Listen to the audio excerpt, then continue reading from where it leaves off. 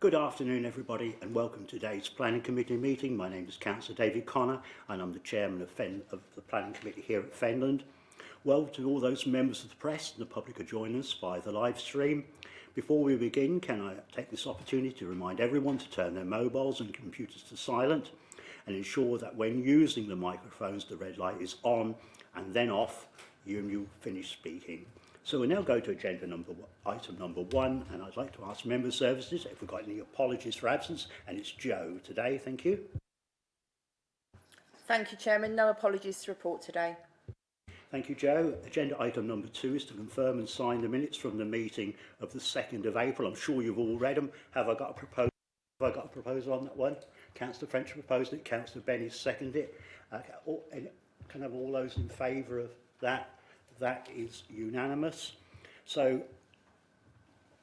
I need a show of hands of the confidential minutes also of the 2nd of April. I suppose you all read those as well. Can I have a proposal to say, without going into a confidential session? Councillor French is proposing. Councillor Benny, I'm looking that way, seconded. Could I have a show of hands on that? Thank you very much. So quickly on to 3 urgent items. There are none. So on to 4 is declarations of interest. Members' services will now go to each councillor in turn, and can you please say anything you've got to declare in relation to any agenda item this afternoon. So Joe, over to you. Thank you. Thank you, Chairman. Councillor Benny. Thank you, Joe. As always, Norton Hall, I know Matthew Hall. He's done work for me in the past and probably will again in the future. Item 11 is Mr Bowers. He is known to me. I don't socialise with him, I don't drink with him. He's not a personal friend, but I have had dealings with him with my portfolio of the port, but he has never ever mentioned planning items to me nor me to him. And item 12, I have taken legal advice on that because I met with residents when I first became a councillor, and I was advised to withdraw for that, and I will withdraw from item 12 as well. Thank you. Councillor Connor. Yes, Joe, really long one, really. I know the applicant, as he has got a scrap metal recycling yard in March. I had one some years ago, some 9 years ago now. Time flies, doesn't it? But I've since retired. Just for openness and transparency, I've never had any business dealings or socialised with the applicant. I did meet the applicant last year with Councillor Marks regarding another matter. That was agreed by our leader, Councillor Bowden, and other members of the Conservative group at FDC. I must reiterate that the item discussed was not connected to any planning application or any planning application before us this afternoon. I'll always keep an open mind on this application, and I will vote accordingly after listening to the Planning Office presentation and, of course, the debate. Thank you, Joe. That's item 12. Yeah, that's item number 12. Thank you. No, 11, sorry. It's item number 11, Joe. Sorry. Thank you, Chair. Councillor Mrs French. Thank you. I'm a member of Marchtown Council but take no part. Agenda item 14, I won't be taking part in it as the company is one of my sponsors for March events.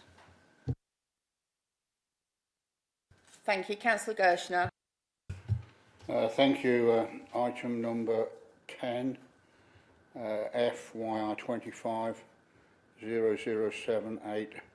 I know the family historically because I went to school with them many years ago, but I don't know the applicant himself. Thank you. Thank you. Councillor Metherdon. Thank you, Joe. I'm a member of 2 IDBs. I also know Matthew Hall on a business level. I'm a member of Wisbech Town Council. And on item number 11, I don't know Mr. Bowers, so I have nothing to declare on that. Thank you. Thank you. Councillor Marks. Thank you, Joe. I'm a member of Mainey Parish Council, and I also attend Chatteris Town Council as well. I don't take part in any planning matters in either place.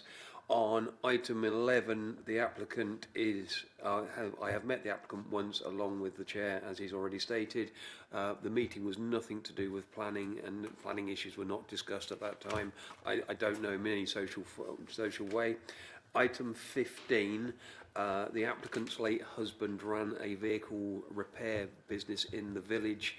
I believe on one or two occasions he did do some work on my wife's vehicle, but again, I don't socialise with them and know them from there. And I'm also on North Level IDB, and there is mention on one of the applicants regarding that. Thank you. Councillor Senate Clough. Thank you. I'm on Whittlesea Town Council but take no part in planning discussions, so I have nothing to declare today. Thank you, Chairman. Thank you. Now we'll go to the main part of the meeting. Members should only make a proposal on a planning application when invited to do so. I will initially be asking for anybody who is going to propose the officer's recommendation. Clearly, if no proposal is forthcoming or that proposal fails, I'll be then looking for an alternative proposal. Members are reminded that any such proposal should be accompanied by the planning reasons for doing so. So without further ado, I'll hand over to David Rowan. He's the Development Manager here at Fenland to present application F/YR21/0852/0, agenda item number 5. So ready when you are, David. Thank you. Thank you, Chairman. If we can just probably hang fire for a minute, please, because I think we look as though we've got a bit of a technical glitch with the laptop and the presentation. So just bear with me. No worries. Thank you.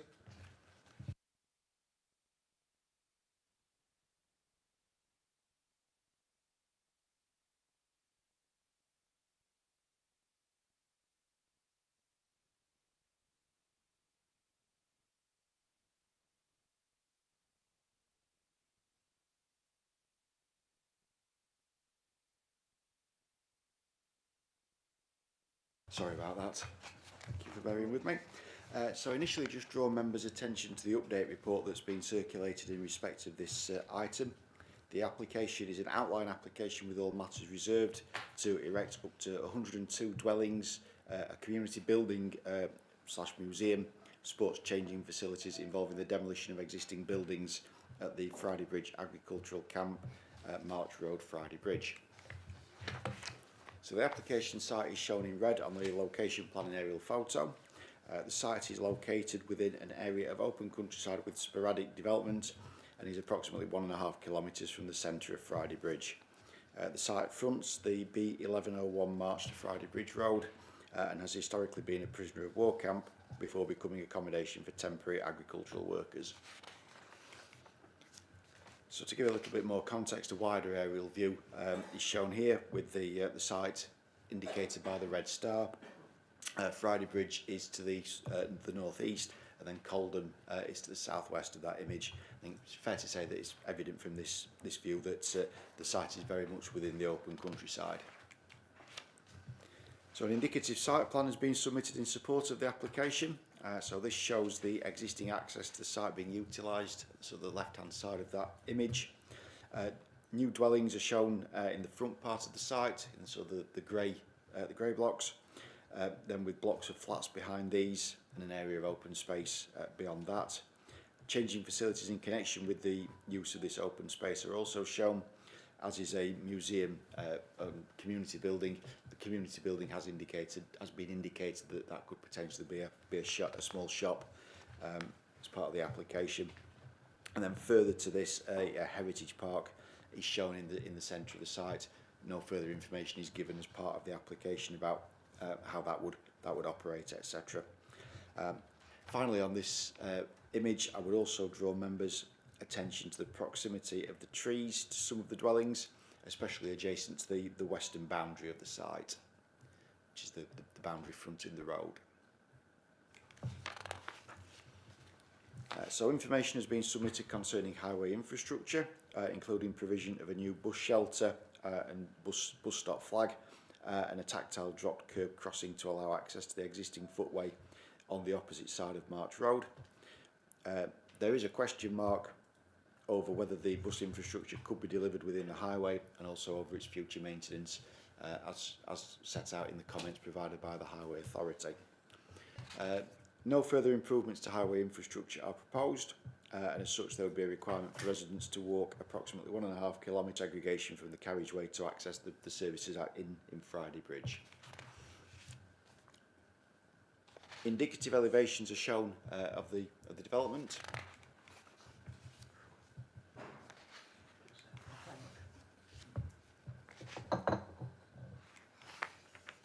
And then we have indicative elevations of the proposed changing facilities.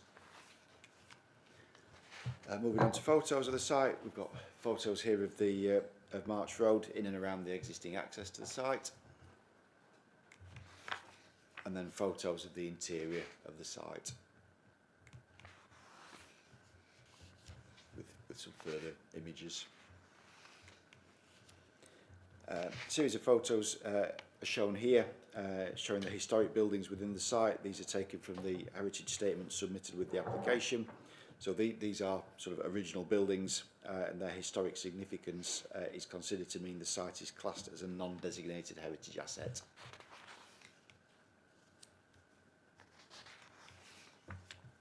So to summarise, the site is considered to be located outside the built form of Friday Bridge and in an unsustainable location with limited connectivity. This is contrary to the settlement hierarchy of the local plan and the aims and objectives of the National Planning Policy Framework. The application is silent in respect of Section 106 contributions as required in policy. Information has been submitted in the last 48 hours indicating that the application would now be 100% affordable housing and could also deliver the requested financial contributions. However, this information has not been considered due to the late nature of its submission. In terms of more detailed impacts, it is considered that the increase in density of development and intensification of use of the site would be at odds with the rural character of the surrounding area. While trees are to be retained within the site, it is considered that these would potentially compromise the amenity of future residents, and that as such the illustrative details submitted do not demonstrate that the proposed quantum of development could be adequately accommodated within the site. EPF policies, and is recommended for refusal as set out within the officer report and the update report accordingly. Thank you, Chairman. Thank you, David. We have one speaker on this application. I'd now firstly like to invite Gareth Edwards. Of course, he's the agent, to make his presentation to the committee. You've got 5 minutes when you're ready to start. Thank you.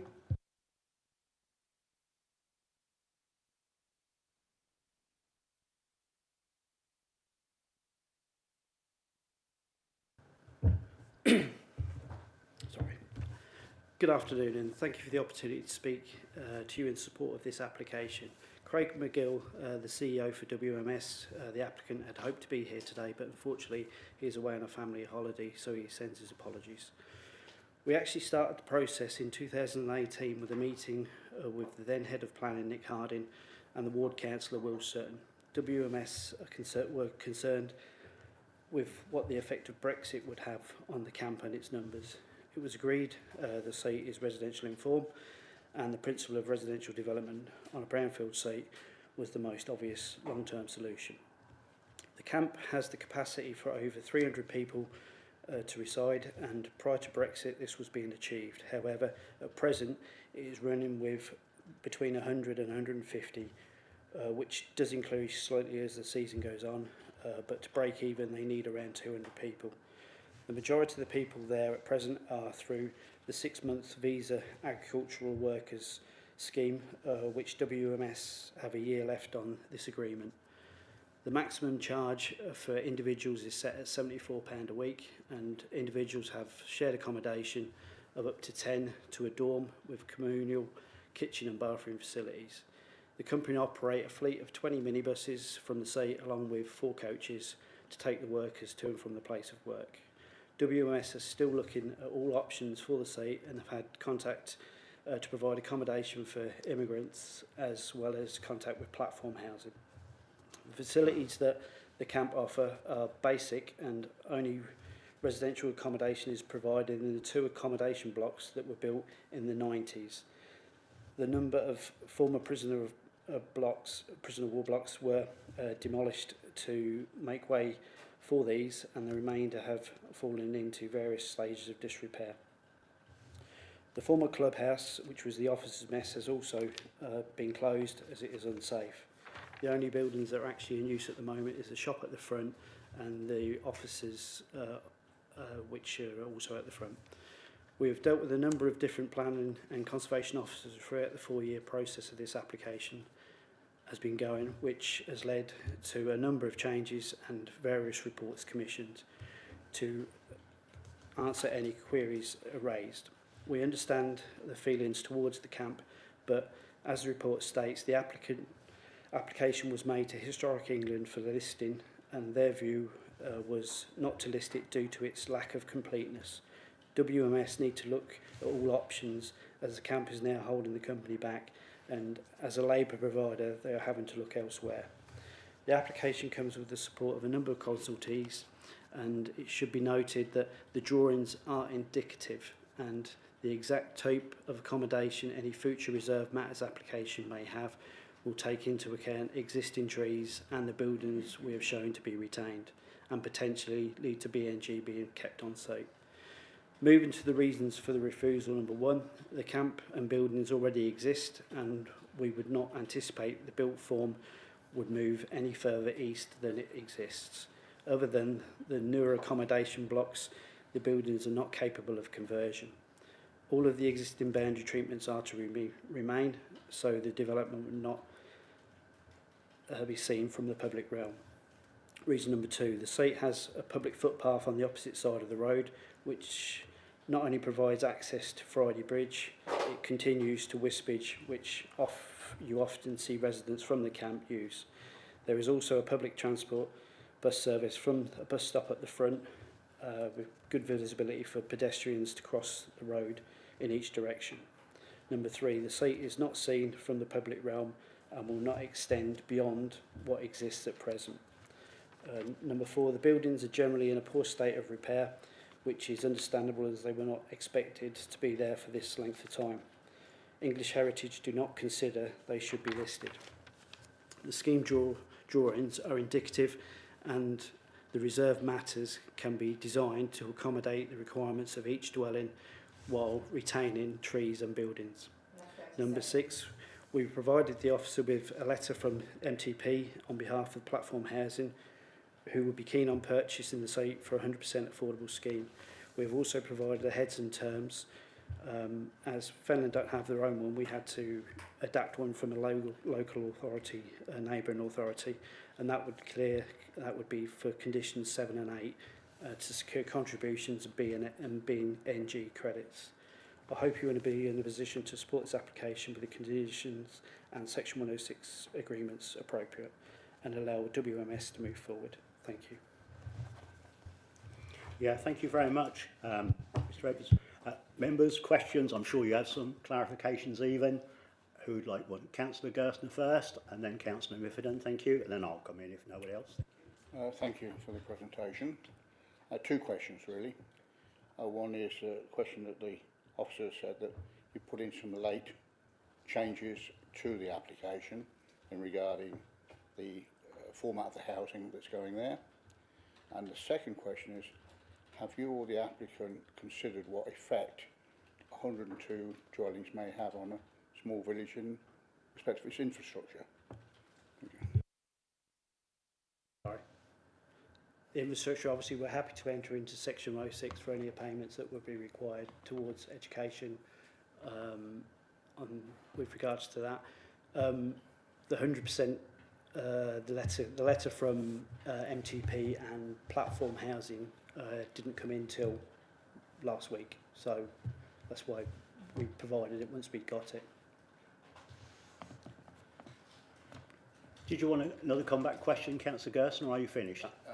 I don't think you've told me fully what the applicant or yourself may consider to be the effect of 102 houses on the infrastructure in a small village like Friday Bridge. We appreciate there will, yes, there'll be an effect on, and as I say, that's why the Section 106 will allow for payments to be made to contribute to improving facilities as necessary. Yeah. As I missed Councillor French, I'll take you next, then Councillor Miffordin. I'm sure he doesn't care. So Councillor French.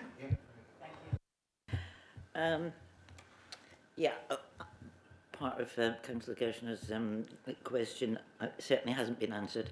I'm more concerned with the likelihood of flooding. Anglia Water state in the report it's a possibility there could be flooding downstream, which Anglia Water couldn't cope with. Elm is fuel. Where does the water, the sewage go at this time? Is it cesspits or are they tankered away? There is a. Because I'll just further down there, I believe there is a treatment works that's solely for the use of the camp. Okay, thanks. And with regard to Section 106, as you're well aware, when it's 100% affordable, there's very little Section 106 required. So by approving 102 homes, you're going to totally saturate these villages. The schools can't take them, doctors can't take them. I just find it totally unsatisfactory. Thank you, Councillor French. Councillor Mifferton there. Thank you. Sorry for that. That's okay, Chair. Thank you. I think Councillor French asked one of my questions already. But I want you to clarify, please. You mentioned something about the footpath continues to Wisbech. And also, you said it would have been used for the housing of immigrants.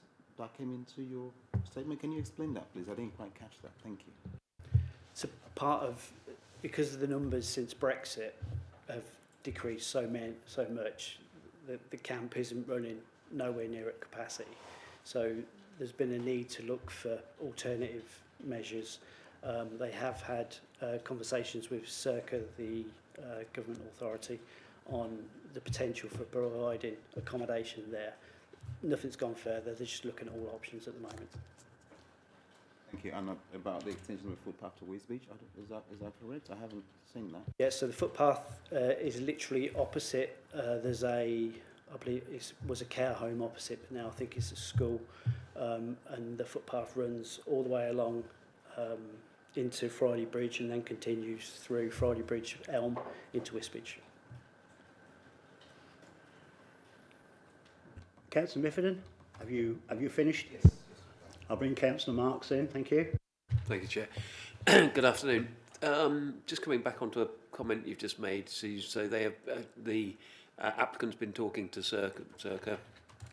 Is that to retain the buildings as they are if it becomes an immigration holding point? It's very. I mean, ultimately, there's 2 blocks that are used at present to house the workers. They're both built in the 80s, 90s, and they are roughly the 2 areas shown. Sorry. This is kind of an existing block in the location there, and there's another one there. And they're where all accommodation for sleeping is in those, and there is a separate block for toilets, but then most of the toilets are also in there, and showers and kitchens. So that's where they would stay in that accommodation. And that would house the 300.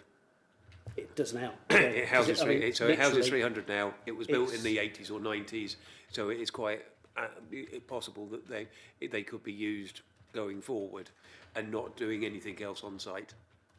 Potentially, yeah. Thank you. Anybody else at all?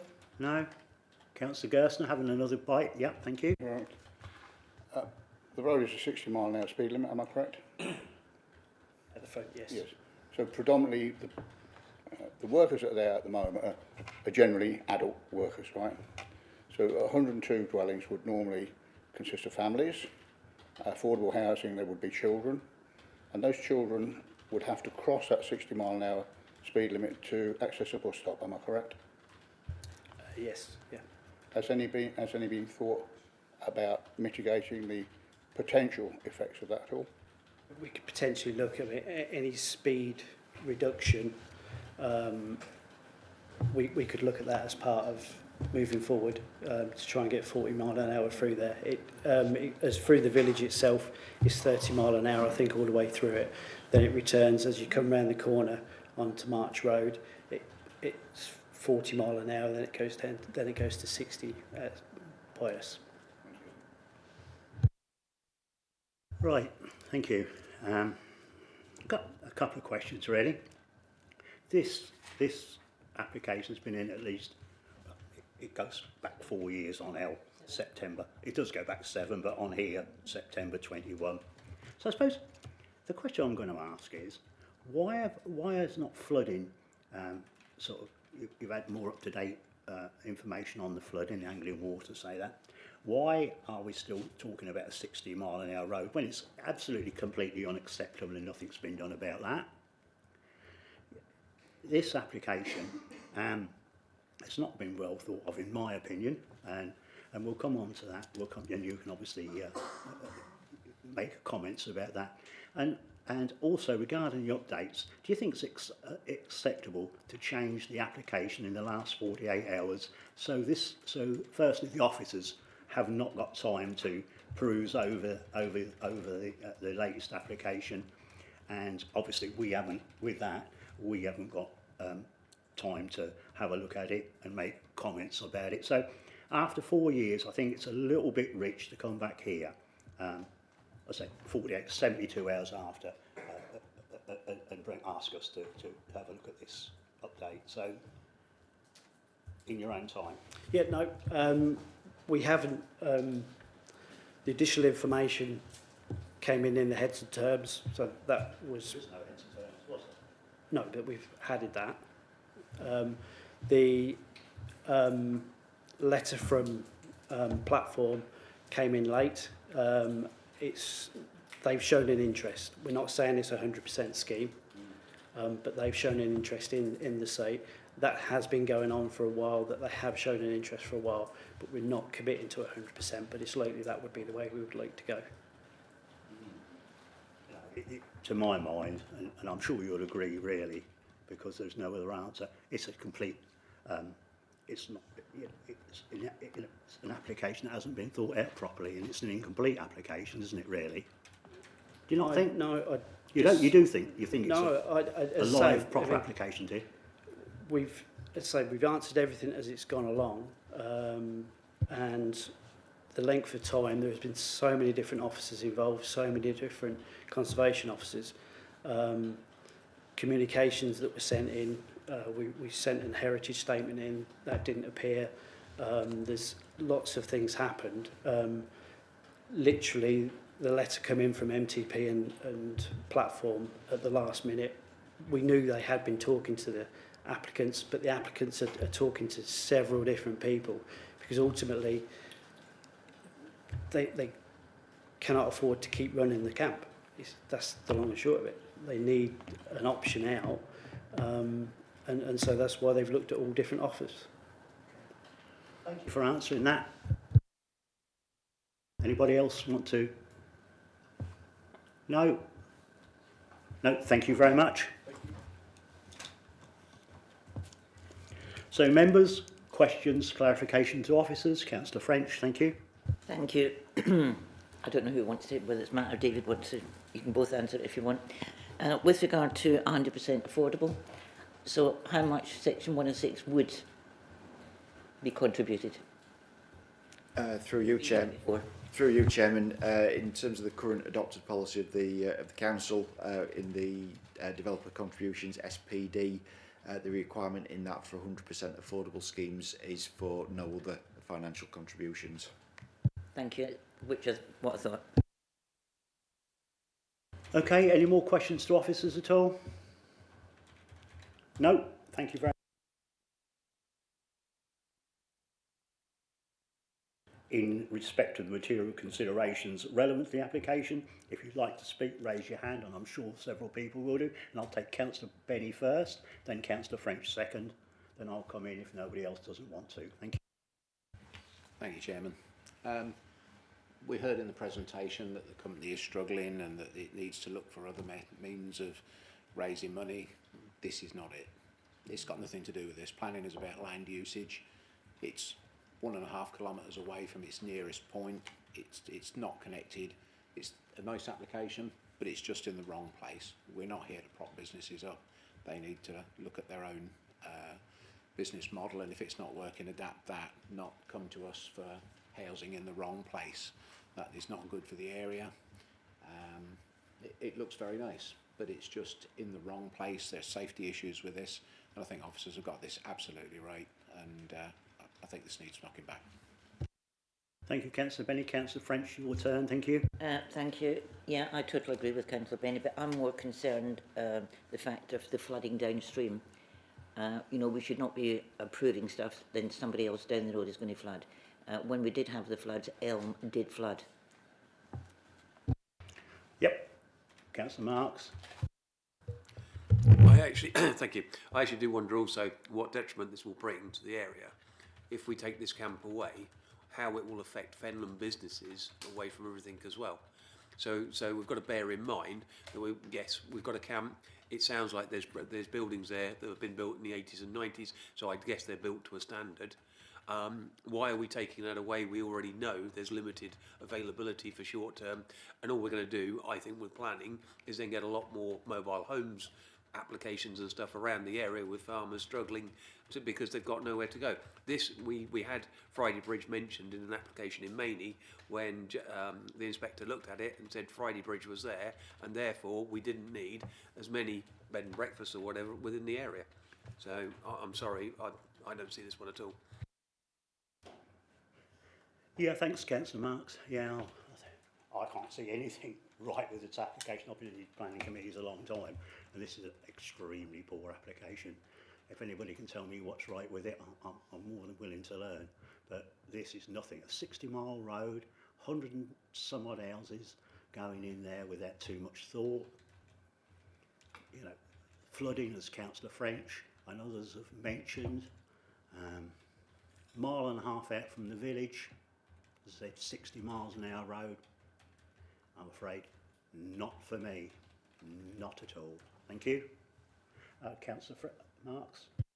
Chairman, one thought has come to me as well. Having last night, I was in an Anglian Water meeting regarding the new reservoir that's coming into Chatteris, and one of the things they are very conscious of is putting up local workers. So maybe this, you know, instead of this application that we're seeing where we would take away properties for bed and breakfast type availability, the company ought to go and look at that instead of trying to build something in the middle of nowhere. It's certainly an option. Councillor French. Yeah, with the speed limit, it is 60 miles an hour. I do know this. This is part of my county council division, and I can assure you there have been various accidents, RTCs there. Unfortunately, county council only record fatalities, but there have been numerous accidents, and it is, there's some nasty bends around that road as well. And for kids to be expected to walk to school 1.5 miles, it's just, the whole application's a nonsense. My thoughts exactly. I think probably everything's been said now. I don't want to stifle debate, but officers. No, right. So I'm looking for a proposal on this scheme to go with officers' recommendation. Councillor Mifferton, what are you proposing? Yeah, that would go with officers' recommendation. To refuse? Yes. Have I got a seconder? Councillor French. So all those in favour of that recommendation?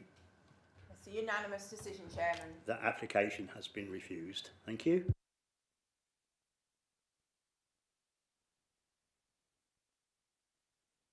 Right, so we'll now hand over to Danielle Brooke. She's a Senior Development here at Fenland to present application FYR 23/1021/F, agenda item number 6. So, Danielle, when you're ready, thank you. Thank you, Chair. Agenda item 6 is seeking full planning approval for the erection of 12 dwellings and garages on land south of Selwyn Farm, South Brink in Wisbeach. It's accessed via an existing development at Ellaby Drive, and it's here today because of the Town Council objection. The application site is edged in red on the location plan and aerial photo as shown. As you can see, it relates to a triangular area of open land covering some 0.75 hectares to the northwest of Ellaby Drive and Cox Close, which forms part of the wider estate between Weasenham Road and Cromwell Road, and that was originally granted permission in 2006. So there's a significant planning background. Apologies, they're a little small there for you, but hopefully you can kind of get the gist. So outline planning for residential development and a health centre was granted in 2006, top left image there. In 2012, the requirement to provide the health centre was waived in exchange for a £260,000 contribution towards provision of health and welfare facilities within Wisbech. A deed of variation accompanied the application in 2012 for the erection of 26 dwellings with respect to the health centre. An amendment to the larger development scheme involved a change in type of development from 30 flats to 12 houses on part of the northwestern corner along River Nene and South Brink that was approved under FYR 140132. A viability assessment accompanying this application suggested that it wasn't viable to support the payment of £260,000 in lieu of the health centre, and that was agreed at Planning Committee on the 10th of December 2014 to waive that £260,000 contribution. The current application seeks to replace an area previously allocated as public open space with housing and provide a replacement open space area measuring 0.25 hectares on the northwestern boundary of the site, shown edged in blue on the plan bottom right. This accords with the necessary space standards, and there is an extant permission for residential development within that area. However, so that could in theory be built out. However, it's proposed not to do that and to swap the two areas around ultimately. Until now, the open space that was originally suggested has not been provided, and on this basis, the provision of an alternative and usable space within the wider development is considered an improvement to the current amenity standards. This obviously would require a legal agreement to secure it. So with respect to the development itself, the proposal will see an access road of the site laid out in sort of a C shape with 10 dwellings set on its outside and 2 on its inside with an attenuation pond.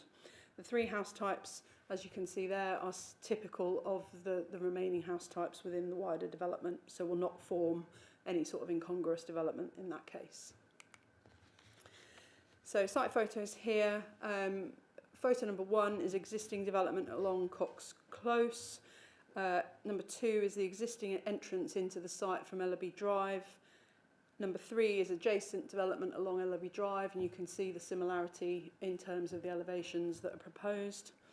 And item 4 is a Google image taken from South Brink looking south across the site, and you can see it's currently quite overgrown and inaccessible, and the main part of the development is into the rear of that photo. So in summary, the application obviously seeks 12 detached dwellings on an area of land that was previously allocated as open space. The replacement area that is suggested is acceptable in principle. There are no material considerations worthy of sufficient weight to indicate a decision should be made outside of the development plan. Section 106 contributions have been requested.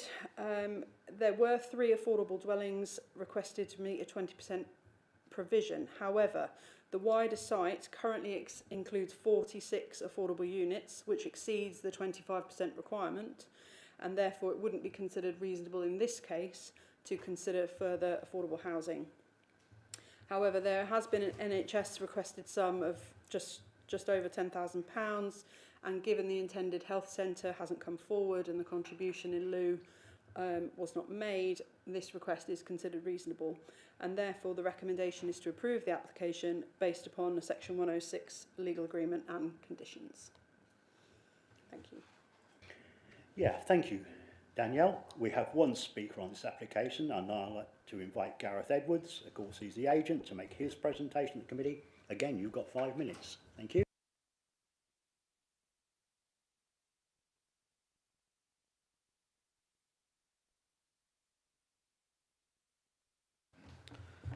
Good afternoon again, and thank you for the opportunity to speak in favour of this application for Construct Reason.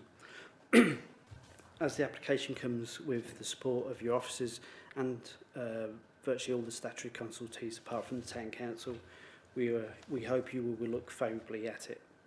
The comments of the Town Council are fair, to be honest. However, this proposal is the last piece of the jigsaw and will allow all the roads and footpaths to be completed and adopted, and the applicant is keen to move on site as soon as possible. The application is to switch the extant approval for 26 mixed dwellings on the area shown blue above, with 12 chalet bungalows proposed on the area shown red. I think the proposed dwellings will fit better with the already built dwellings on the site and very much look like Reason Home properties. As the report states, the overall development, open space and affordable homes exceed the current requirements required, and the proposal will reduce the number of dwellings by 14. The client has reluctantly agreed to the NHS payment, and it should be noted that they could have built the existing 26 units out, which didn't require a contribution. We have provided the solicitor details to make any revisions required to the Section 106 agreement, and hope you will be able to support the application with the conditions indicated. Thank you. Thank you very much. Members, questions to Councillor Senate Clough and Councillor Bifferdon. Thank you, Chair. Hello, Mr. Edwards. Welcome. I have a question about the fact that Ellaby Drive is an unadopted road, and so essentially this, and there are, I've just seen in the letters of objection that there are concerns from residents about that.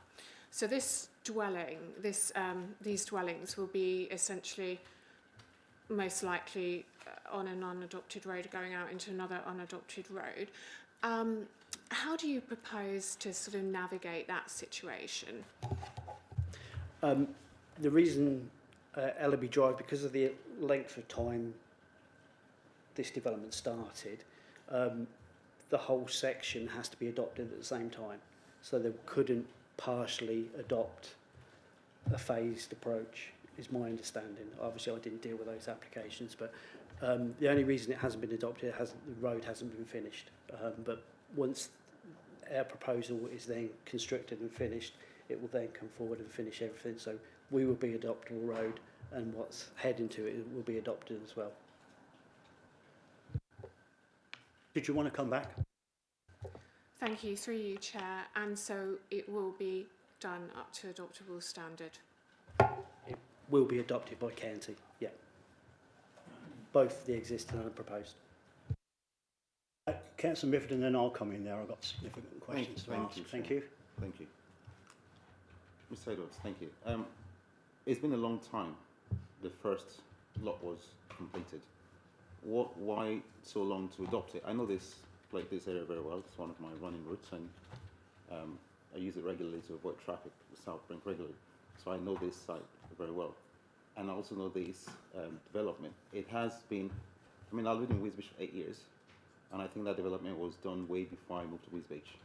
So why has it taken so long? And we see a lot of developments where developers say we're going the road to be at adoptable standards for the county to take on.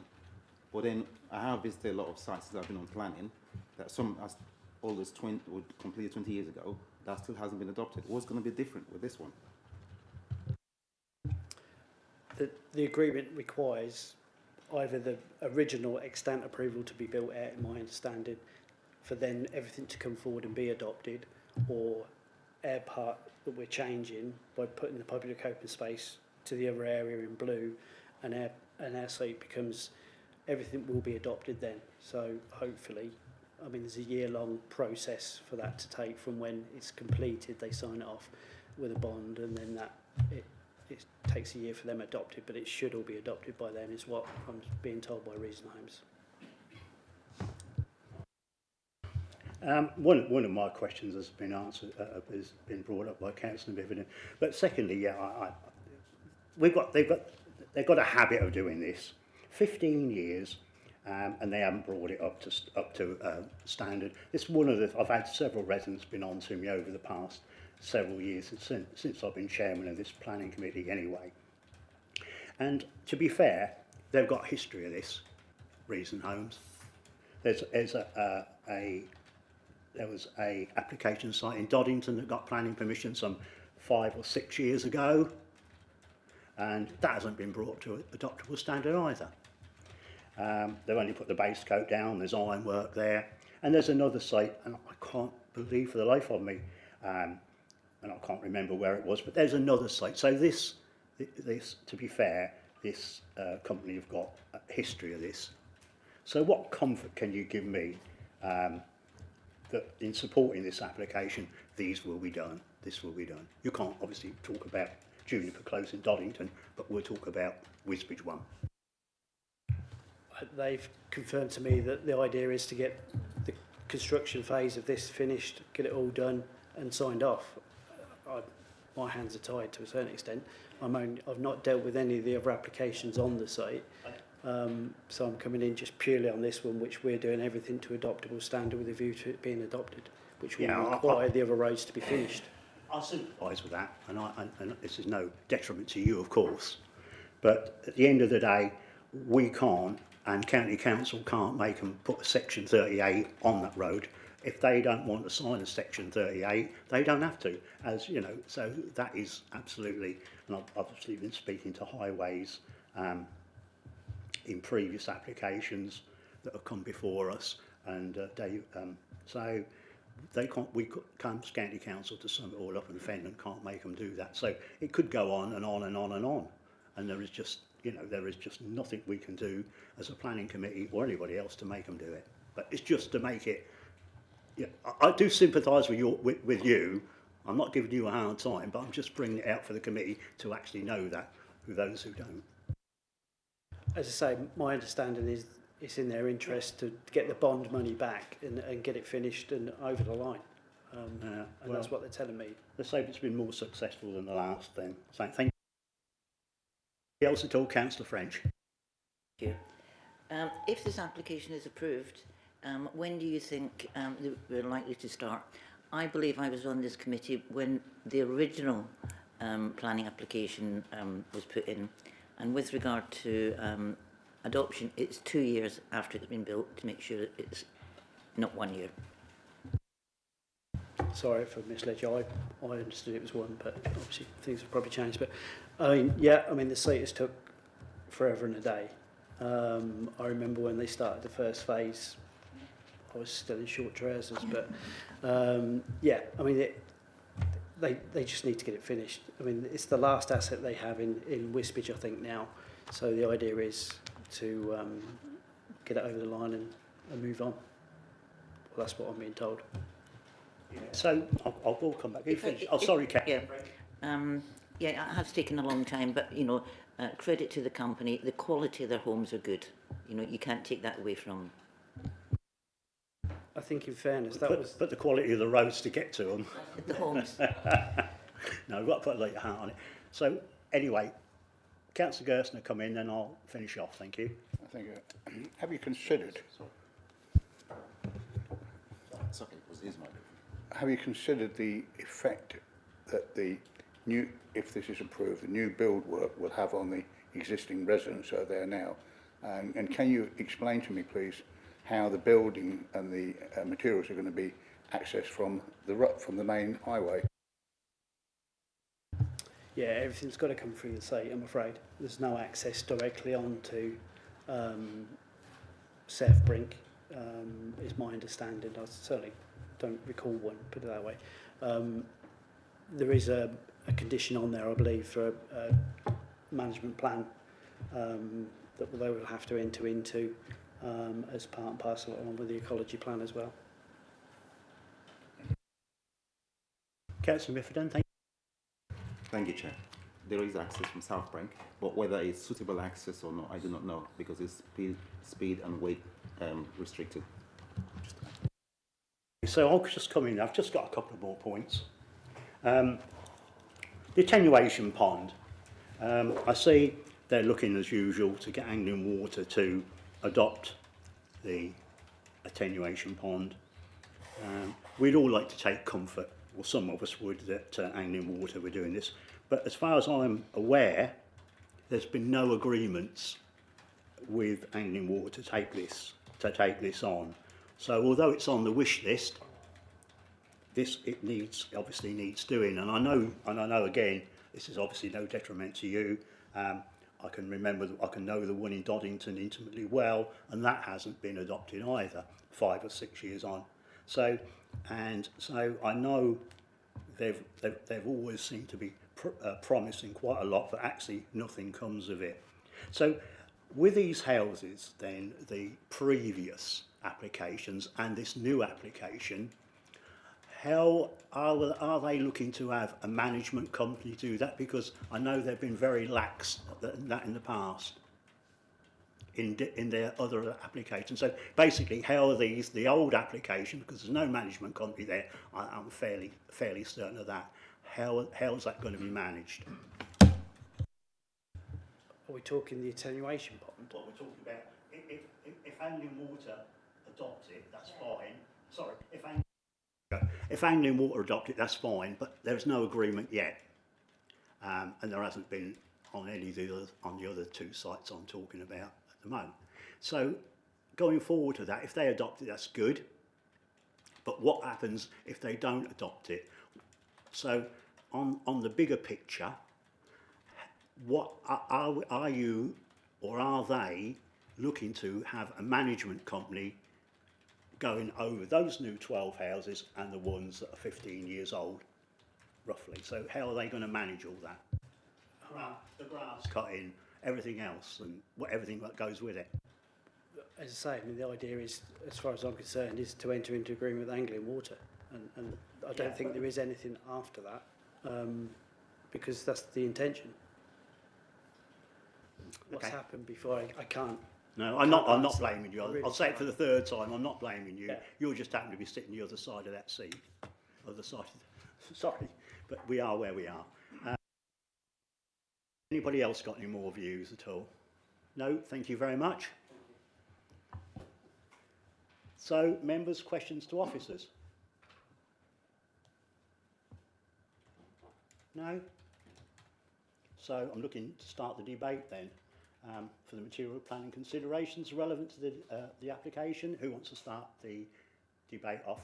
Councillor Biffenden, thank you. Sorry, it's probably not a material planning consideration, but is there a way we can make a previous experience with builders material planning consideration when approving new plans? I'm talking about adoption of roads, for example. It would make our lives a lot easier if we could do that. I think the answer is no, but I'll let officers. Through you, Chairman, you've already answered it now, unfortunately we can't. Councillor Marks.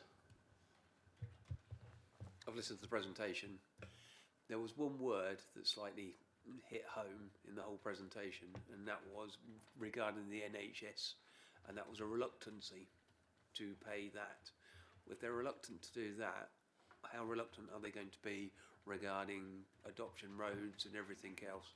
I think if we could come up with some sort of safeguard, if we were to pass this, I would feel more comfortable than just waving this one through. That's my own view, because I have a funny feeling as well, listening to what was said, that this is the last development within the Wisbeach area as well. So there's a couple of little bits of alarm bells ringing there. As the chairman has already said, what has previously happened and I know it's not a material fact, but we have to bear this in mind when making any of these decisions. Well, I think I've probably got an answer there, Councillor Marks. As we've done it several other times before, I'm going to suggest, and I'd like obviously the committee's backing on this, that with the 12 houses that are proposed to go through here, and if we do, in our infinite wisdom, agree to pass in those this afternoon, we make a condition that they can build the 12 houses, but only 9 can be occupied before they make the road up to adoptable standard or have it adopted. That we can make that as a condition. So that'll alleviate the problem at least there. That is what I'm proposing, and I can't see anything wrong with that, and well, just can't. So that's where my thought.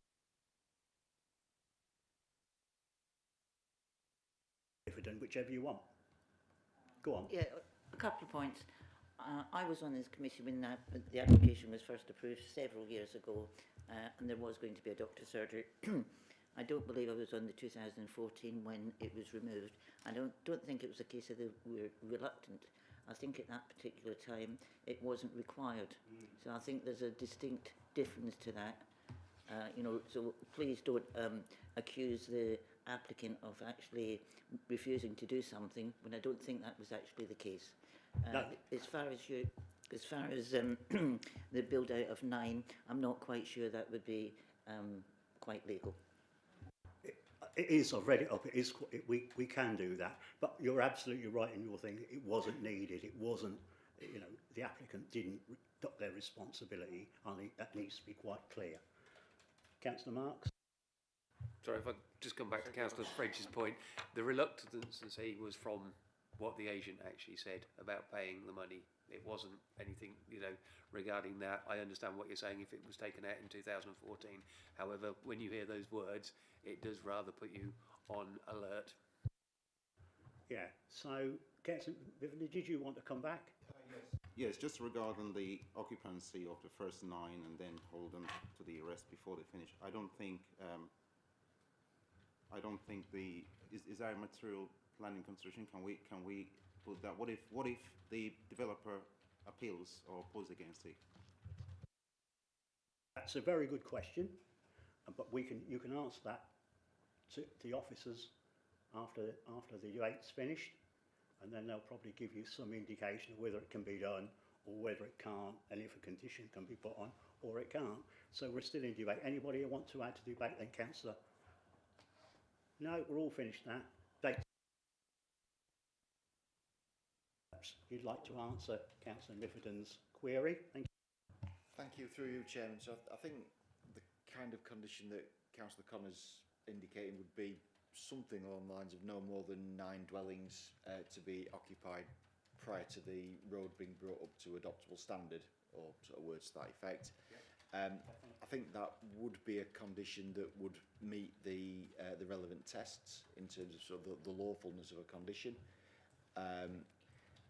Ultimately, the committee is of the view that that's necessary to address or to ensure that there's sort of adequate access to these dwellings, and as such, I wouldn't have any, or my professional advice would be that there's no reason to not impose that condition.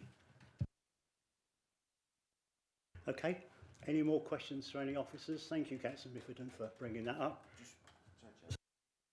Just one clarification on that, though, is that would only relate to the roads that are within the red line boundary of this application site. So any of the other roads on this sort of estate that are not within the red line boundary would not be sort of picked up by that condition.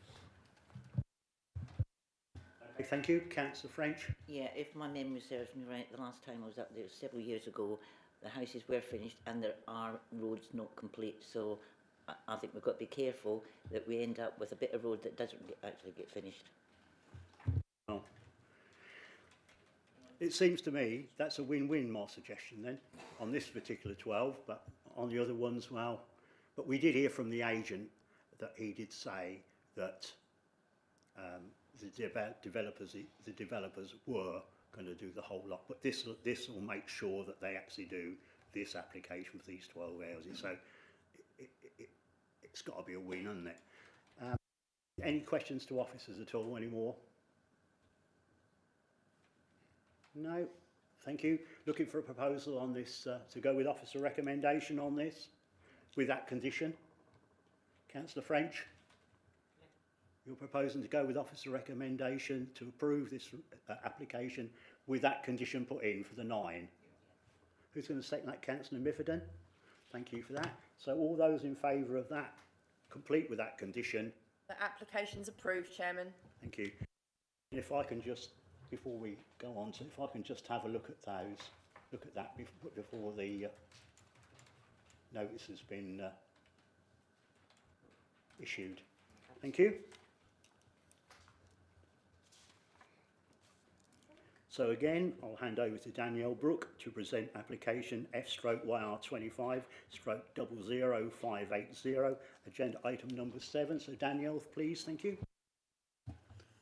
Thank you, Chair. Agenda item 7 seeks outline approval with all matters reserved for the erection of up to 9 dwellings on land south of 2B and 2C Bridge Lane in Wimbledon. May I draw members' attention to the update report circulated in respect of matters to this application regarding drainage, specifically, which I'll discuss in more detail later. The application site is edged in red on the location plans and aerial photos as shown. This application seeks outline planning approval for 9 dwellings with all matters reserved on an area of land covering some 1 hectare to the rear of 2B and 2C Bridge Lane. The land, as you can see, is currently sort of open paddock land. This aerial view emphasises the gap between the settlement of Wimbledon and Bridge Lane and how it has closed over the years to the point where the application site that's edged in red and the adjoining land to the west remain the only substantial parcels of open land contributing to the rural character of the lane. Reason for refusal 2 in previous appeal decisions for the development on the same land emphasises this gap. A previous application seeking outline approval with all matters reserved for the same quantum of development was refused by members quite recently in March 2023 in line with officer recommendation. The proposal would result in in-depth development into an area that is currently rural in character and characterised by mainly frontage development. At present, the application site and the wider fields of which it is part contribute strongly to the rural character of the lane and the area and provide a visual break between residential development along Bridge Lane and the developed core of Wimbledon to the south. In addition, a number of previous appeal decisions have considered development in this area would be incongruous with the landscape and would introduce an intrusive domestic character.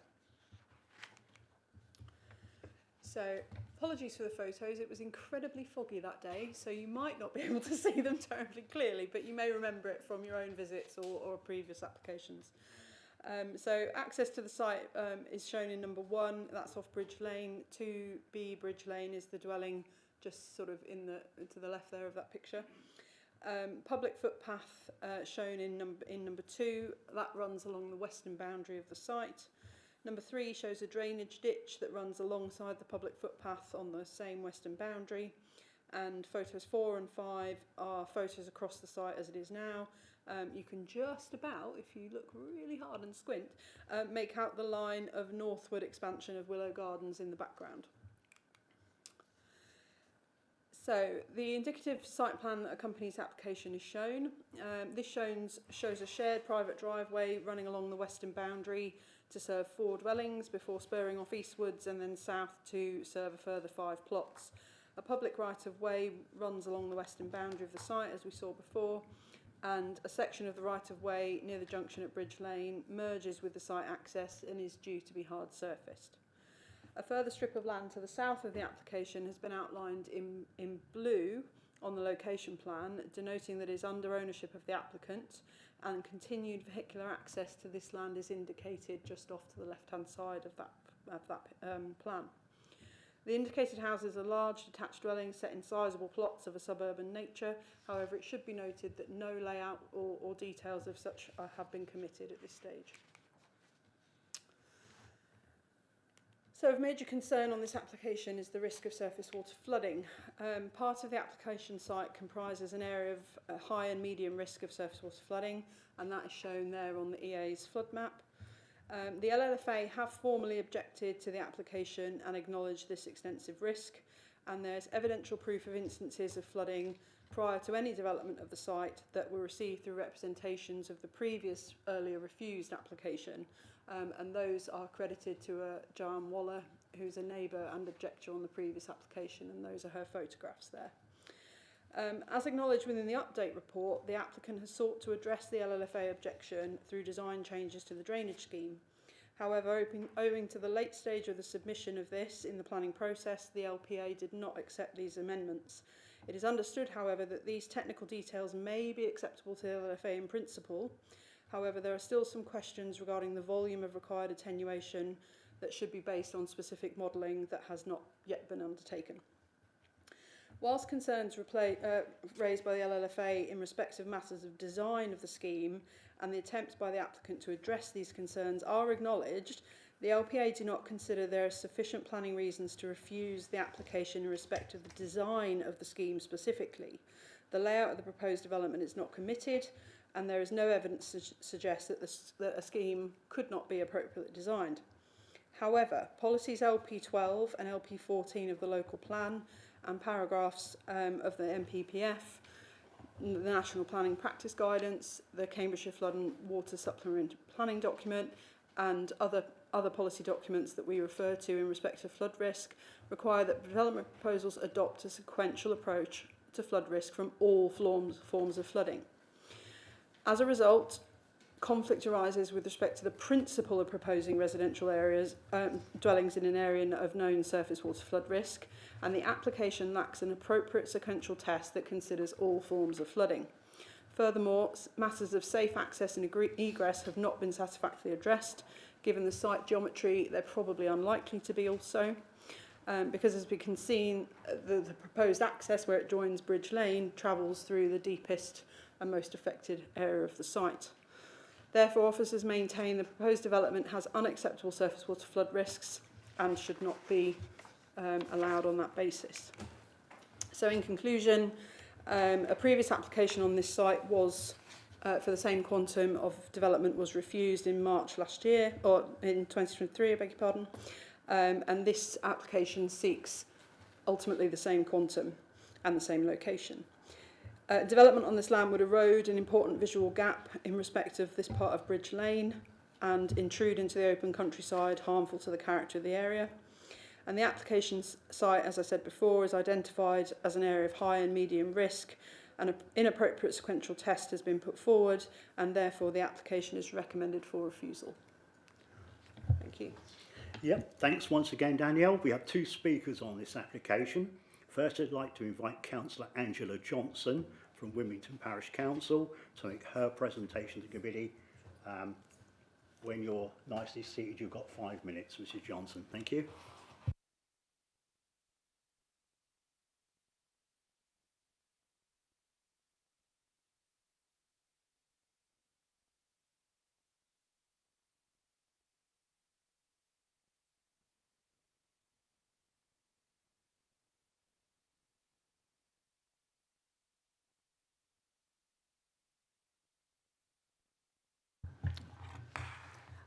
Good afternoon, I'm Angela Johnson, here to represent the Parish Council and local residents' strong objections to this planning application. We fully support the planning officer's recommendation of refusal and reiterate the reasons for this refusal.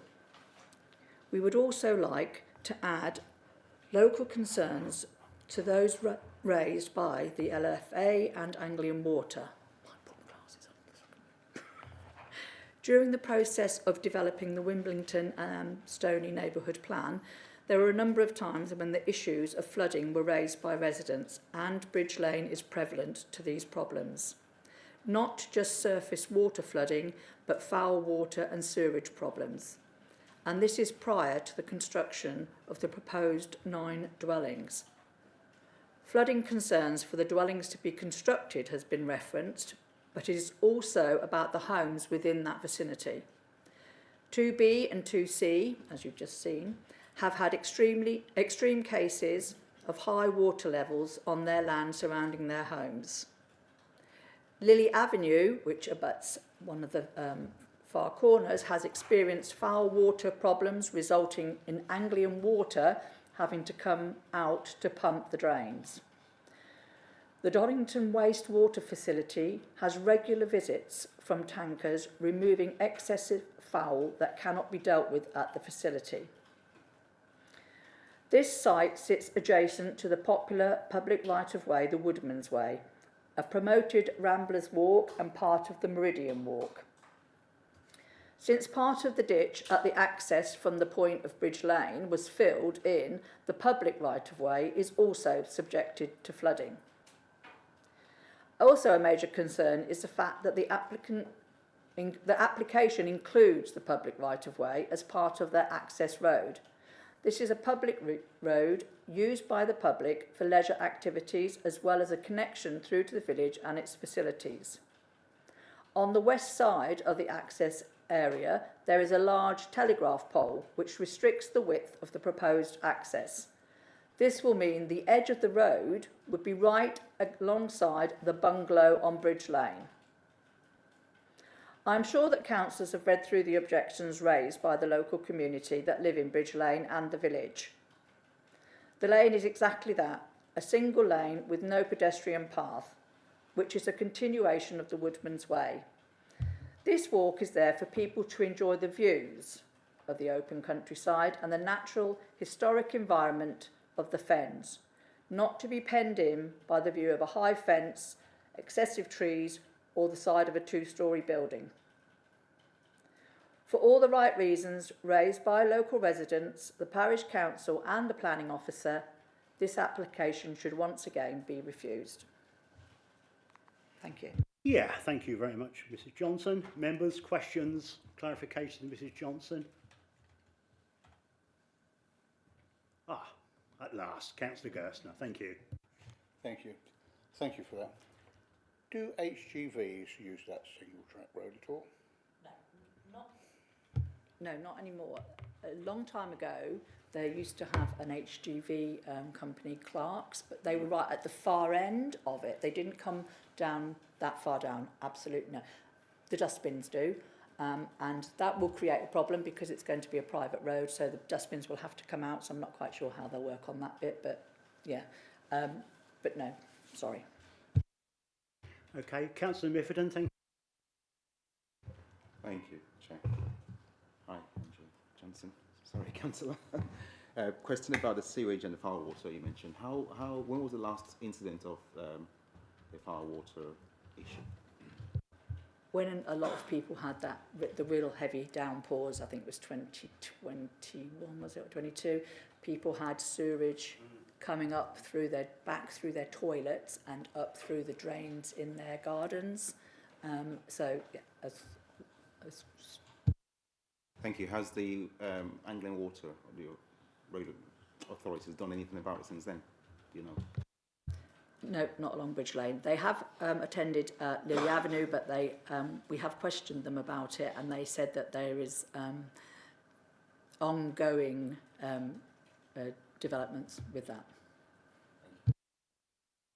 Okay, anybody else at all for Councillor Johnson before we let her go? No, no burning desire. Thank you very much. Thank you. Members, questions to officers? Oh, sorry, we've got another speaker. Goodness me, sorry about that. Now I'd like to invite Gareth Edwards, of course he's the agent, to make his presentation to the committee. You've got 5 minutes and you've been very busy this afternoon.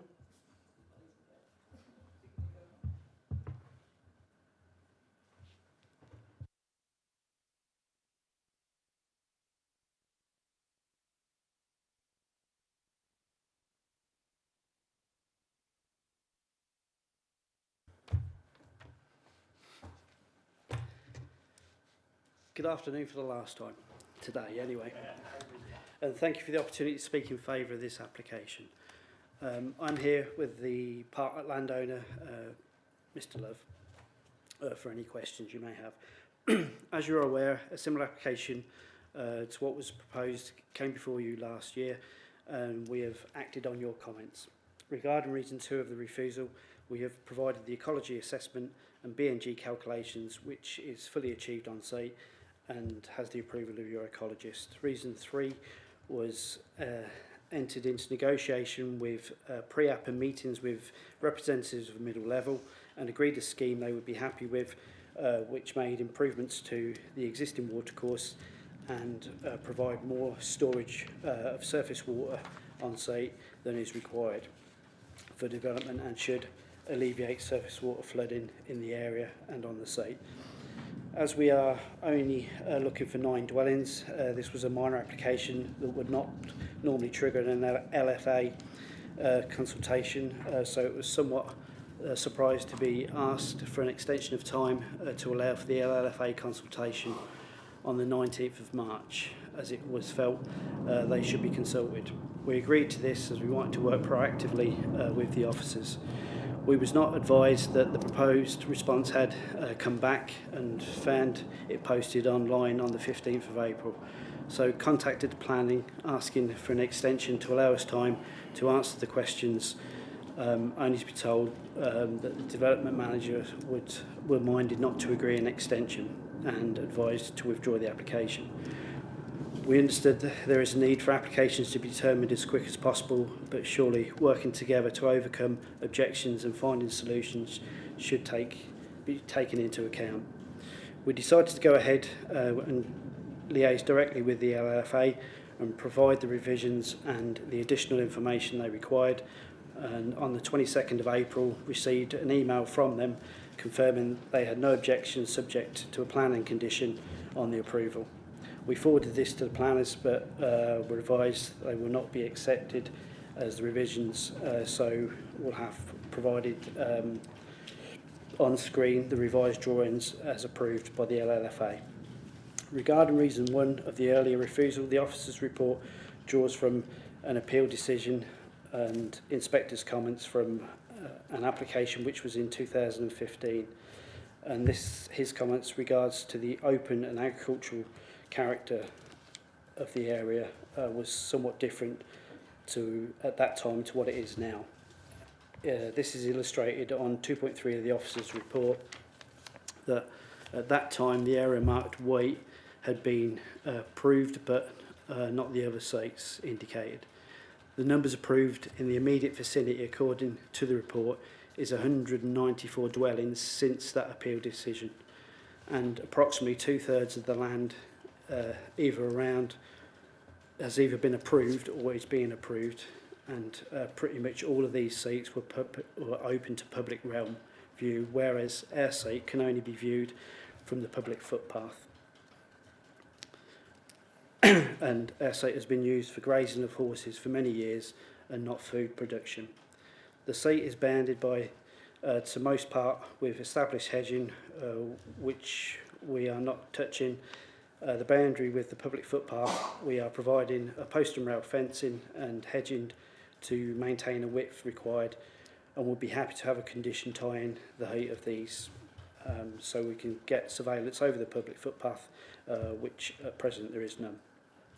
The site is part of the built form, which is seen on 2.3 of the officer's report, which also shows to the east a recently constructed dwelling being constructed further back into the site, which this dwelling and our site will provide an alternative executive style dwellings for both self-build and smaller developers to purchase, given a diverse housing mix to the village and districts as a whole. You have 30 seconds. Reason 2 was largely been covered with the lifting of the objection from the LLFA, the consultation with middle level as well. However, regarding the need for a sequential test due to surface water flooding, not only are we providing a positive solution to overcome this on site, there has also been a recent appeal decision which was made after the Red Row Mead case found that if the site was considered to provide wider sustainable benefits, then planning permission could be granted despite the failure to comply with the sequential list.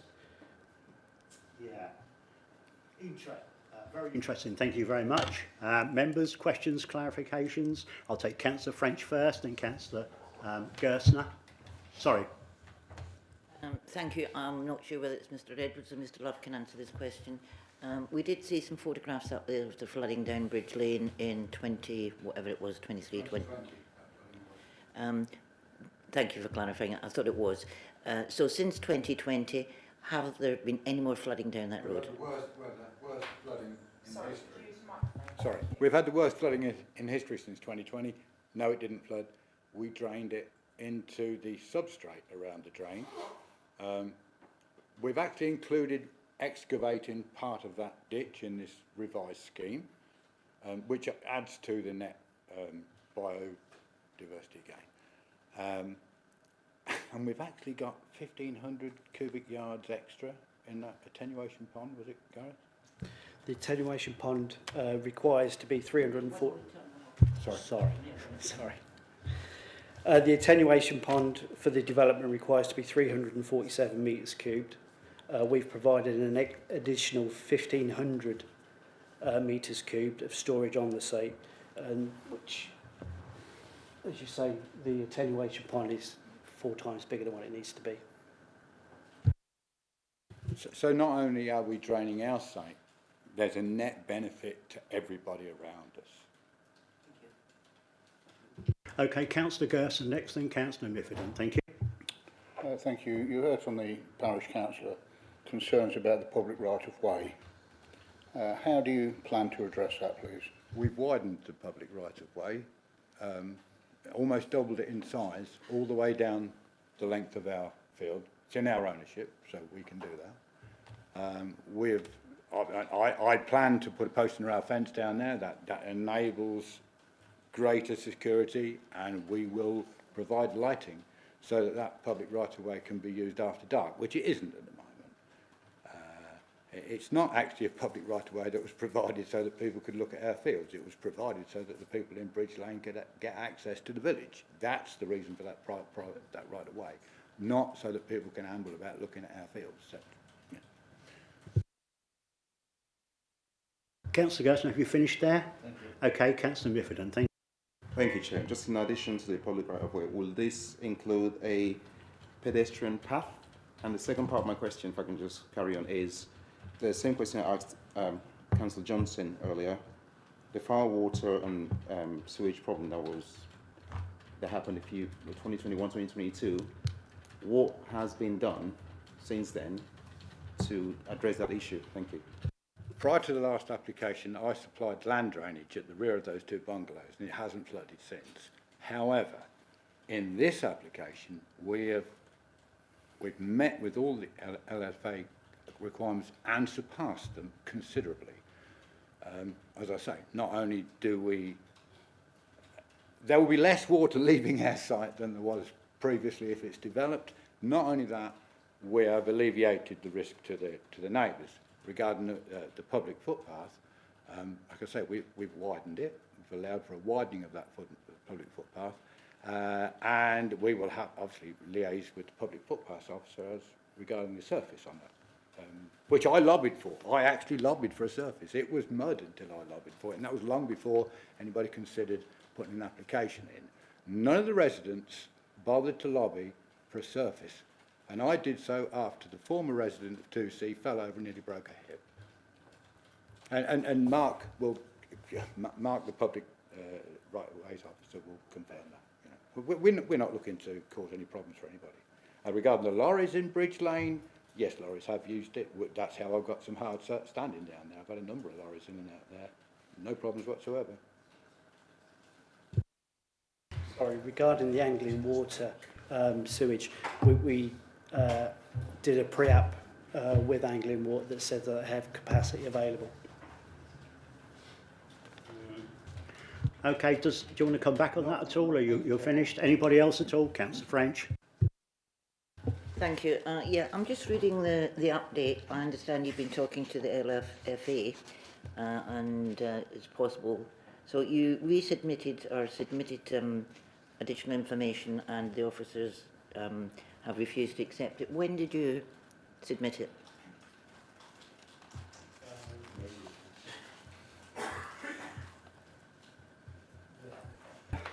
I've got the email chain here. It was... Let's have a look. Don't worry, I can get the officer to answer the question, as long as it wasn't last week.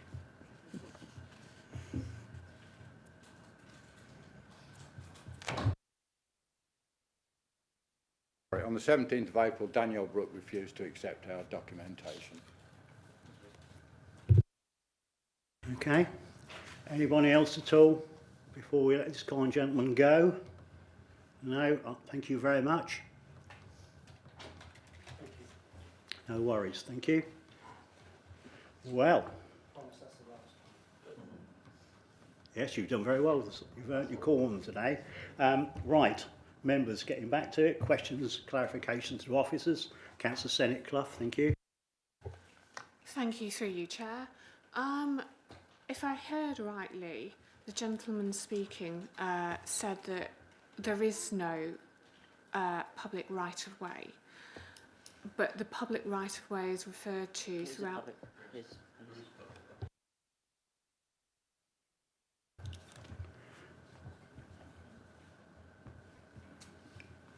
Right, so yeah, to sum it, I think there is a public right of way. Councillor Benny, you're the next. Thank you.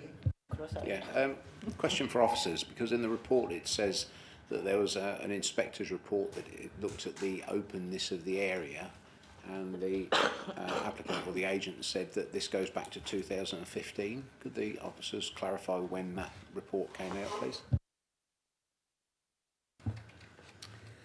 So yes, the original application was in 2015, and it was dismissed at appeal in 2016.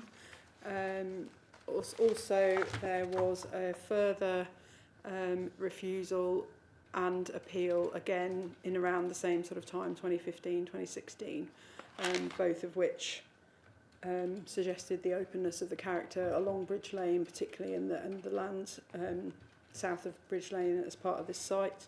And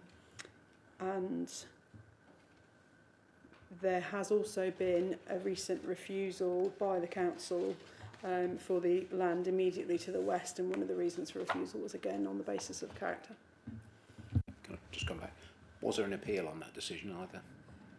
I believe that was quite recent. The one, yeah, that was quite recent. So there may be one lodged, but it hasn't come yet. Councillor Benny, have you finished? Yep. Councillor Gerstner. Thank you. But for clarifications, please, can we go back to the slide which shows this application in respect to other planning applications that's been conducted already, please? So it looks pretty well built out already, doesn't it? It does, but the purple one, the purple one is the 44 that's only been turned down, I suppose, in the last 3 or 4 months, certainly earlier this year. That's the purple one. Can I ask for, sorry, that, Is it worth if we just take you through that? Because actually some of them are refusals, it's not all been approved, so yeah, it might be worth if we can just explain that to you. right. It's just I've not been very well lately. It takes me a little while to catch up, okay? Thank you. 44 So the one in purple's been refused already. Do you remember the reasons why? Okay. What? Yeah. What? That's the point. Why can't? Why? That's it, Danielle. If you go up and point to the relevant applications and when they were approved or refused, that'd be fantastic. I'll take your lead then. Yeah, absolutely. Yeah. Just start at the top. Thanks, Dominic. So Yeah. Well done. we'll start at the top with the application that's in yellow, FYR 200342. That is a previously developed depot that got planning permission for 7 dwellings in about 2018-2019. There's a current application which is awaiting determination on that site.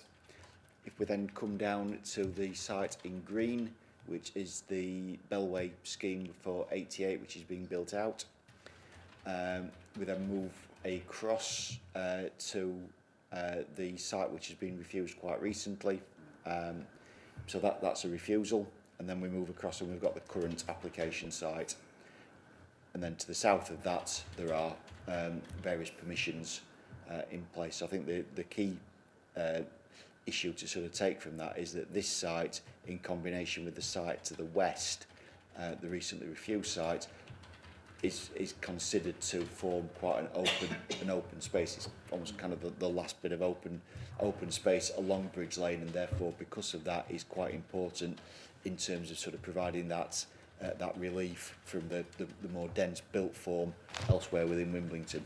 I hope that answers the question for you. No, I think that makes it very clear now that we can see what's actually going on in and around the area. Thank you.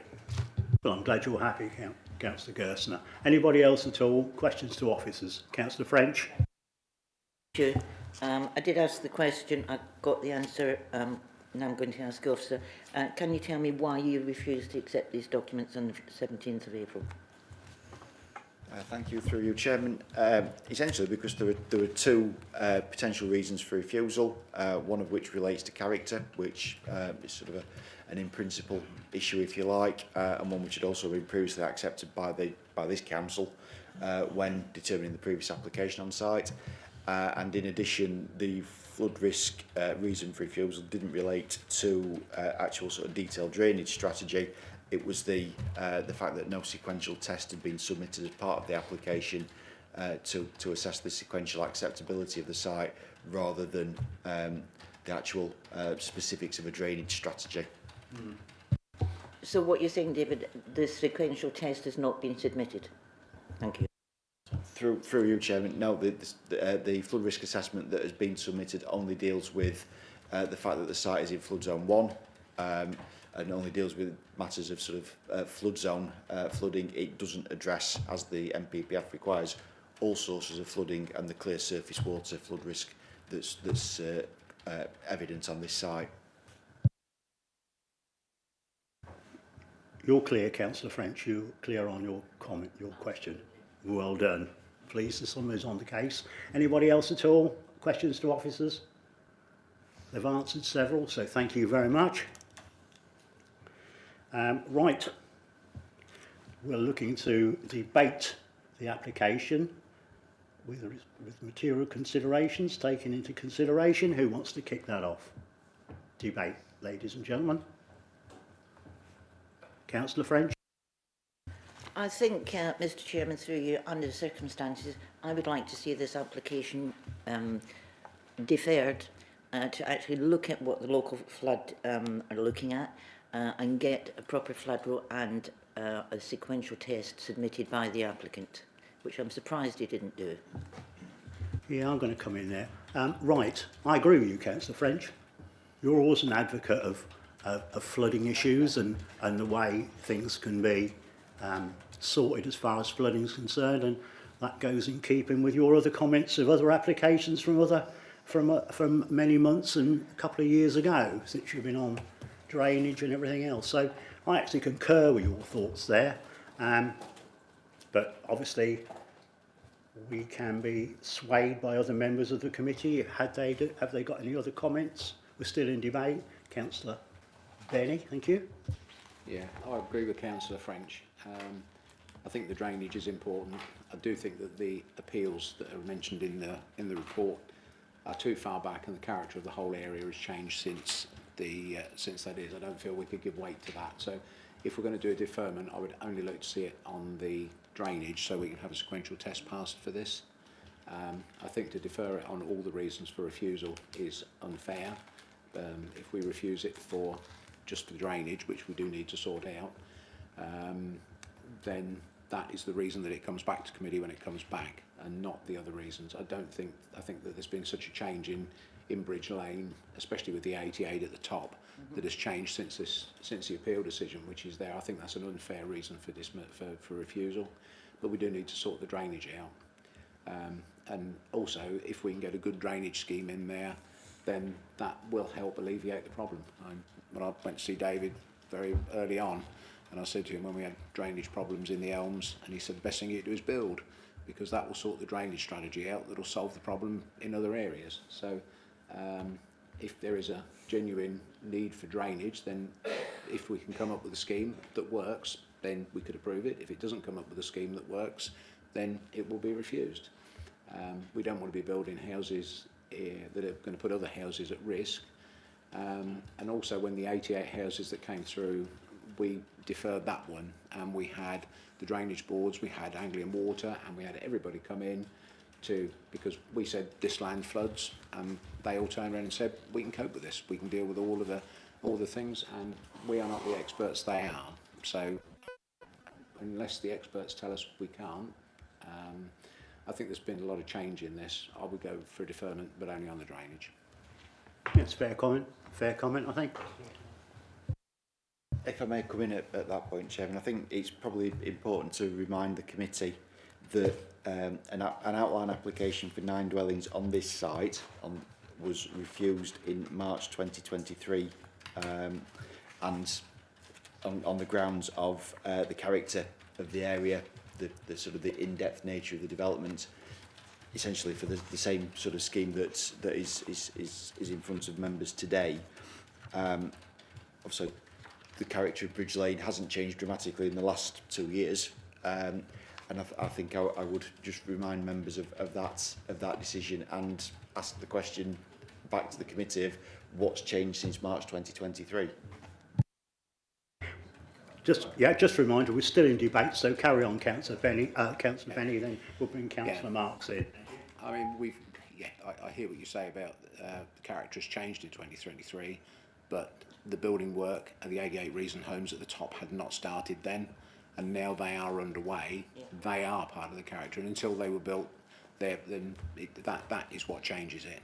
And I think the fact we've allowed other development down there is good reason to only defer it on the drainage. Okay, yeah, absolutely.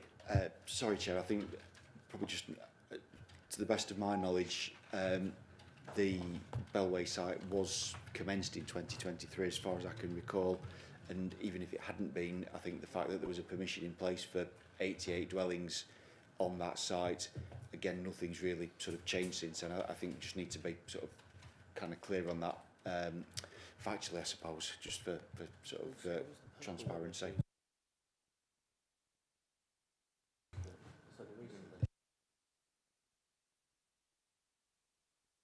Do you, Chairman? Yeah, sorry about that. Also, I'd advise members that the council's decision for the adjoining site is also a material consideration, and that is still so recent that they could submit an appeal, so it's within the last 6 months. So, you know, the council, whoever makes the decision, it's an entity. You know, we should be seen to be consistent, and I'd advise members that the adjoining site's decision and an application around 2 years ago on this site would be significant material considerations, determination of this application. Thank you. Okay, I'll bring Councillor. Did you? Yeah. Did you want to come back first, Councillor Benny, or then I'll bring in Councillor Marks or Councillor French, whichever. No, let Councillor Marks and French have a word. Right, Councillor Marks, then Councillor French. I understand what you're saying regarding 2023. I do think the area has changed quite dramatically.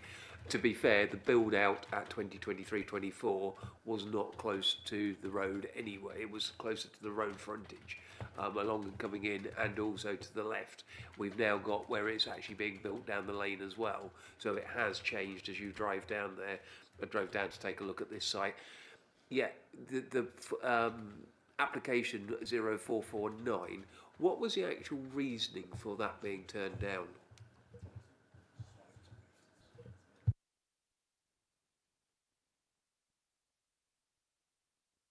Sorry, Councillor Marks, was that to clarify the 0449 Yes, it was. For refusal? From memory, there were about 7 different reasons for refusal of various sorts. I don't know if you want me to try and list them all off for you. While you're doing that, the application was directed for refusal. It came to me, and I obviously did due diligence on it and went and had a look at it.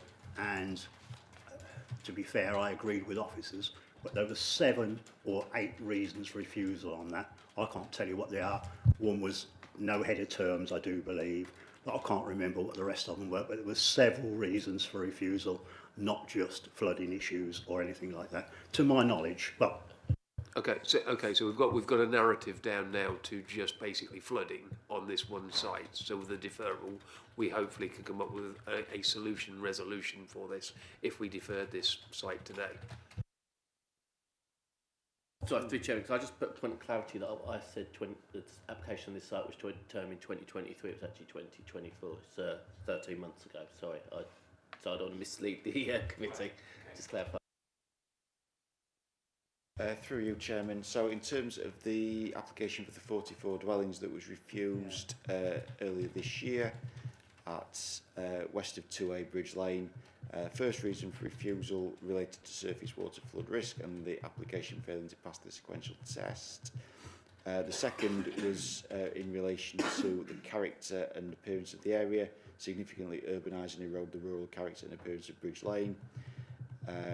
Third was the application fails to provide sufficient transport information and highway mitigation measures. Number 4 was the application fails to demonstrate the high quality layout for up to 44 dwellings could be achieved. And number 5 related to housing mix not being in accordance with the necessary policies. The 6th reason for refusal was that no affordable housing. The 7th reason for refusal was relating to open space, a failure to provide open space. And then the 8th reason for refusal was failure to provide a legal agreement. You can see that was fairly comprehensive. May I come back on that? Yeah. Absolutely. So basically, yeah.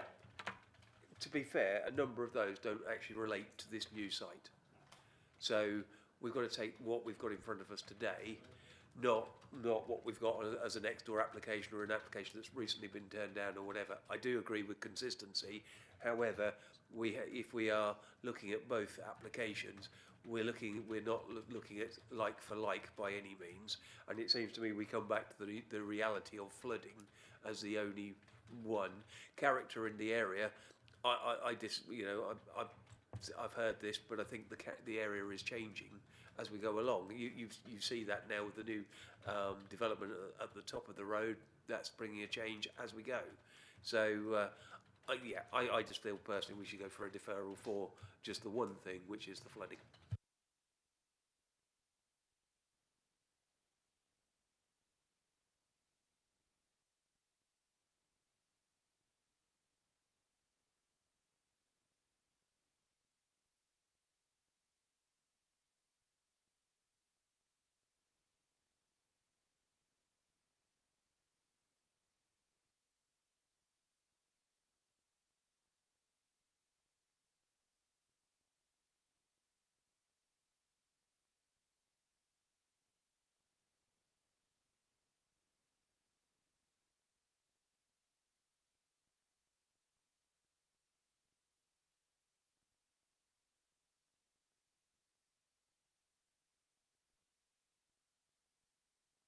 Having some deliberations here and what we can and can't do.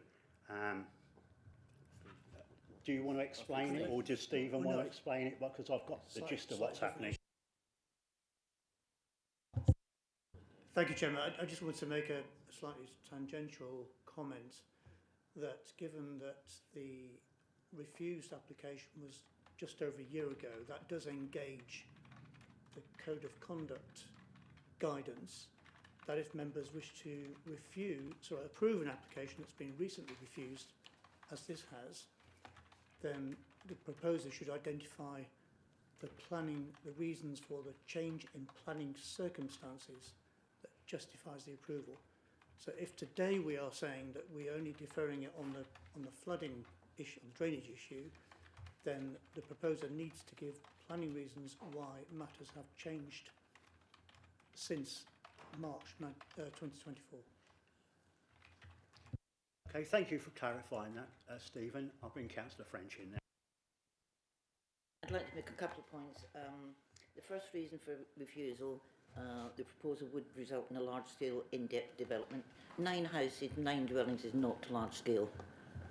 That's the first point. Stephen, can I ask you to point out which part of the Code of Conduct? I have it in front of me. Can you tell me what paragraph it is? Yes. Thank you. Through you, Chairman. It's paragraph 12 of the Planning Code of Members Code of Conduct. I can read it out to you if that helps. Yes, please.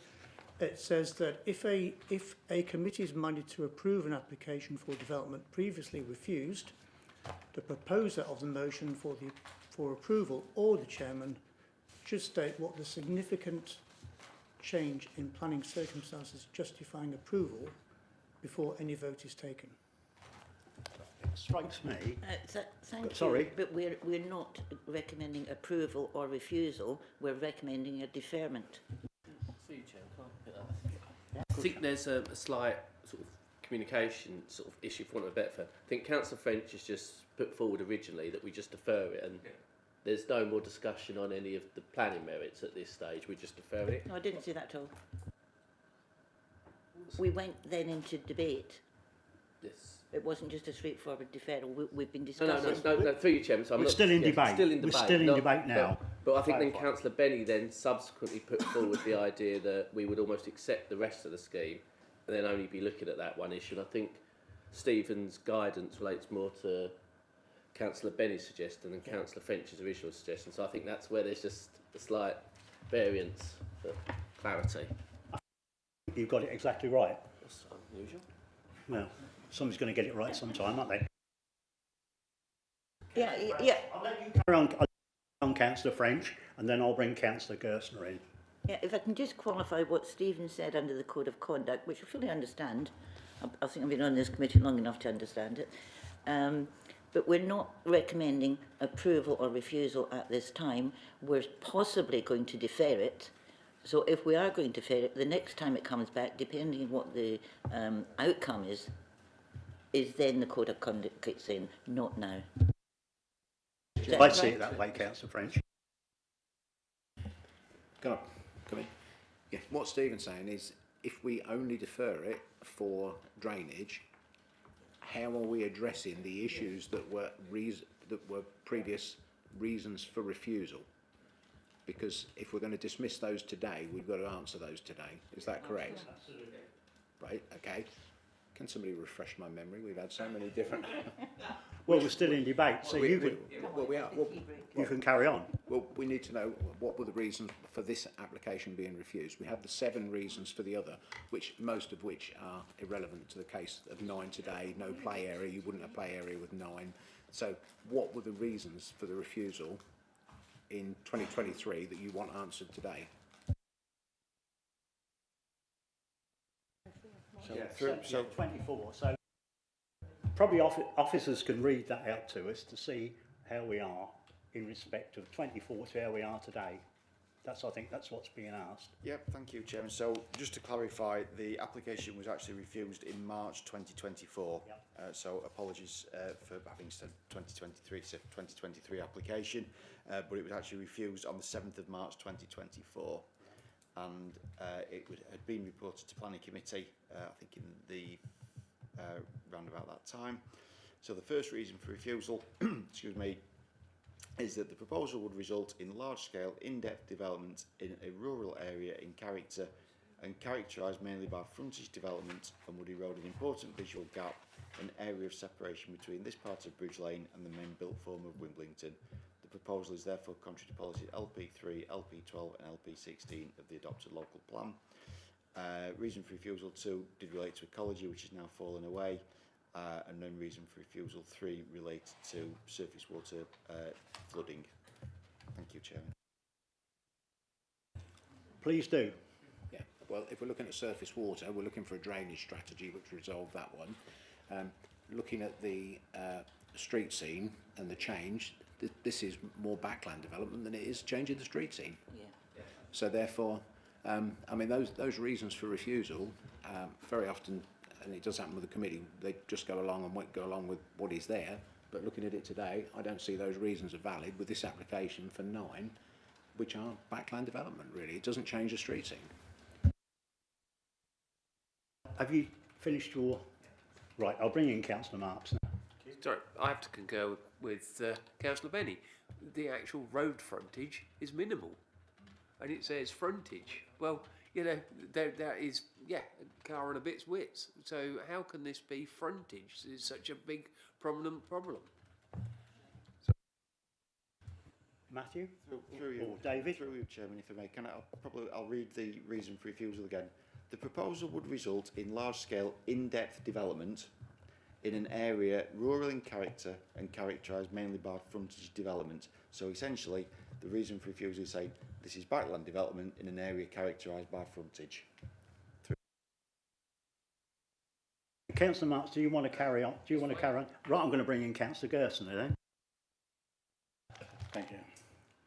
So I'm extremely uncomfortable. It's an understatement. We have to be consistent. Only less than a year ago, it was refused. Unless somebody can persuade me otherwise that the characteristic of this application has substantially changed since the previous application, I cannot see that. what we have to be mindful of, I use the word mindful, is that if we defer it on the grounds of flood risk or sequential tests, are we then giving, inverted commas, the nod that when it comes back to us, that the application will be acceptable? And I think we're putting ourselves at a big risk. Thank you. Yeah. Right, still in debate. Did you want to add to anything else to say? I think does Councillor Gosson need an answer? Sorry? I don't know if there was a question actually. Well, we're still in debate, but if you want to answer it, nip it in. Thank you, Chairman. I think to answer your question, it depends on what decision the committee comes to. If they're coming to a decision that they defer in it and looking solely for information on one point to overcome a single reason for refusal, then yes. If members just go, which has happened before, we're deferring it for additional information and we'll debate it fully and determine it fully when it comes back, then no would be my advice, if that makes sense. In relation to giving agreement, I think Stephen concur with my summary. I agree. Right, we're still in debate. Anybody got to add to it? No? Okay, then I'm going to... Councillor French. Yeah. Last go. Jeez. When the application was refused in 2023 or 24, whatever it was. 24. So I'm waiting for the debate to finish over there.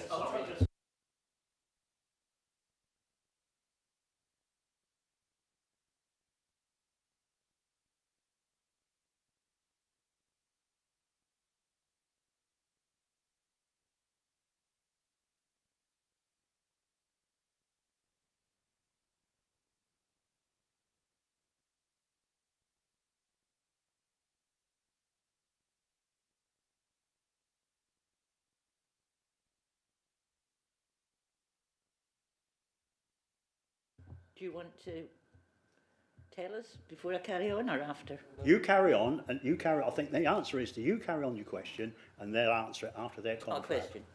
Right. In 2024, the reasons for refusal were read out a few minutes ago. Large scale expansion. Well, 9 dwellings is not large, but the difference between now and then, we have got all these houses, whether it's 88 or how many houses. We certainly did not visualise. They were coming that close. So that, I believe, is a material consideration change. Now you ask. Councillor French has made a comment. Can you give us some comfort on what she's got to say or answer?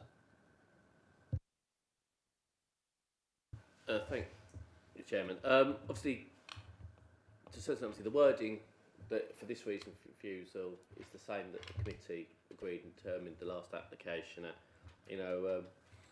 We haven't explicitly stated it, but I've just double checked the location or the indicative plan is exactly the same for this it was the last one, or as near as if it's not fully assessed it. I'm unclear on why members wouldn't have thought that there were going to be 88 houses coming forward at the other site though, when it was already approved and in construction. So to look at the chairman, the committee report had basically a similar plan, slightly annotated differently, but had that plan as part of them. So members were aware of these facts. So that would. If I may come back. We were aware, but we didn't realise the visual intrusion into that part of Wimbledon. And 9 houses down Bridge Lane will not make any difference whatsoever. Councillor Marks. I agree with Councillor French. At the time when we did site visits, we hadn't got 88 being built like they are now in built-up form. When you drive down there today, it has changed the street scene. At the time of the initial application, it wasn't like it is now, and it's changing by the day. So street scene is changing. So this is, to me, it is making a difference. It's like going and see an application and 6 months down the line somebody's put a house up or whatever. Things do change, and I feel this is why we should be doing what we're doing now, and the first bit falls away, and we literally have to come back to the flooding. Yeah, good point. Right, are we going round in circles now? I think the debate's finished. No one's got anything to add to it. I don't want to stifle it, but we heard it. Right, officers, what have you got to say? I think you said a lot of it. Yep. Through you, Chairman, Steve and I were just discussing is in relation to the suggestion that you can, without making a decision today, agree certain aspects of the application. And I think legally you wouldn't be able to do that because you'd be binding the next committee meeting to make in. So we would have to go back to what would normally be the situation where, members defer an item on a specific issue, that issue is looked at, and then you would get back an appendix report that would deal with that similar issue.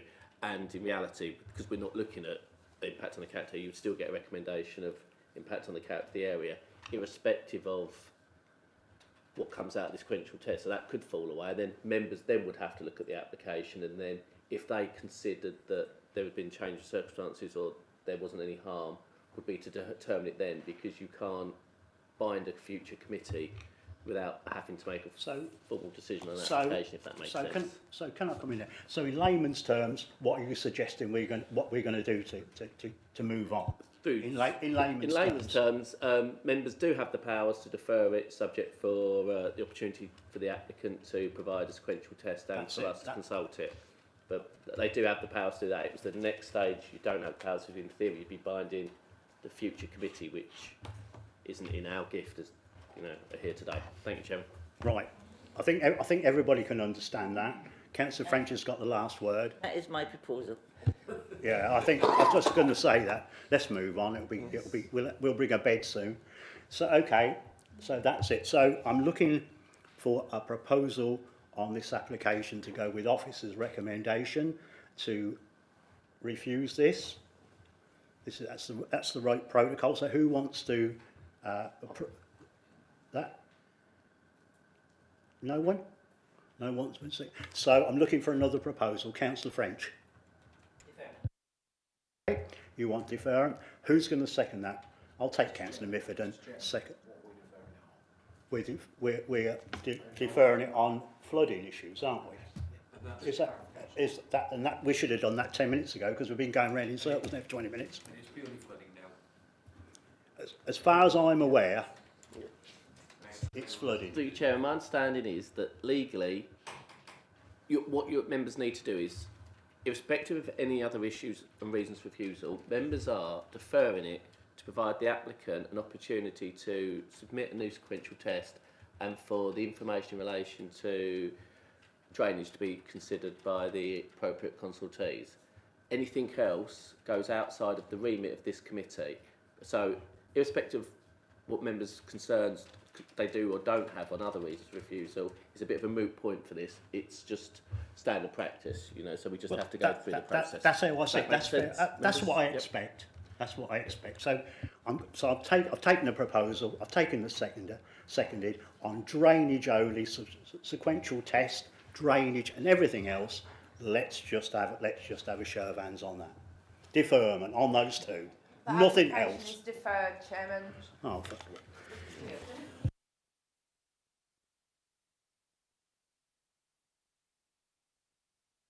What time is it, please? Oh, look, let's have 10 minutes.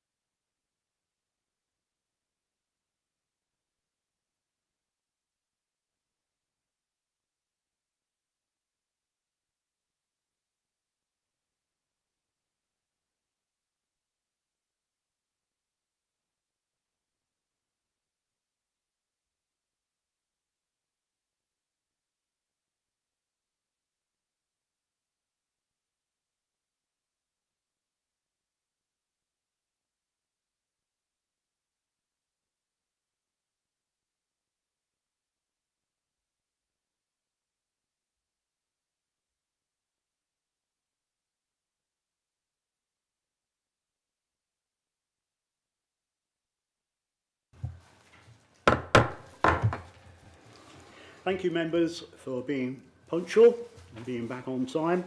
Now hand over without further ado to Danielle Brooke to present application F/YR25/0106. It's a PIP application. Planning in principle, for those who don't know, agenda item number 8. So Danielle, when you're ready, please. Thank you, Chair. Agenda item 8 seeks permission in principle to erect up to 4 dwellings and access on land south of 171 to 183 Front Road in Murrow. The application site is edged in red on the location and area photos as shown. The site comprises an area of agricultural land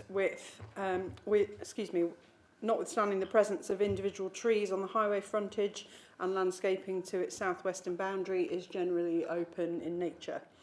Development to the northern side of Front Road within the immediate vicinity of the site comprise sort of modestly proportioned bungalows set back from the highway behind generally open front gardens with little or low level boundary treatment.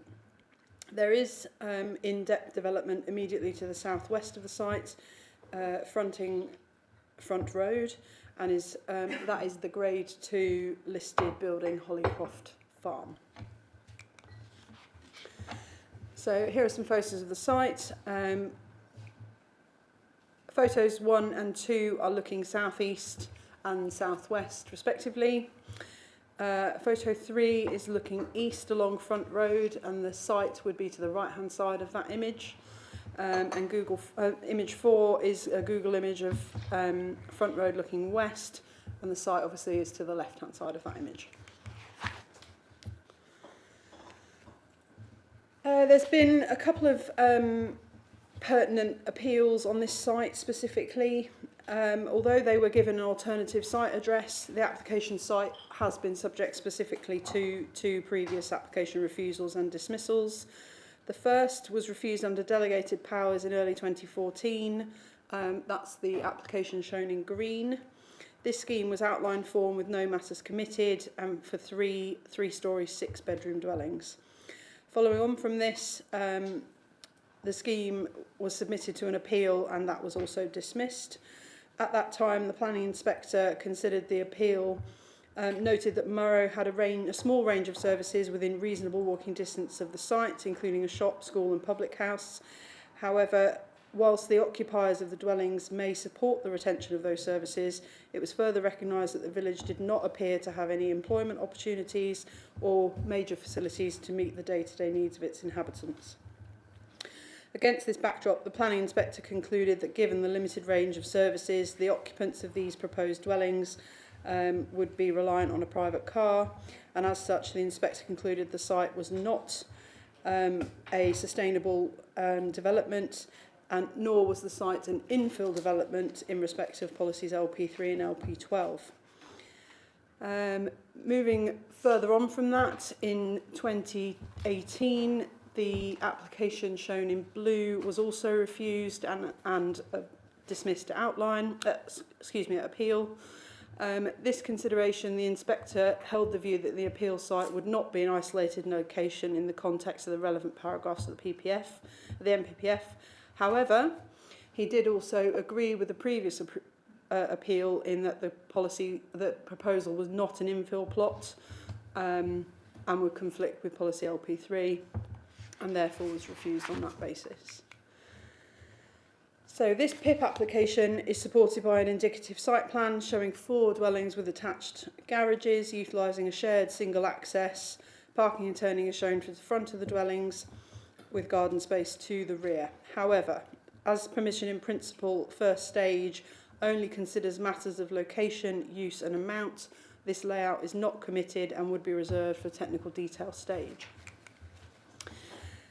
So in conclusion, the application seeks permission in principle for up to 4 dwellings on the site. The scheme is contrary to LP3 of the Fenland local plan in that it is not infill development within a designated small village. The NPPF paragraph 8 places substantial emphasis on sustainability, and whilst the development is within walking distance of the village, it is not classed as a sustainable location on the basis of the previous appeal decisions relating to the same site. Therefore, there can be no other recommendation than one of refusal on the basis of local and national policy. Yep, thank you, Danielle. We have one speaker on this application. I'd now like to invite Chris Walford. He's the agent to make his presentation to the committee. You've got 5 minutes. Thank you very much.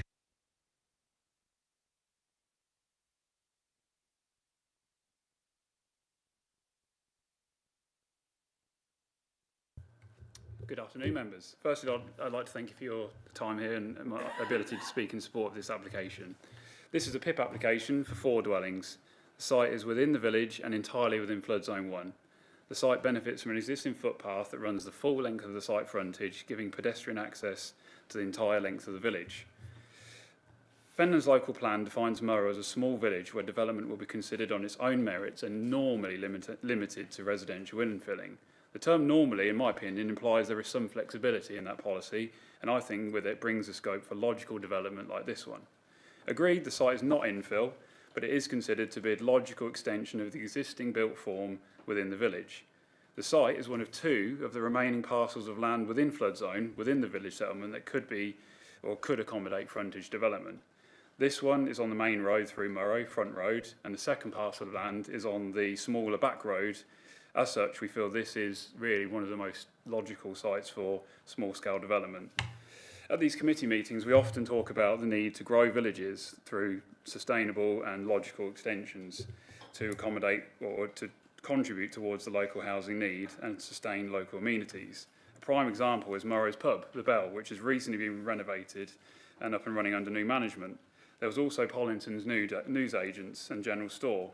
We, PHA, obtained planning permission for this store in 2011, and it's run for 14 years, but unfortunately it's recently had to close due to a downturn in its use and running at a loss for the last 2 years. We feel that more development in the village, like others, will help sustain what facilities are left. Finally, I hate to mention it, the draft allocated plan, again, we know it holds limited weight, but I do urge members to bear in mind that this site has been allocated with the knowledge of those 2 appeals. And on the mention of those 2 appeals, the first appeal, I think if we all apply the same logic of limited employment growth and the use of a car within a village, we wouldn't support any development in any village, because let's be honest, mostly people work in the towns and the cities, they're not working in those villages. So I think the first appeal that focused on the car dominance, I think that's a bit out of date now. It was a while ago. And the second one, they did acknowledge that it isn't in an isolated location. It is part of the built form, which is a plus for us. But they said it was not infill, but my understanding is that it says it's normally limited to infill. It doesn't say strictly only infill. So I'd like, on that basis, I hope members can support, and I'm here to answer any questions. You are indeed members. Councillor Senate Clough, thank you. Hello, Chris. Just a small point. I know Murrow really well. I used to live there. Pollington's closed because it used to shut at 4 o'clock every day, and people were coming home from work and the shop was shut. So that might be part of the reason that it shut, rather than the point you made. The second point is, I don't think this is infill because you've got a large section of land there, open space, and it doesn't really abut at the other end to a linear development or anything, because you've got Murrow Lane coming off there, so this wouldn't actually infill as such. So I just wanted to make those 2 little nitpicks clear. Did you want to reply to Councillor Senate Clough? No, you reminded me that, thanks about the Pollingtons, but I'm not from the village, but I remember doing the application, and I think they stemmed from it was a mobile news age, wasn't it? And it was great because they hadn't got the shop, they got it, and it's just a shame. I think one of the partners is retired, and then the other is going to do something else now. But it's just a shame that things like that have to come to an end. But is there no other way to, more people in sensible areas hopefully could sustain that? The opening hours is, again, not something we can control, but surely more people, there's a chance that more people might use it.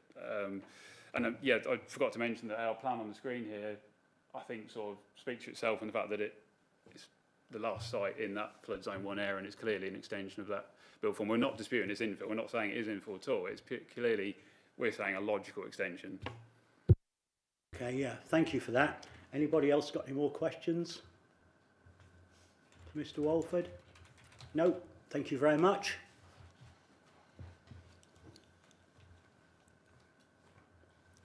So members, questions to officers?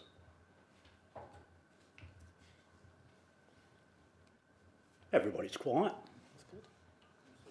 No one's asleep, I take it. No, no questions to officers then. So I'd now like to invite members to debate the item in respect to material considerations relevant to the item. If you'd like to speak, raise your hand. And who wants to kick off the debate? Councillor Benny, thank you. Thank you, Chairman. Visited the site the other day with my mate Councillor French. I agree with Chris Walford. It is a logical extension of the village. I looked back and we had in Gorefield a few years ago exactly the same thing with houses one side of the road and fields the other, and that was approved. I can't remember when it was. It was High Road in Gorefield. I'll just look back on Google Maps to have a look. So the committees have approved similar kinds of applications in other areas. I know Murray quite well, and I also agree villages need extra homes, because if villages don't grow, they die. And this sustainability of you need a car, well, anybody who lives in Fenland needs a car. You can live here, but you can't have a life if you don't have one, and everybody does. So that in part goes out the window, and also if you were a traveller it wouldn't apply to you anyway. So you know, putting equality there, I personally feel good use of land, change from 3 to 4 is a material change. I see nothing wrong with this one. No. Anybody else at all?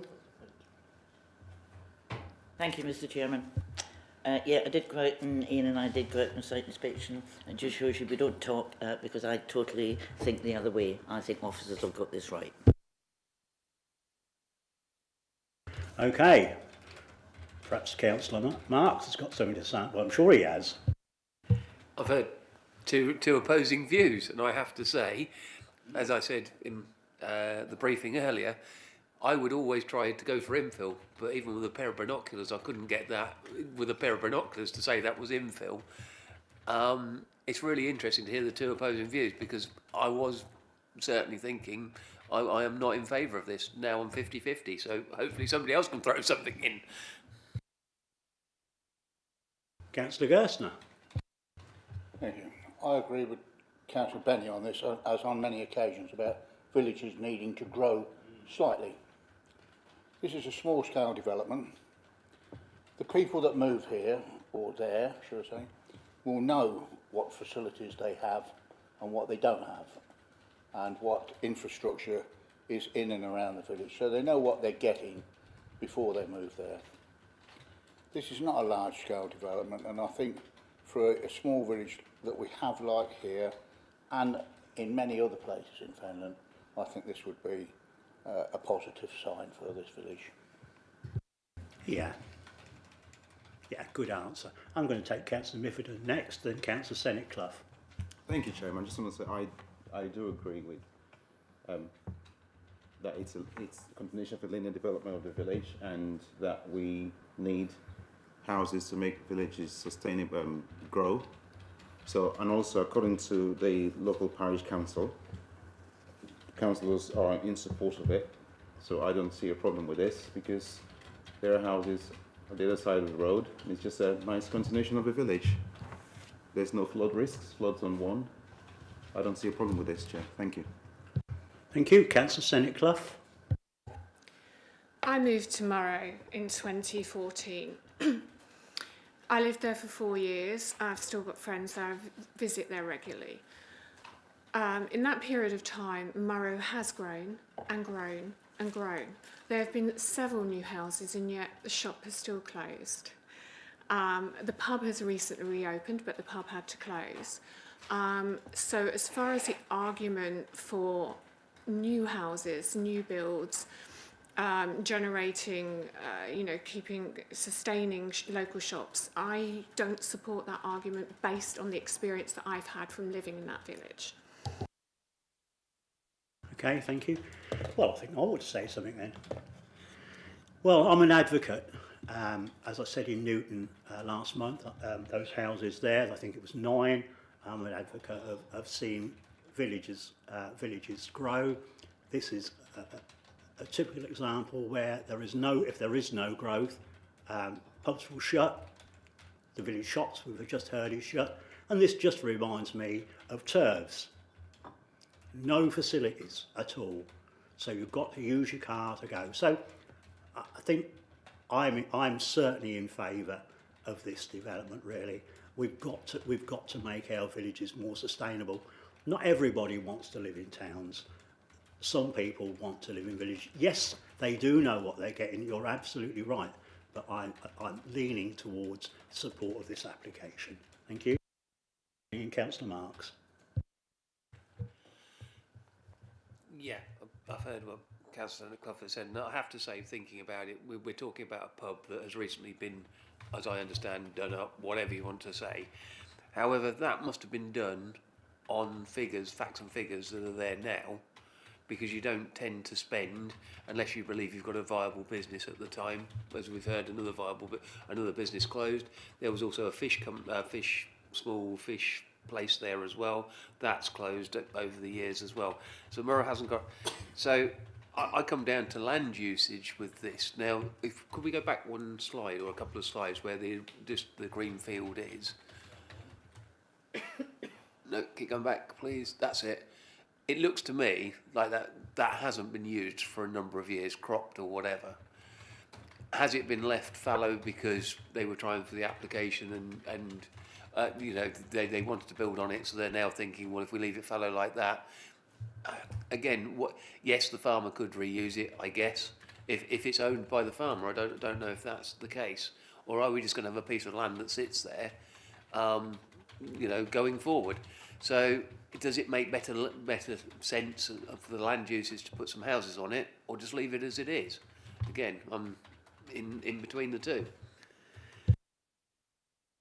Okay, Councillor Benny. Thank you, Chairman. Yeah.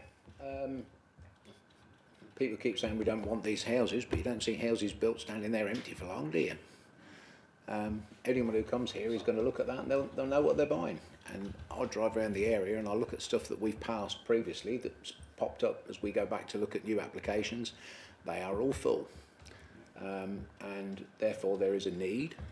These kind of dwellings are built generally by small builders, which brings local employment to local people. There will be bricklayers that live in Murrow, I'm sure. I don't know any, but I'm sure there will be somewhere. I was talking to a builder the other day and he said to me that he'd had some houses passed and that guaranteed work for 15 men for 3 years, local men. Now, as a council, we talk about economic growth and keeping people in employment, which is an important thing. These little developments here, you don't want big, massive developments bringing up anywhere. All you do is import things and you sometimes get problems with the people you import. But small, nice houses, little developments like this, they keep the numbers up, which keep us within our targets for house building. And also, these kind of houses, the people who live there pay their council tax. Whereas if you build loads of flats, you don't very often get much council tax back from it. There's a balancing act for every single thing we do in this committee.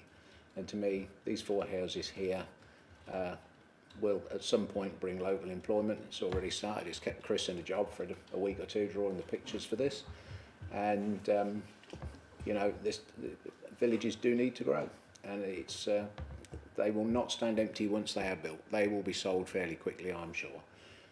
If we were passing houses and nobody was buying them or they were built and stood there empty, I'd have a different view on it. But I look at these houses and they are built and you go back to them and do they fit in and do they look good? Yes, they do. And also, I'd like to add, before anybody else comes in, it is in flood zone 1. Yeah. I think that's not the prime consideration for me as well. Anybody else want to come in the debate? No? I think we've had probably a good airing of it. Right, I'm going to close the debate now. Officers, would you like to say anything? I'm sure you. Thank you, through you, Chairman. I think just a reminder to the committee that under the Town Country Planning Act, there's a requirement for applications to be determined in accordance with the adopted local plan, unless material considerations indicate otherwise, and also a reminder that there's been two previous refusals by the council under this local plan on this site, both of which have been dismissed at appeal. So fairly significant planning history against granting the application, shall we say. Thank you, Chairman. Yep, valid points, David, valid points indeed. So, with that, thank you. Now, do I have a proposer to go with officer's recommendation to refuse this application? So, proposer to do that. Councillor French, what your proposal is to go with officer recommendation to refuse this. Have you got a seconder? Councillor Senate Clough? Okay. So can we have a show of hands on that refusal? 2 votes, Chairman. Those against? 4 votes, Chairman. So obviously that's Sorry, failed. 5 votes, Chairman. Yeah, so thank you, Joe. So that's obviously failed. Can I have another proposal, please? Councillor Benny? Yeah, I propose we go against officer's recommendation and approve this application. Yes, there has been a previous decision based on the local 2014 local plan, but we are well aware that this plan is well out of date, and it doesn't deliver the housing that it should do.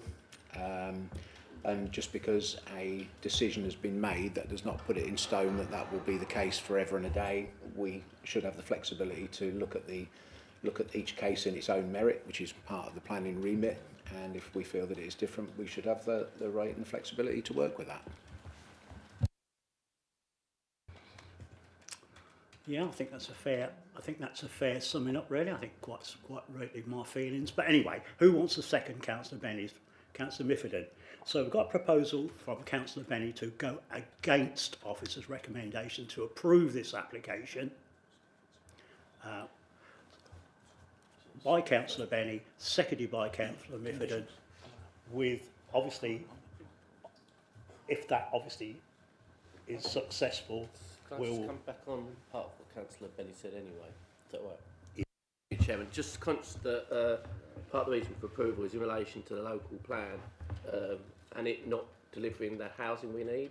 However, at this time we have well over a 5-year land supply. And we also have met the housing delivery test. So in terms of the government standards, the plan is providing the housing it needs. So it is. And that is the level that the government say we need to provide. So I can understand that when members may have an aspiration to provide above that housing, just careful of the wording, because obviously that would imply that almost any scheme for housing in this situation is acceptable. So just conscious of the wording of exactly what we say. I think Councillor. If I can come back on that. Also, with the exception of Whittlesea, we should have had Wisbech East delivered, March West should be delivered, March East should have been delivered, because from when this was done in 2014, the vision was that these houses would be built out, and they're still not built. So it's all these little numbers that keep the numbers up, that keep our figures looking good. Because if you took away all these small houses, we would slip behind with this. I mean, the big BCPs, they have none of those, with the exception of Whittlesea, they have not delivered. That's what I mean by it's failed. Those houses from 2014 should now have been built. We should be now building on to the next phase, but that hasn't happened. But I appreciate what you say, and I'll take it in the way it's meant. But Mr. Chairman is also right with this application.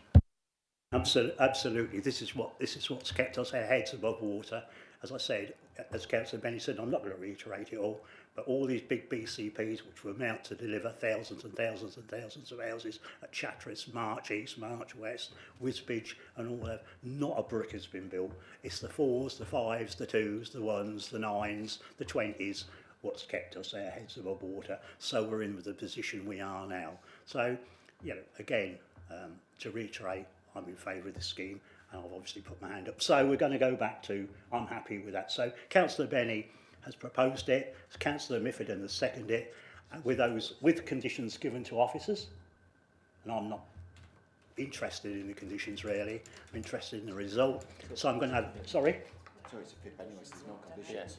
Well, if there is any conditions. No conditions to a PIP, sorry, my fault. Can we have a show of hands on that? It's 5 votes, Chairman. Those against, I'm sure there'll be 2.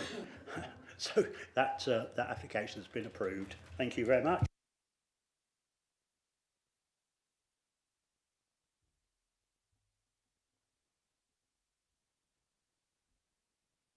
Now I'll hand over to David Rowan to present application FYR 24/0610F, agenda item number 9. So David, when you're ready, please. Thank you.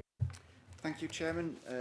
Initially draw members' attention to the update report that's been circulated in respect to this application. It's an full application for the change of use of land for the stationing of 4 residential mobile homes on 2 pitches, formation of hard standing and associated access and boundary treatment, etc. Land east of Dragonfly Cottage Seedite Bank in Murrow.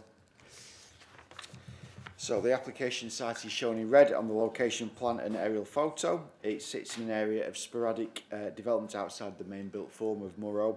The site is within flood zone 3 and has the little Seedite drain running along its northern boundary. So a wider aerial view here shows the site in relation to the main built form of Murrow to the west, as well as to the sporadic nature of development in the vicinity, and fairly sort of varied nature of development in the vicinity as well. A site plan forms part of the application, and this shows the site divided into 2 pitches, each with 2 mobile homes. Shared access is proposed in the middle of the frontage in the grey strip, and a strip of land for a wildflower meadow is shown to the rear of the site. This would enable the necessary separation from the drain to the rear to be provided, and the easement which the relevant IDB is requiring.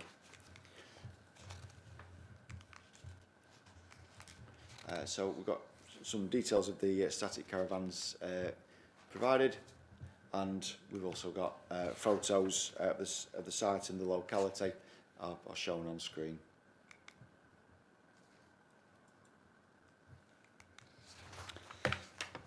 So in summary, the proposal triggers the tilted balance given the lack of 5-year land supply for gypsy and traveller accommodation. The broad principle of developing the site is deemed acceptable within this context. There are no significantly adverse character issues arising given the general character of the area. No sequential information has been provided with the application, but given those wider circumstances, it's not considered that a refusal on this basis would be justified or sustainable, and the development does meet the requirements of the exceptions test.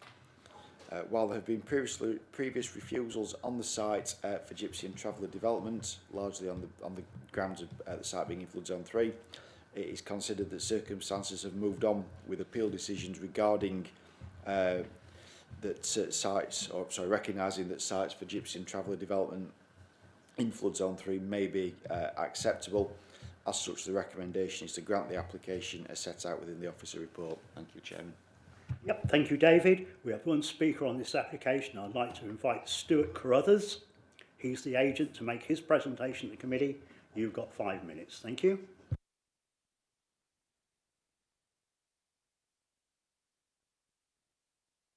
I've got very little to, hello. Thank you for hearing me. I have very little to add to the officer report, and I'm more than happy to answer questions. Thank you. That's short and sweet. I thought you'd appreciate it. We do, we do appreciate it. Thank you very much. Right, members. That's caught you all unawares, hasn't it? Right. Questions or clarifications, please? You've shot them, haven't you, to the core? Right. 5, 4, 3, 2, 1. Thank you very much. Thank you very much.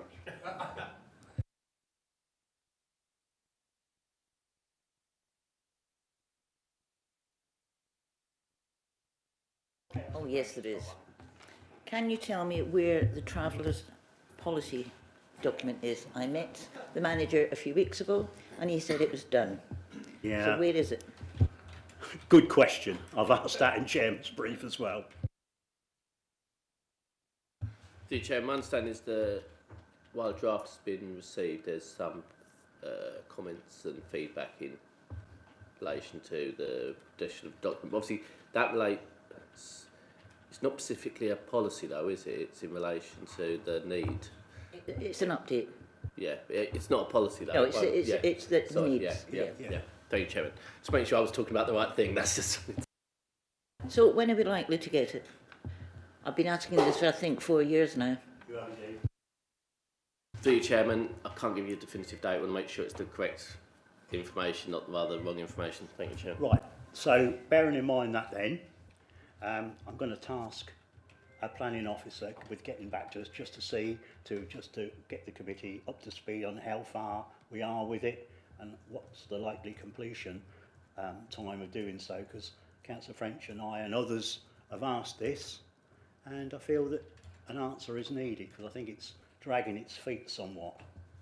So, okay, any more questions to any officers? But that was a relevant question. No? Oh, Councillor Seniclough, sorry. Thank you, Chair. I'm reading this paragraph here that states about the lack of a 5-year land supply for Gypsy and Traveller pitches.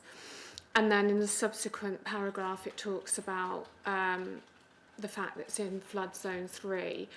And because there's a shortage, the fact that it's in flood zone 3 is mitigated by that shortage. But in reality, it is flood zone 3. Could you just explain to me any practical ways of mitigation in terms of the reality of the flooding? You know, I understand there's a shortage of land, but really, you know, my concern is about the fact that it is in flood zone 3 and the realities of what that could present in the future. Yep. Through you, Chairman, thank you.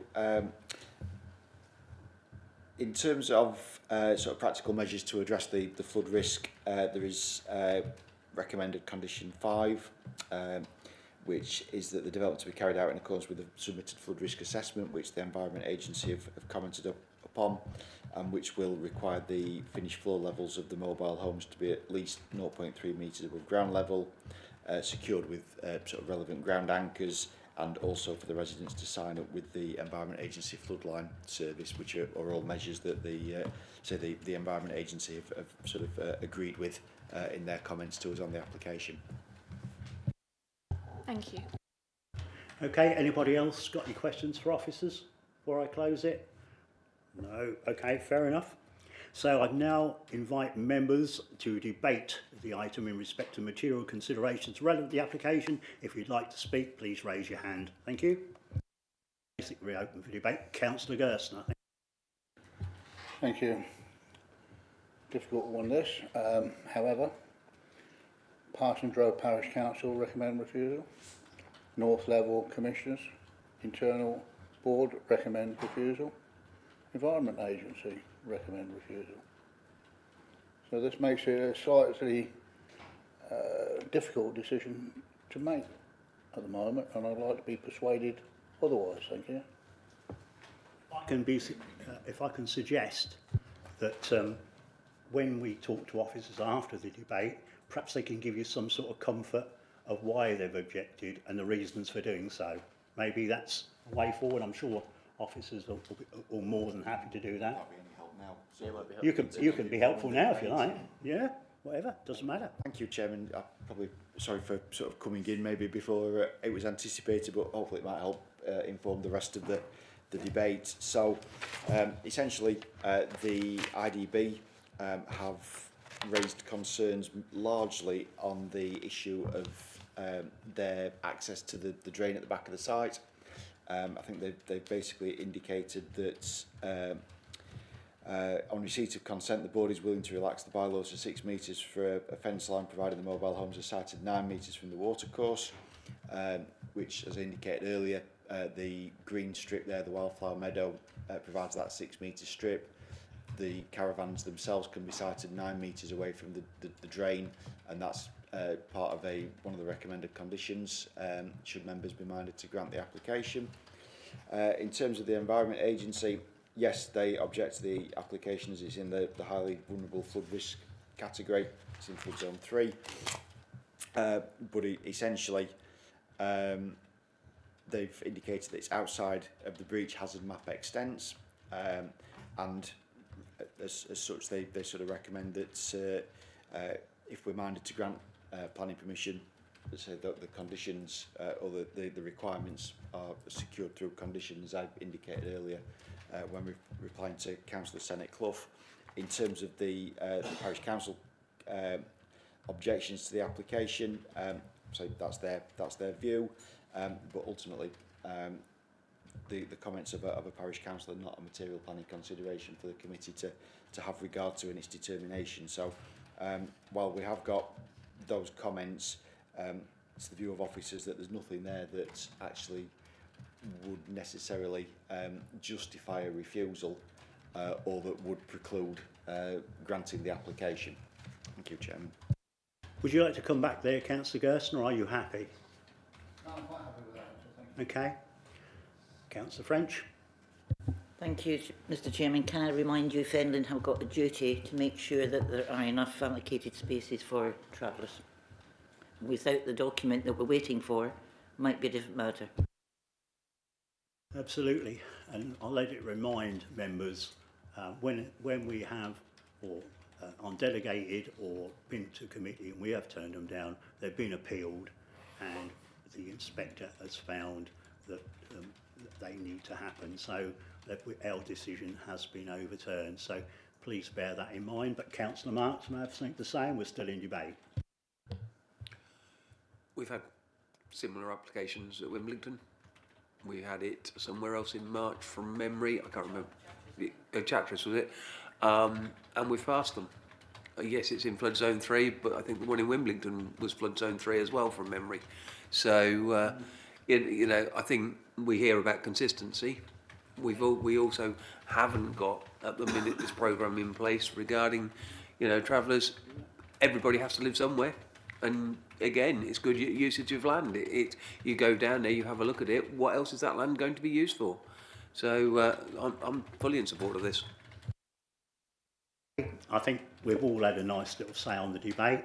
I'm going to close that now. Officers, have you got anything to add to it? No. So, do I have a proposer to go with officers' recommendation to grant planning permission on this application? Councillor Marks is going to propose it. Councillor French is going to second it. Can I have all in favour of that recommendation of approving? It's a unanimous decision, Chairman. So the application has been approved. Thank you.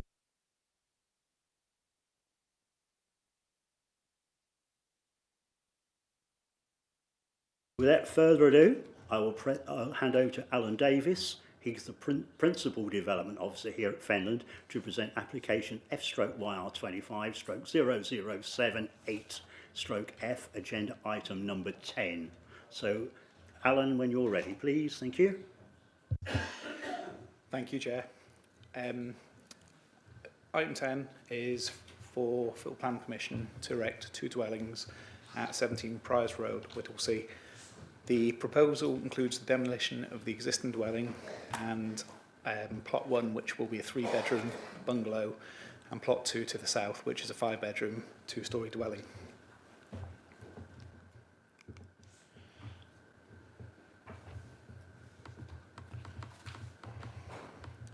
The application site is shown in red on the location plan and the area photo as shown on the screen. The proposed site contains a bungalow that was accessed from a road located between 15 and 19 Priors Road. To the north of the site, there's a linear development of residential dwellings named Priors Road. To the east of the site is Park Lane Primary School, with a plain field to the school located to the south. To the west of the site is an open field. The site is not located within Whittlesea Conservation Area and is not adjacent to any listed buildings. The site and surrounding area are entirely located in flood zone 1.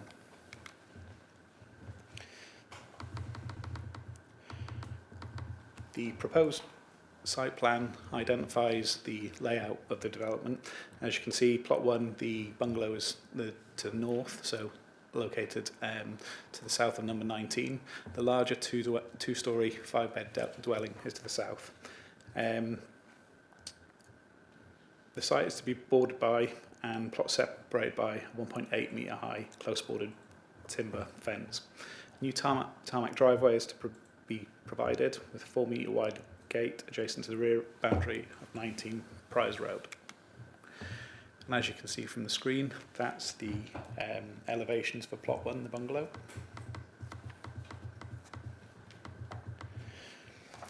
The proposal is considered to constitute backland development, and whilst plot 1 set forward where the existing dwelling is located, both self-built properties are located to the rear of an established linear development along Prize Road. There are no other examples of backland development in the vicinity of the site. To allow intensification of development on this site would create a quantum of dwellings that's considered to constitute overdevelopment of the site. And the next slide shows the proposed first floor and elevation plans of plot 2. The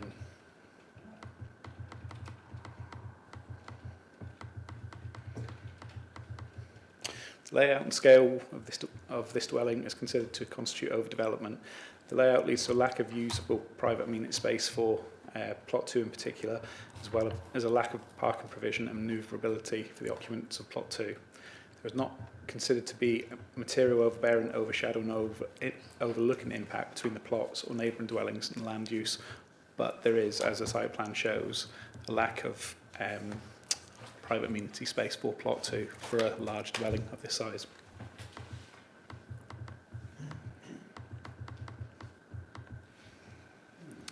The dwellings with in terms of parking, for dwellings with 4 bedrooms are greater, a minimum of 3 off-road parking spaces required. Appendix A of the local plan states that garages that do not meet the internal dimension requirements cannot be counted as parking spaces. Plot 2 relies on the provision of a garage space for parking, and therefore, as this space doesn't meet the dimensions required by policy, 7 metres by 3 metres, it doesn't constitute sufficient parking space. As such, plot 2 does not accord with Appendix A of the Fenland local plan.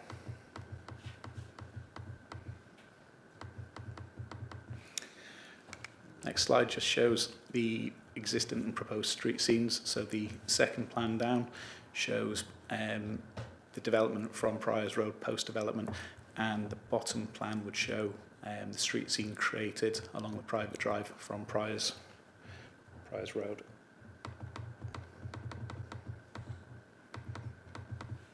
Just to give some context of site, there's 4 photos there. So the first one is from Priors Road. The second one is from the existing rear garden from 19 Priors Road. Number 3 is looking south from the plot, and number 4 gives you an idea of what the existing private drive looks like at the moment, and obviously that's to be amended post-development. So in summary, the proposed layout is considered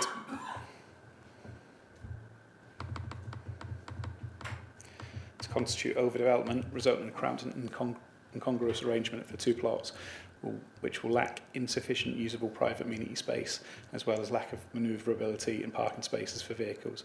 This is contrary to both policies LP12 and LP16 of the local plan.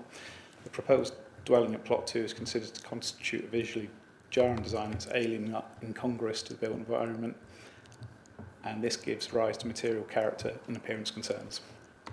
The proposed parking provision at plot 2 of 1 off-road parking space does not accord with Appendix A of the local plan, and additionally, using the proposed turn area for an off-road parking space would generate material manoeuvrability concerns on site.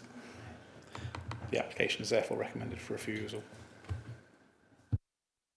Thank you very much, Alan. We have 1 speaker on this application. I'd now like to invite Matthew Hall. He's the agent, to make his presentation to the committee. You've got 5 minutes, Mr. Hall, when you're ready. Thank you.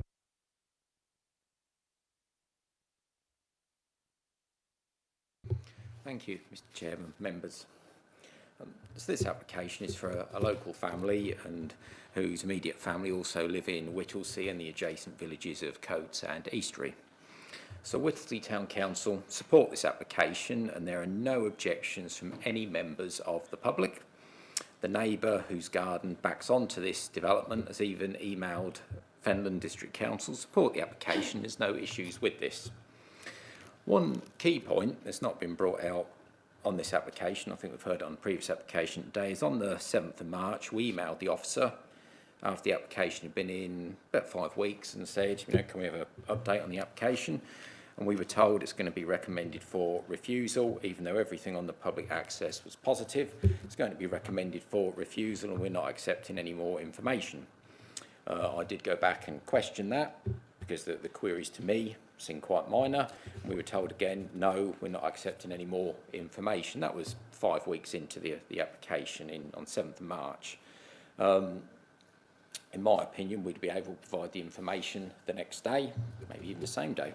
Next day, because the garage for plot 2, we are 0.3 metres a foot short. Just listen to the officer. Plot 1, within the officer report, very, very positive. No issues with plot 1, the bungalow, in terms of design, overlooking, overshadowing. The officer's report's very, very positive.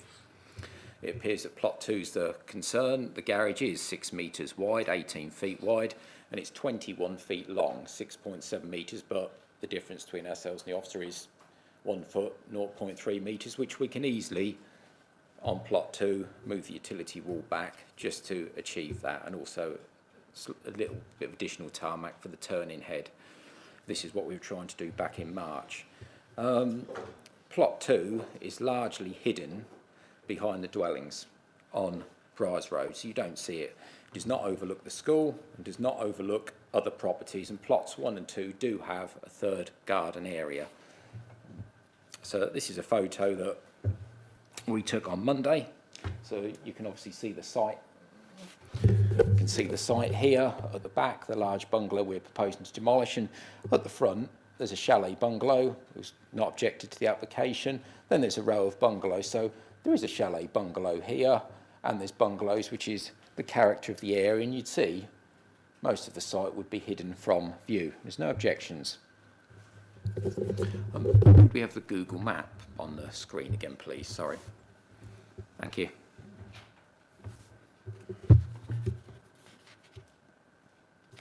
Thank you. So you can see on the Google map, we're not encroaching into the countryside. This is the same boundaries that have been established there for since that bungalow was built 60, 70 years ago. So we're not extending into the open countryside. We're staying within the limits of that site. There's no technical objections to this application from any party. No residents have objected. The site is all in flood zone 1. It's within the built-up form of Whittlesea. No objections from any members of the public. The neighbour's property that backs onto this has also emailed the council and said he's got no objections. Whittlesea Town Council support the application. If members share the officer's concerns with regards to the garage and the slight turning head, we would ask for a deferral, and we would be able to sort those matters out by 10 o'clock tomorrow, probably, with the revised information, if members share those concerns. Thank you. Interesting report. Thank you very much. Members, questions, clarifications to Mr Hall, Councillor Senate Clough, and then Councillor Marks. Thank you. Thank you, Chair. Hello, Matthew. What is that land used to the west of the site? What is that land used for? It's in separate ownership. I believe someone local to Whittlesea. It's a field. Honest answer, it's a field. I don't know. Thanks. So there's a drain in between the site and that land, whatever it's used for. Okay. Thank you. Right, Councillor Marks. Thank you. Good afternoon, Mr Hall. I have to say I quite like this. Now, you said the people who are building this, is it going to be they are going to be living there with family members? So they're living on site. They're living on site at the moment. The applicant is here. He's sat at the back with me. So they're proposing to demolish that bungalow, which I've been in there. It's not in the best of condition. There's some mould, etc. And then they would be building plot 1. family members be moving into plot 2, or will they then build plot 1 and transfer to plot 2? Not sure at the moment, but definitely they will be starting with plot 1 and living in that, yes.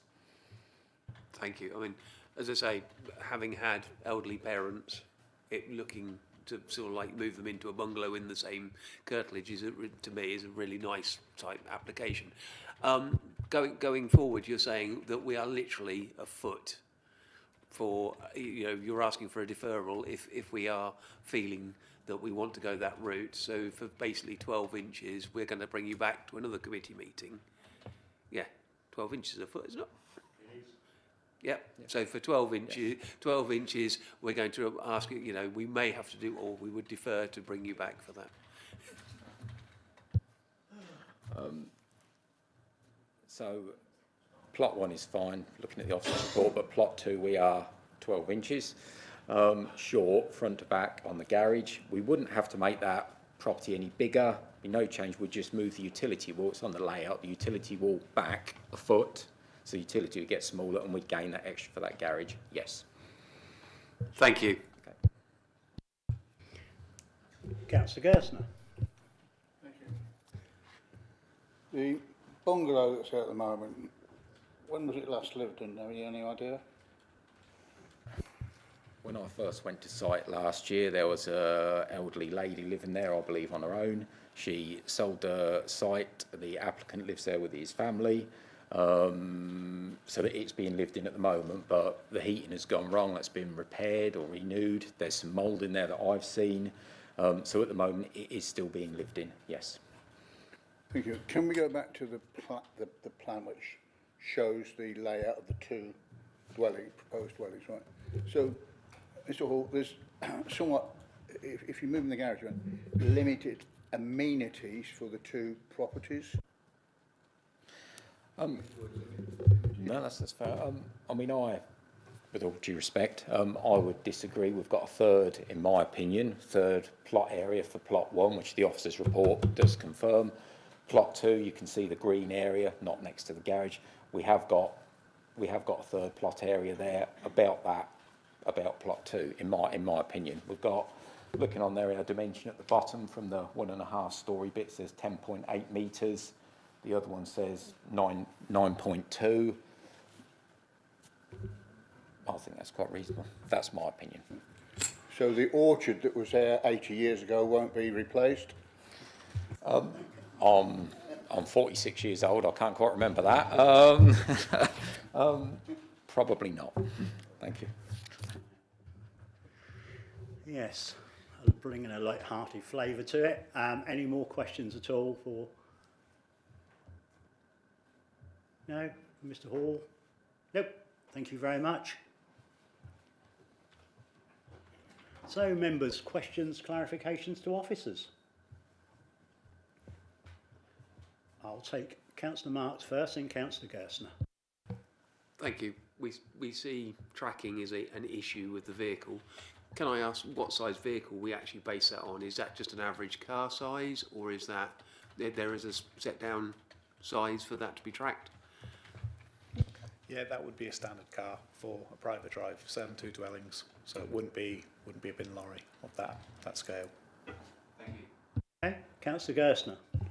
Yes. If the applicant put the garage more acceptable, would that be acceptable then to officers? Would that alleviate the issue that's there at the moment? So if the garage was amended to comply with policy, we could then count that garage as one of the parking spaces. So that would make the overall number of parking spaces for plot 2 acceptable in policy. But would there still be an issue with the turning point? Yes, that wouldn't overcome the turn and head. The turn and head area would have to be amended on plan. The layout would have to be changed in order to make sure that that area could be manoeuvrable. Engineering wise, they put the garage right, would then that make the turning circle acceptable? The work to the garage on its own, no. As I say, the turn head would have to be slightly amended to make that acceptable as well. So if both were done, you could comply with policy in terms of the size of the internal space and the garage and the turning head. But as answered at the moment, the suggestion was just to increase the depth of the garage to make it policy compliant. Are you satisfied, Councillor Gerstner? Well, I shall bring in Councillor Marks at further ado. I think it's probably one for Stephen as well. Could we condition both of those? We've heard by the sounds of things, it's tomorrow at 10 o'clock. They could move something with by 12 inches. I'm sure they could find out. It doesn't look to be much different with the turning circle. Could we not, if we were minded to pass this today, could we just not put those two down as conditions? Without prejudicing the answer to that, the other reason for refusal is that for a size of dwelling that size, it's a substantial 5-bedroom dwelling. As you can see on the screen, the proposed rear garden has a depth of about 10 metres, if that.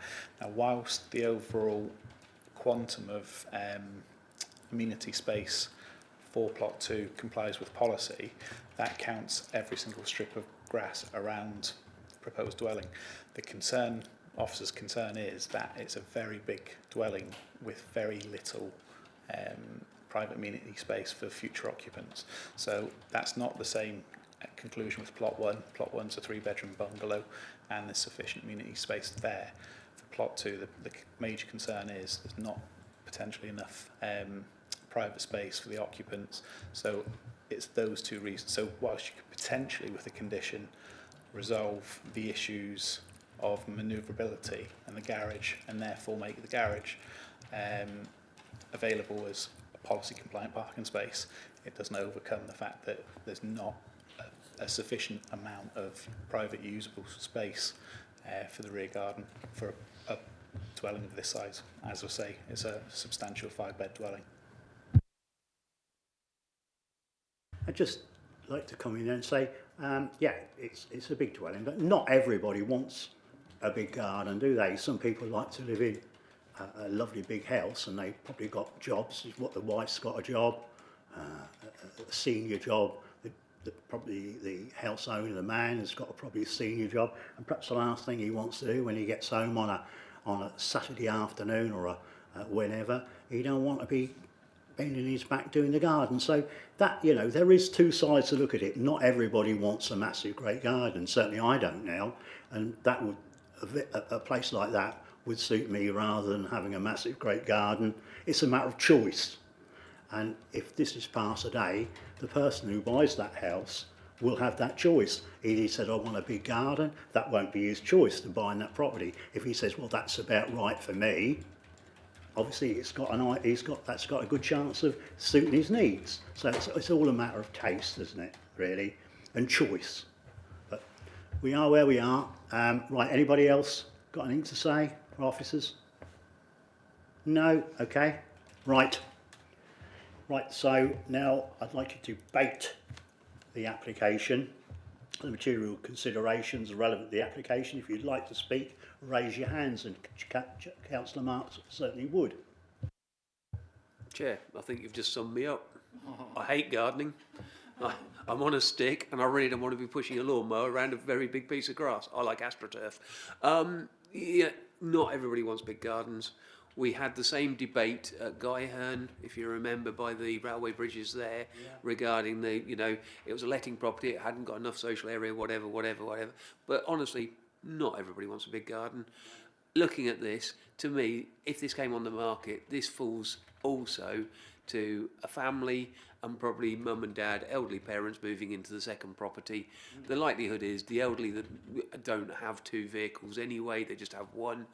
We've heard with minimal changes and conditions, we could get this through this afternoon instead of having to do a referral. I'm totally in support of this application with a couple of conditions. I will be voting for it. Come in after, following on from that. Yeah. Mr. Hall said by at least lunchtime or 10 o'clock tomorrow, he would get the amendments done, which would suit most of the problems the conditions that are outstanding here. They don't seem a lot to me. I mean, they seem very simple to get over. And I think it wouldn't be prudent, in my opinion, to bring this back to committee when we've got such long agendas here. This is the third or the fourth committee meeting where we're going to be here till 5 or 6 or 7 o'clock, and I don't think it's prudent to bring Mr. Hall back. Gets the French. Bring this back to committee for such, in my opinion, irrelevant conditions. So maybe if this was passed today, we could ask for officers to deal with the conditions so it would go through without bringing it back to this committee. But thank you very much. And Councillor Marr. Could I also add at this point, there seems to be no objectors, and also, very, very strangely, Whittlesea Town Council don't agree to much, but they're actually in support of this as well. So I think we need to be led also by their steer. So, anybody else got anything to say before I close this debate and bring officers in? No? Okay, thank you. You raised your pen, you got me in anticipation. Thank you. Officers? Do you, Chairman? Just trying to think about the process. So we can't condition a permission with substantial changes to the basis of the application. Obviously, though, members can delegate determination of the application subject to amended scheme that would provide a policy compliant application in relation to car parking and access, if members wish to do that. Well, I don't want to see it come back here. Yeah. Could I just ask for clarification on parking? Because we're being told that it doesn't meet it at the minute. Are we saying it needs more car parking spaces, or are we just saying that the parking at present, if we can get the garage moved by a foot, which gets an extra car parking space, will then cover that off? It needs needs the internal dimensions of the garage to be increased, so that can count as one parking space, which would then make it policy compliant in terms of the overall provision of parking for plot 3. So in layman's terms then, say a foot would suffice? That's correct, Chair. Yes. Okay, so moving on from that then, it's been mentioned about the turning circle. So what would need to be done to bring that, in your opinion, to be compliant? We'd need that to be tracked and potentially widened. I don't know the actual measurements, but we have consulted highways. They raised concerns with that manoeuvring area, but we just have to get it widened by a certain measurement. I don't have those figures to hand. Matthew? To you, Chairman, I'd say it's obviously the applicant's agents indicate that they can overcome those two reasons. Well, what I'm going to do something now that I don't really like doing really, but as we've got the applicant, I certainly don't want this being brought back. It would be absolutely ludicrous. I'm just going to ask Matthew to come back. I'm sure nobody will have any disagreement with it. If they have, that's just unfortunate. Just come back, Matthew, and just say whether you're happy to do those things, and then we can let them condition it if indeed the committee wants it to go back. Yes, I agree with what Matt Lee has just said. Yes, we can do that. We're happy we're happy to work with officers to do that and address that, yes. Okay. Did you want to come back, Councillor Marks? Sorry. Just to clarify, I'm a bit confused. Why are highways dictating that on a private road at the bottom? That they're saying that the turning circle, surely highways don't have any, on private land, don't have any jurisdiction anyway, because we had this with Dairy Yard. So highways referred to it in their response, and the officer took it into account in terms of that turn and head, and it as present it doesn't work. But yeah, agreed. Highways, we're not looking to refuse it on highways reasons. It's because it doesn't work at present on a private drive. Sorry. To clarify, highways although they've made the observation, it's not. So it really shouldn't be part of this refusal today, or even brought up.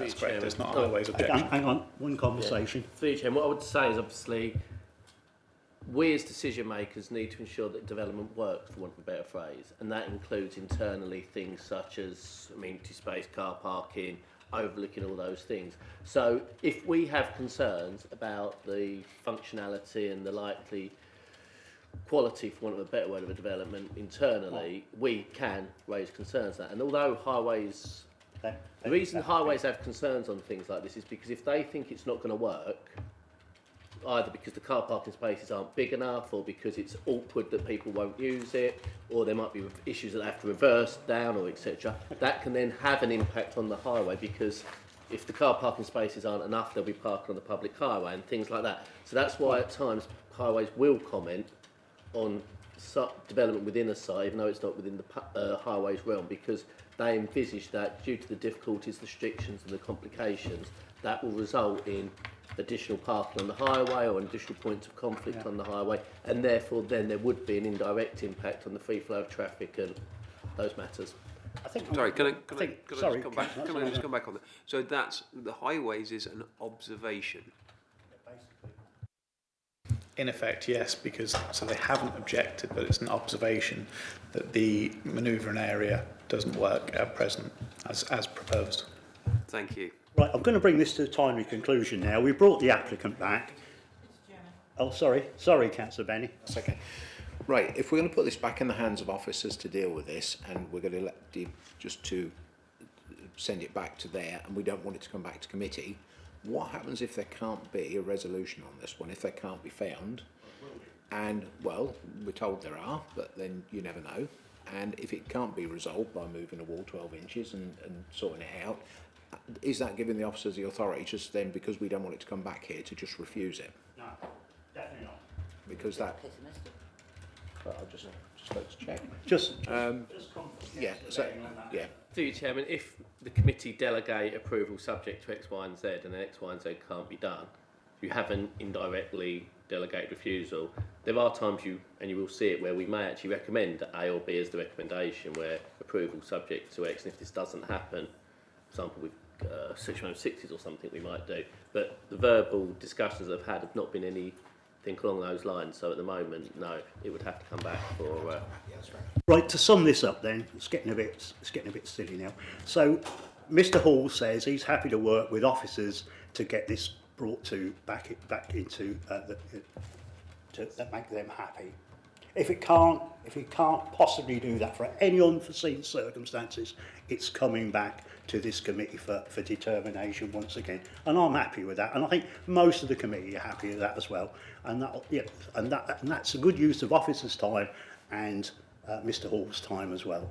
So we're still in debate. No, we're not. We're officers' questions. It's gone on so long. So have you got anything more to say on officers' questions before I'm looking for a proposal? No? So I'm looking for a proposal here. Who's going to propose anything?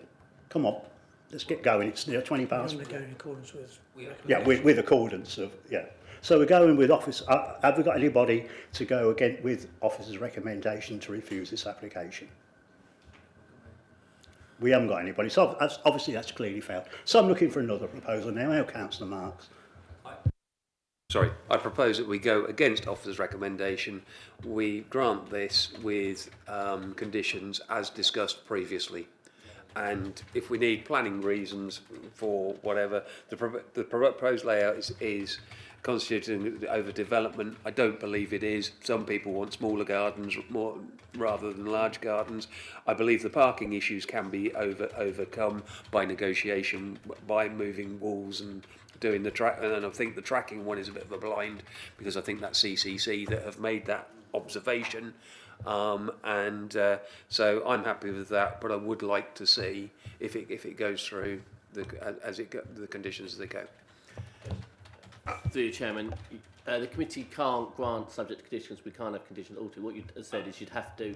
The committee delegates approval subject to the issues in relation to car park and tracking being resolved, which the agent has indicated they can do. Well, he's nodding still. So yeah. And you would like.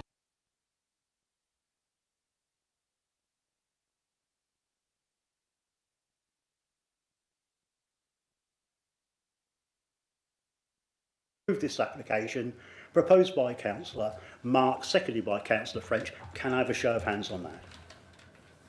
It's a unanimous decision, Chairman. Well, that's been passed then, hasn't it? Thank you.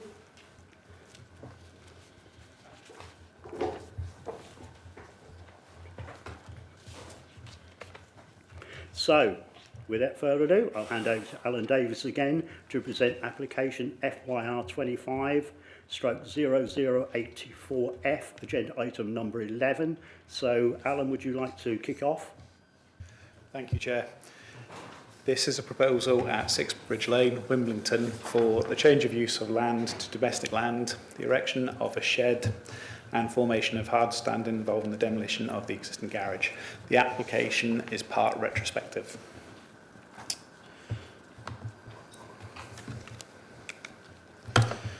So the slides above show the location plan and the aerial photo with the site outlined in red. This is a partly retrospective full planning application seeking a change of use from domestic land, the erection of a shed, which is on the location plan on the right, very right-hand side, very eastern boundary of the site. An enforcement appeal on this site was dismissed on 16th of September 2024, and following this appeal, this application has been submitted with a reduced area of hard standing, which you'll see in a minute on the site plan, and the storage building, which is currently in place, reduced in length. So again, you'll see from the plot plan.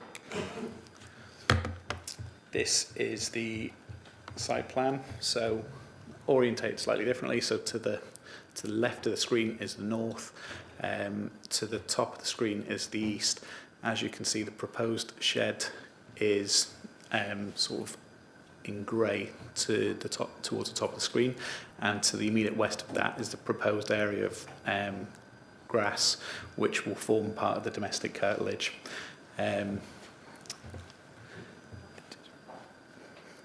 For clarity, the land to the south, so that's the land on the right hand side, so it's just outside of the area indicated as a wall.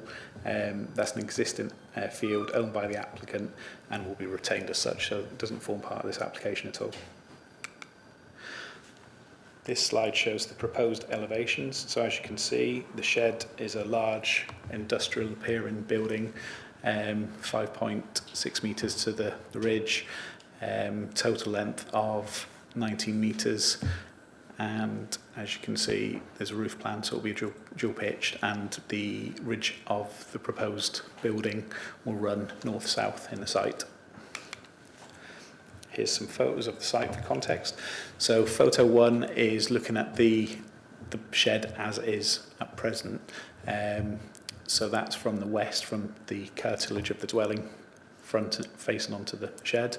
Photograph 2 shows the brick wall in the background, and then beyond that the existing field, which is outside of this application.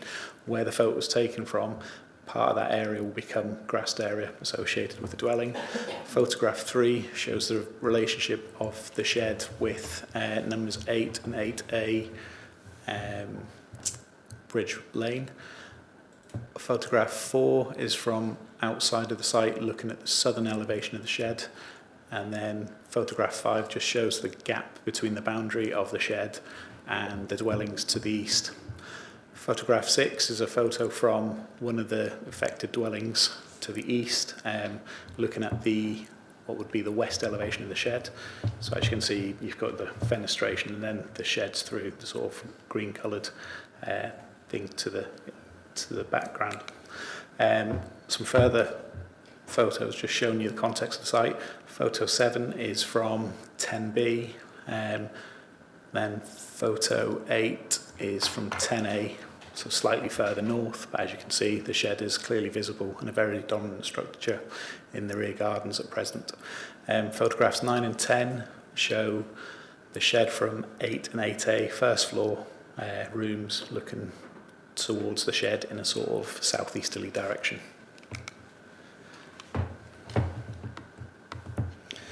So, in summary, it's considered that material change of character and amenity impact remains from the area of hard standing and storage building.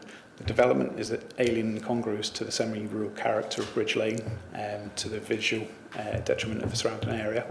It's also considered that there's a material overbearing impact for the properties at 10A and 10B Bridge Lane, which has not been adequately addressed by this proposal. This is therefore contrary to policies LP2 and LP16 of the local plan, which seek to protect the amenity of existing residents and promote good design. As such, the proposal is recommended for refusal. Right. Yep, thank you, Alan. We have three speakers on this application. First, I'd like to invite Parish Councillor Angela Johnson from Wimblington Parish Council to make her presentation to the committee. Again, as for the previous application, you've got 5 minutes, Mrs. Johnson.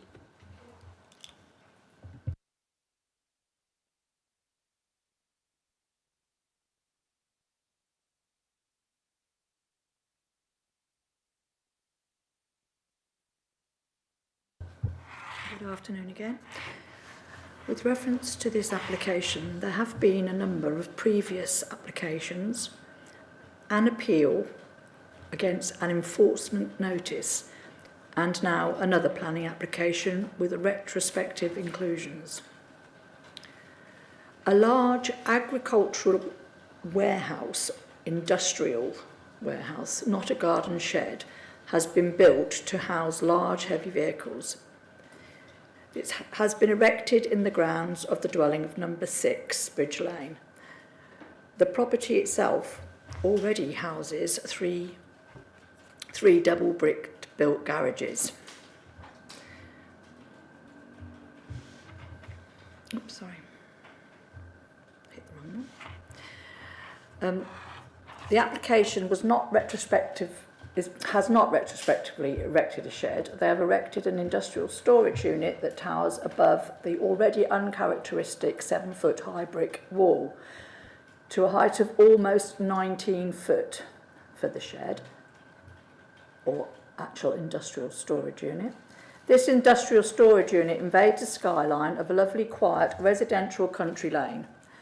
This industrial unit has impacted on the historic environment and agricultural nature of Bridge Lane's surrounding countryside. Shortening the length of this industrial unit has no bearing on the fact that it imposes on the close residential dwellings, some already enclosed behind this 7-foot brick wall.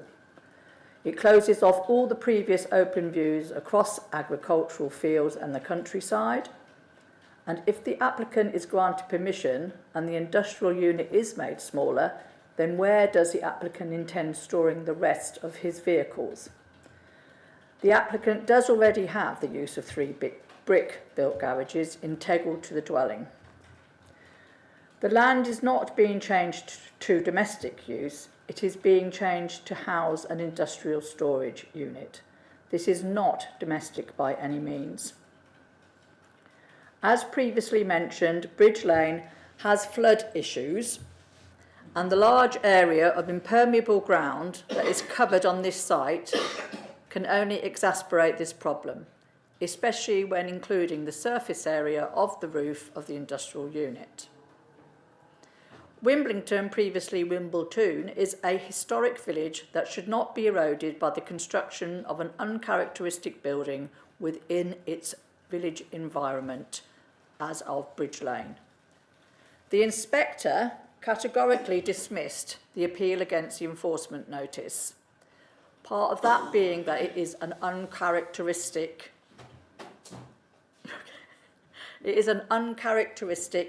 building within the environment. The planning officer recommends refusal for this retrospective planning application. The parish council and local residents recommend refusal for this application also. The enforcement notice should be implemented and action taken. If the applicant wishes to keep their old rare steam engines indoor, then maybe they should look into the industrial units in one of the nearby industrial estates. We ask that the committee take into consideration the actual impact this is having on local residents, and I recommend that you refuse this. Thank you. Yep, Thank you, Mrs Johnson. Members, questions to Mrs Johnson, please. And I have one from Councillor Marks.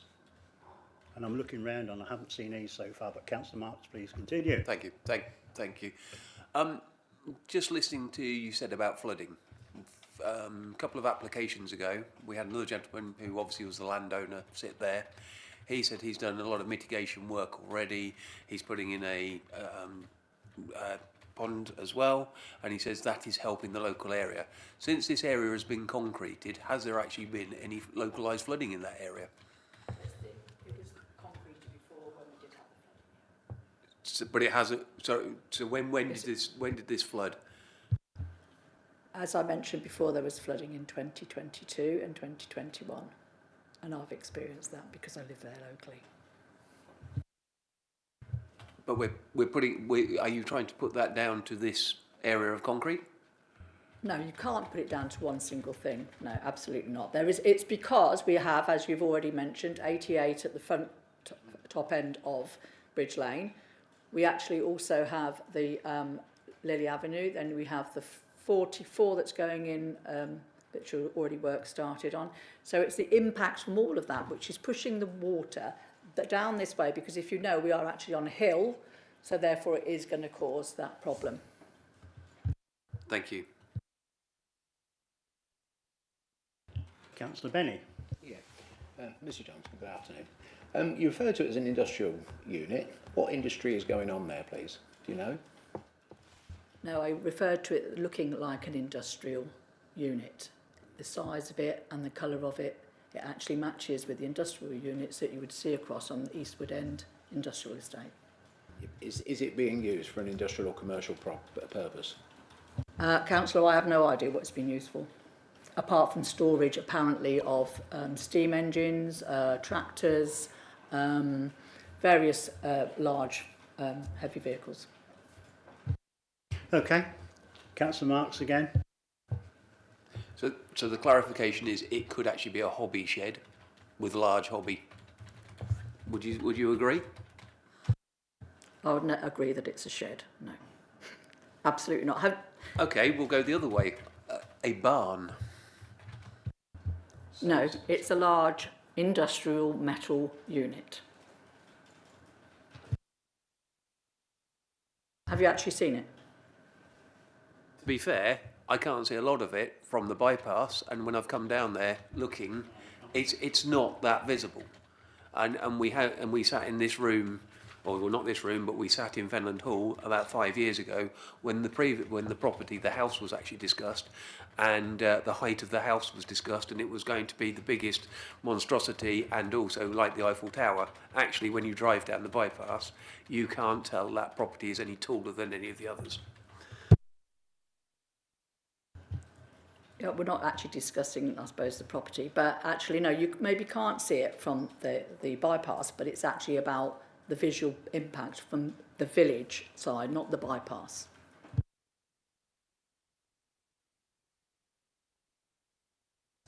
So if it's not visible, what distance would this be from the village? Because, I mean, it's right on the edge of Wimbledon. So how far would this barn, shed, industrial unit, whatever you want to call it, be from the village? I mean, it must be several hundreds of metres, I would have thought. It depends where you are actually coming at it from the village. If you're coming at it down the public right of way, or if you're coming at it from down Bridge Lane, or if you're coming at it from sort of like you can see it from places like Lily Avenue. So yeah, it depends where you want to put the point on. What sort of distance would you guess that to be?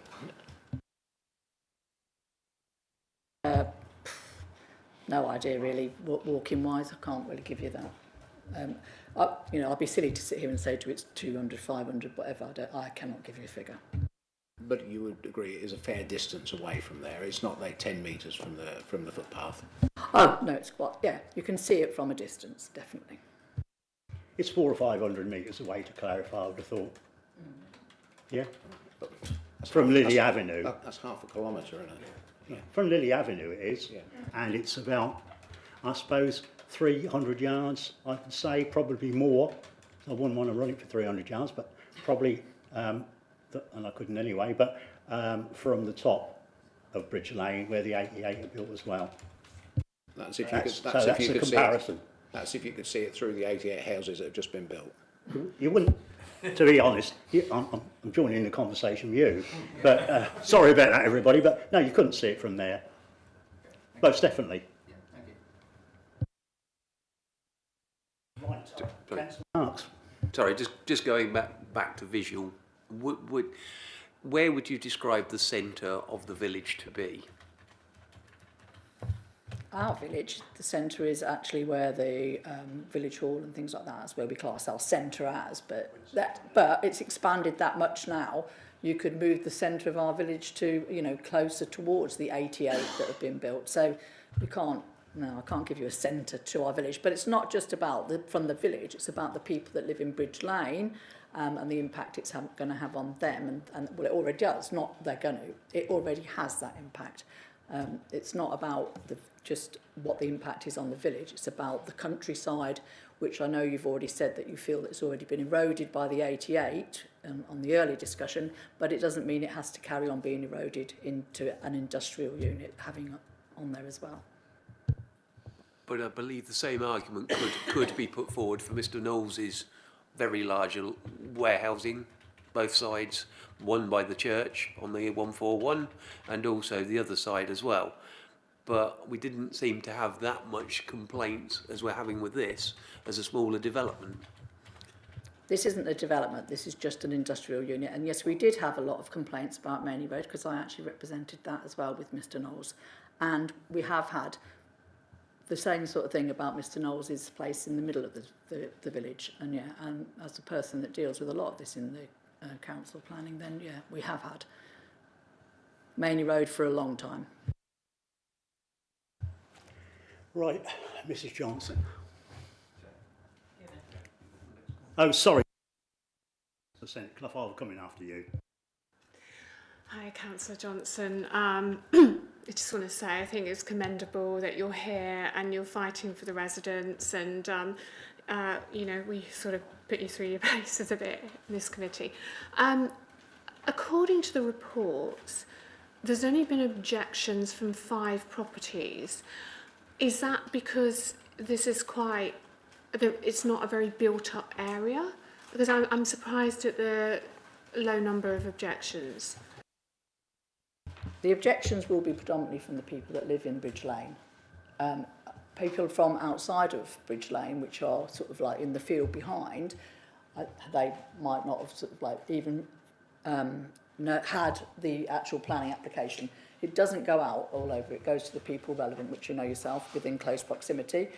So therefore some people don't even become aware of the fact that there is a planning application in for things within their own village.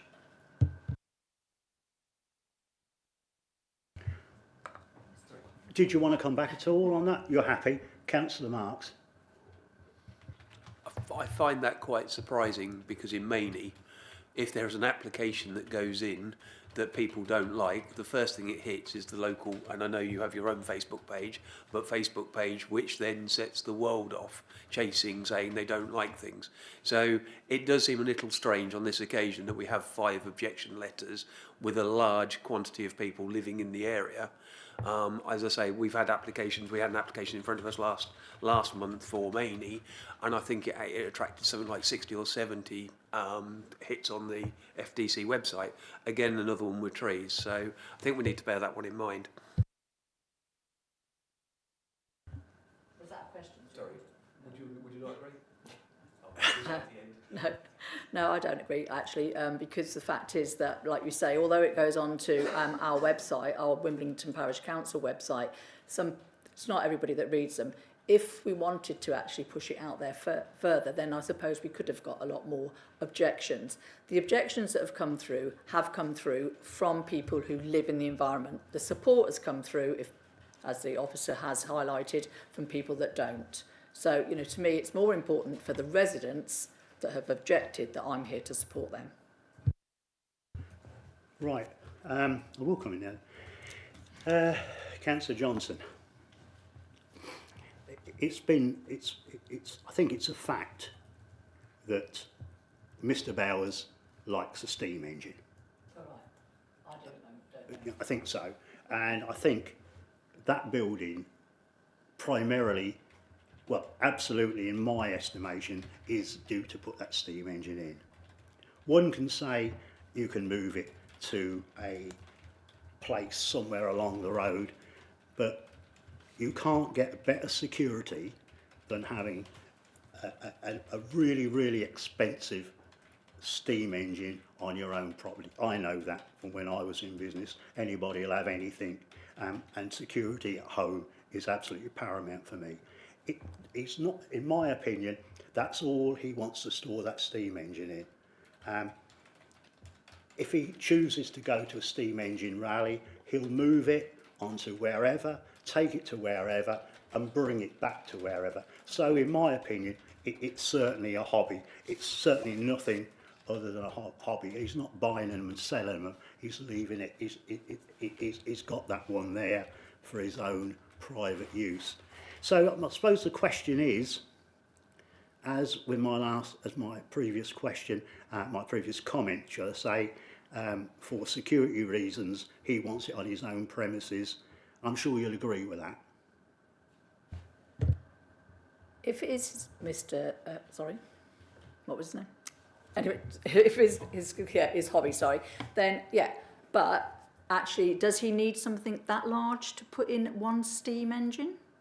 And also, does he put something in that's detrimental to the other residents along the street? No, my feelings are, and anybody can tell me I'm wrong, but I think that's primarily the use that he wants that steam engine for, to keep it undercover. Because I mean, I used to cut them up many years ago when I was a lad, and if I'd have kept what I know now, I'd have been a millionaire many times over.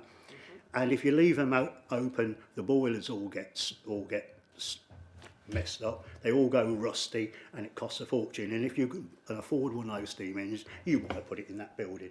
And they are high, aren't they, with the chimney on and one thing and another. It probably would only just go in that building height-wise, you know, and if he is only putting that in there, it's for personal use. It's not that he's going to, as I said, he's not going to sell bricks out of there or anything or make it an industrial unit. It's for his own private use, as far as I'm concerned.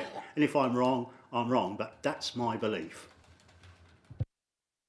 I don't think actually the argument is what it's being used for him. The argument is the size of it, and it's out of character within the lane. And it's actually the fact that it is intruding on other people's life, visual, light, etc. It's not to do with what he's using it for. It's like an industrial building that really is not in keeping there. And if the gentleman has got that sort of a hobby, then maybe he should have actually thought about where to store it out of, his actual garden. Well, it's not even his garden, because that's just actually his used piece of land that's now trying to be changed to domestic use. Yeah, thank you. The French. Thank you. I think it's fascinating what you told me. I didn't know about the steam engine. Well, I do, because I've got a very small one. Can we actually move on, and we've got another two speakers?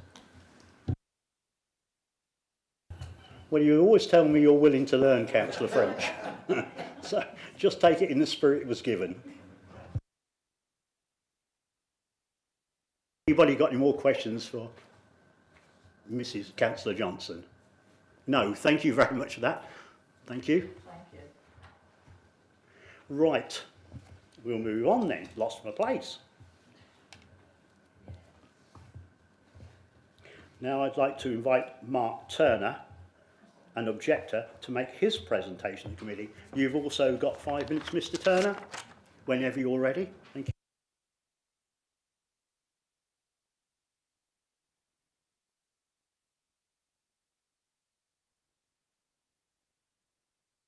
I don't think that's...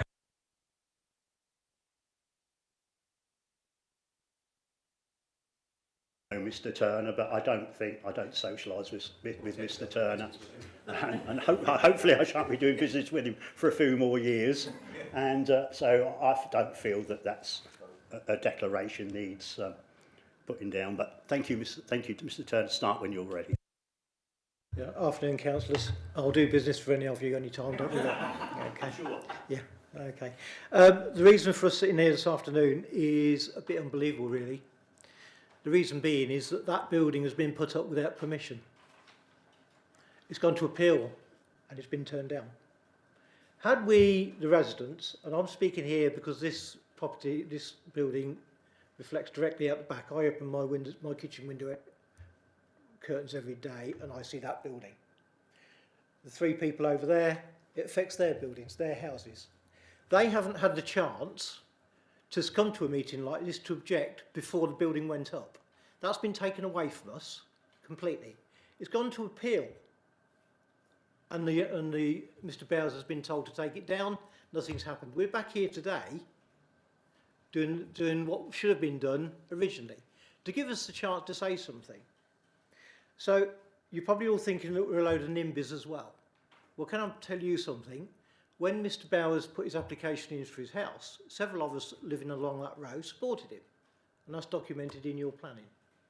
So we're not NIMBYs. We're here because that building affects our lives, it affects our views out of our windows, it affects the value of our properties for resale in the future. Okay?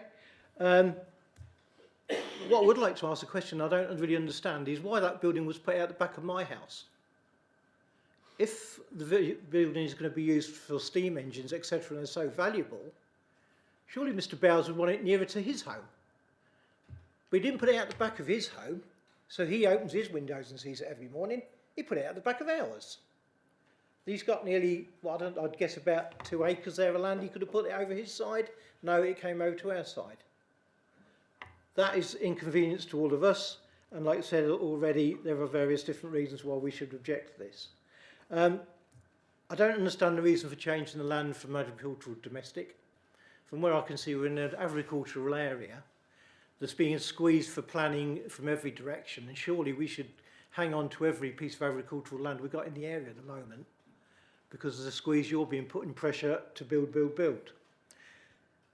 There's the building at the moment is rather large, and there's a reduction, nothing other than 1 or 2 bays.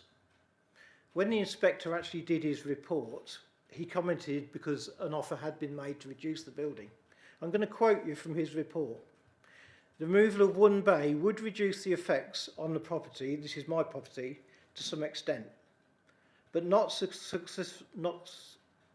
sufficiently to overcome the harm arising from the outlook. So effectively what he's saying is, if you shorten that building like it's proposed now, it won't make any difference to my garden, the light I'm using in my house. The state of my garden is at the moment as well. Flooding's been mentioned. My garden is now overshadowed by this building, therefore part of my lawn doesn't grow properly. Part of my lawn is under, this time of year is very, very damp. In the early months of the year, it's underwater.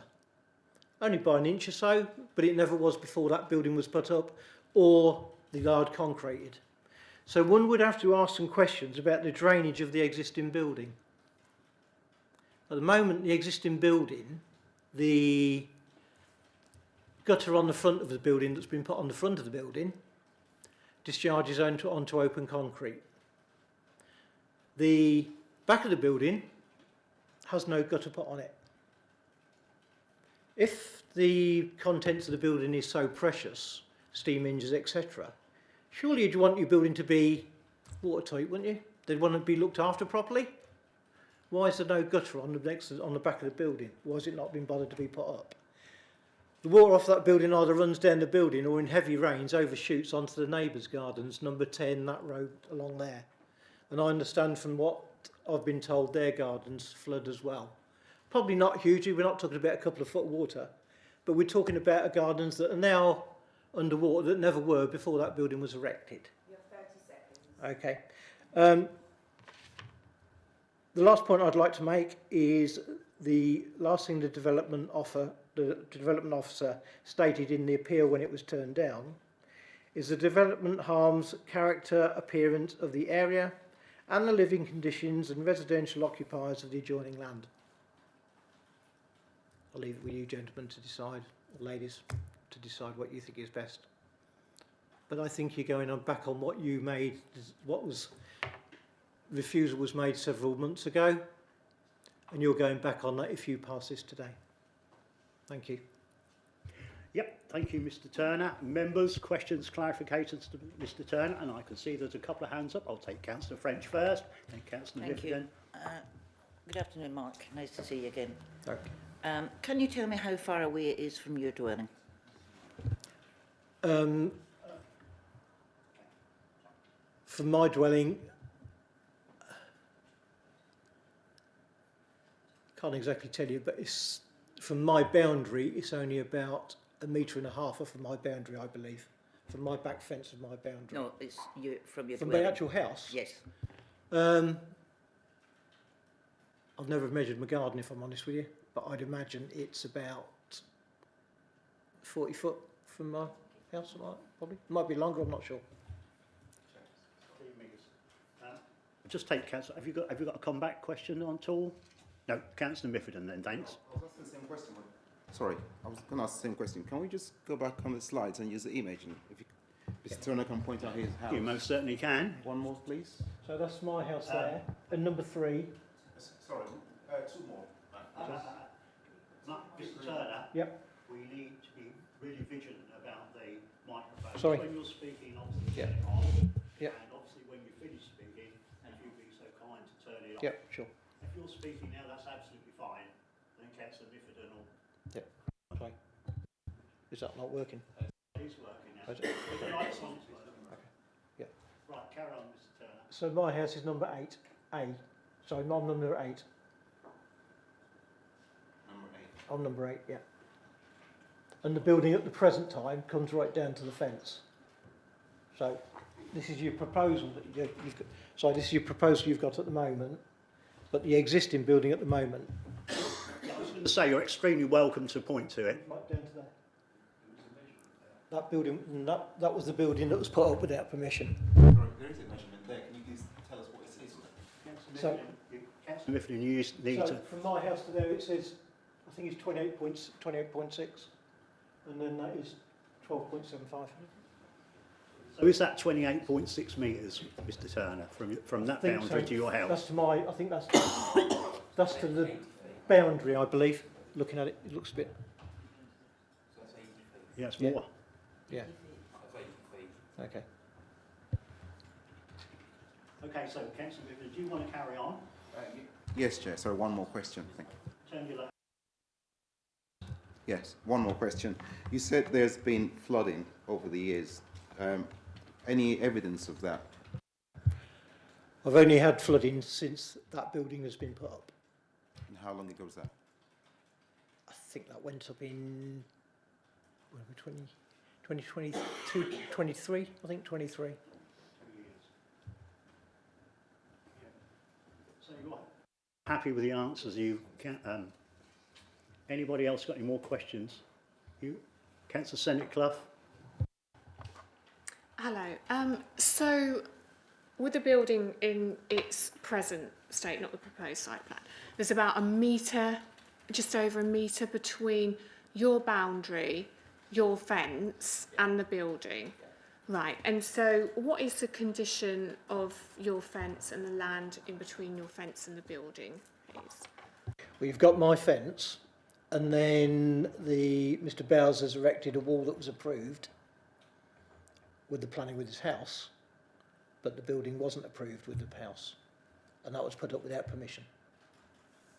Okay, thank you. Yeah. The 1.5 metres between your boundary and Mr. Bowers' shed is obviously for maintenance work to be done on that shed. That's the obvious answer to that. So, if that was to stay, and I'm just looking at the scenarios, the applicant could easily put anything on there that he wants. He could put drain pipes up there and do the job properly. So everything is running. The excess water off the roof can go into the drains, can obviously go on either on water butts, which he can reuse, or it can go in, obviously, the drains he's provided. So that's not insurmountable, is it? It's not, if the drains are there, considering that the building was put up without without, number one, buildings being passed. Number two, your officers haven't obviously overseen that building, and you haven't done inspections to see if there's any drains there. And if you read the appeal, when it went to appeal, if you actually go through that appeal, I think you'll find that the planning appeal officer said that although there was traces of drains, he couldn't confirm that those drains were there. And during construction, the neighbours and I didn't see any drains being dug. So there's areas concerned about the drainage of the building as well, in our view. But it is only our view, we don't know.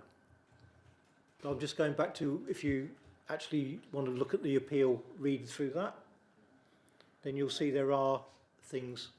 I mean, I deal with appeals all the time on delegated refusals, and a planning inspector, we had one, I won't labour on the point, but we had one a couple of days ago where I went there, had a look at it, and I thought, this, the decision, I went and had a look at it some months ago, and I thought, no, this is not right, I'll agree with officers, you know, we'll turn this down. And to my astonishment, and reading the officer's report, I thought, where is this planning officer, this appeal officer coming from? This is not what was on the report. How has she come to this decision? So I think the point I'm making is, just because a planning inspector says, I don't like that, it's totally his judgment. Some other planning officer who could have come along, and they didn't, I have to say, they didn't. It was that one, whoever that was, made that decision, but a different one could have made a different decision. Do you know what I'm saying? It's all, you know, I disagree with the planning officer, another planning officer could disagree with the one. It's just, you know, it's just who you get on the day. Well, I'm just being... I know what you're saying, Dave. I'm getting where you're coming from. Yeah, but at the end of the day, planning appeal officers are employed and they are fully qualified to do their job. And they not only just look at it from the angle of what they see, they look at the actual regulations and rules that they have to work by, as do your officers as well. Yeah. And if you as councillors are going against what they're telling you, then I would argue the case that why we got planning officers, why we got appeal officers. You might as well do away with them, if that's the case.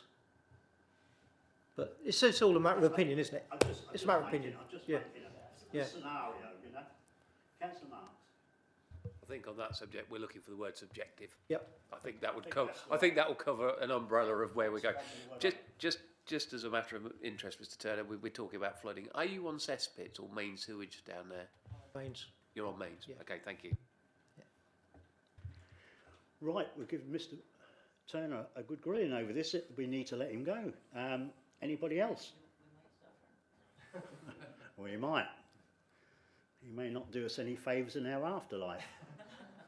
Just a flippant comment, throwaway comment. Okay, thank you very much. It's been really interesting. Thank you for that.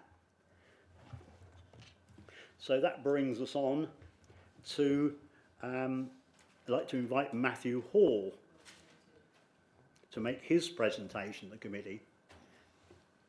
I really hope you get away with it more lightly than Mr. Turner, but we'll see where we are. But thank you. 5 minutes when you're ready. Thank you, Mr. Chairman, members. I think I've got a lot to say now. Let's listen to that. When Mr. Bowers contacted us regarding this site, we arranged, in my opinion, we were proactive, myself and Mr. Bowers, we arranged a meeting on site with the enforcement officer. Mr. Bowers and myself attended in October. At the time, the issues were discussed following the enforcement notice being upheld, and discussions on site did take place with regards to reducing the amount of concrete hard standing, and Mr. Bowers described he needs obviously still quite a bit of it for the manoeuvring of the steam engine.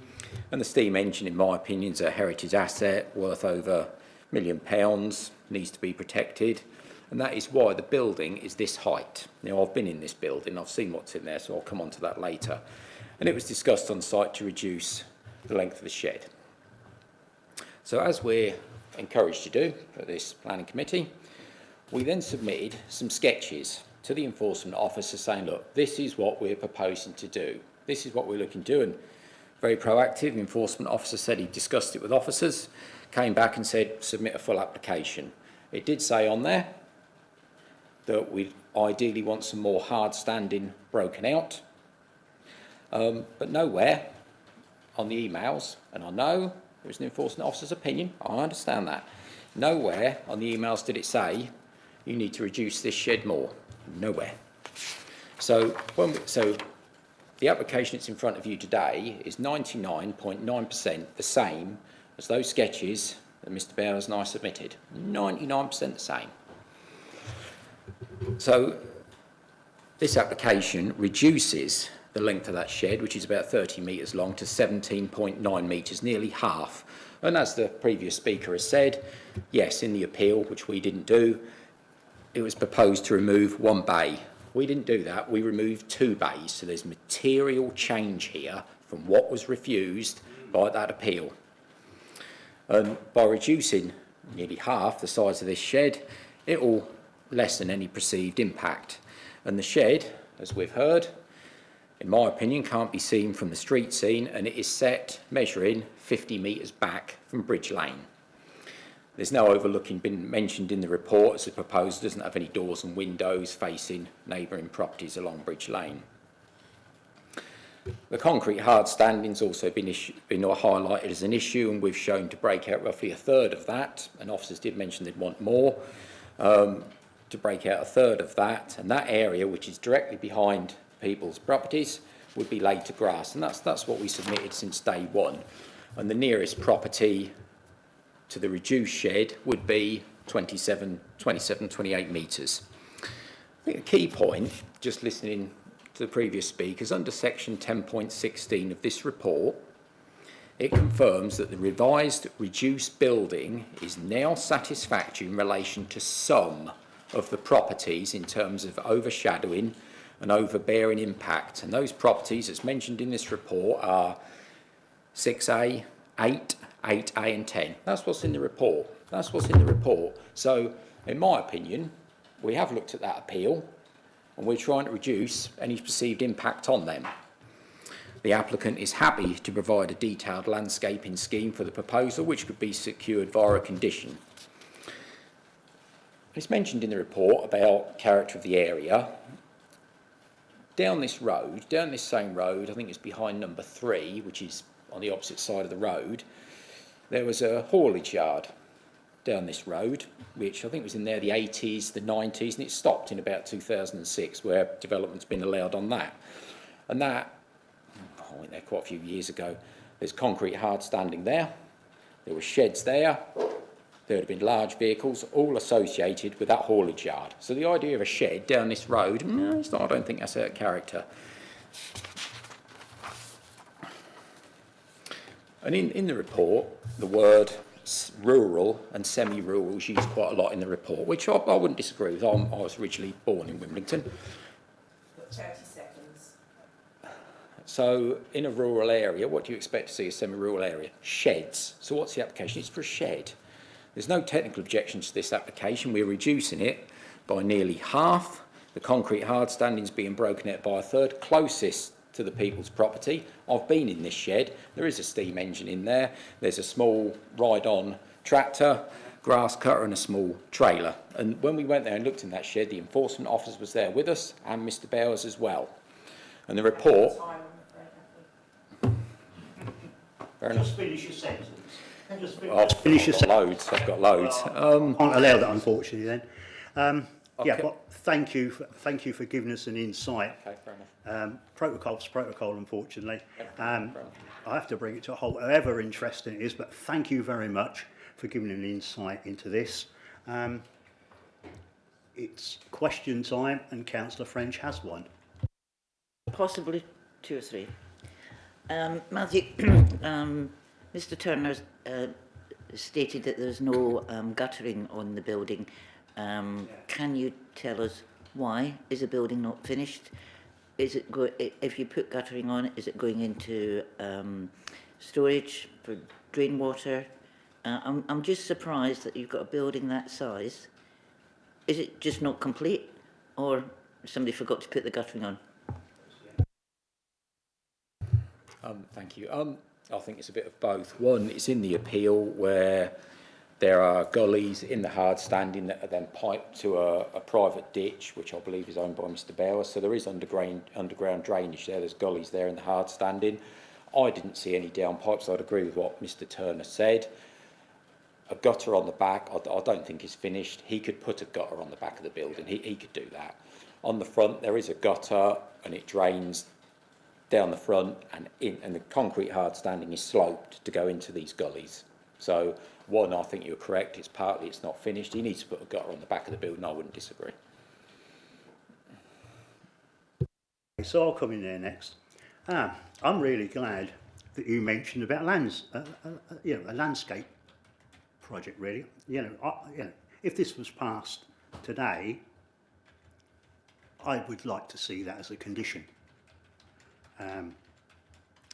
Some trees, good specimen of trees, bushes, hedges, native to British species, that would sort of help, that's my opinion, that would help screen Mr. Turner's property and other properties off from the shed. So, I just feel if that was passed today, that would be great. That'd be great news, and I would like to see that as a condition. But yeah, I agree. If you haven't, I'd like to see a massive big water butts there to catch any water, and then that'd be handy for me. That would save going on the concrete in the first instance when it could reuse the water again. Just give me some comfort on those two things, please. So as I said, yes, he'd be happy to do a landscaping scheme on casting my memory back on a different job we worked on for Mr. Bowers. He employed a specialist landscape designer.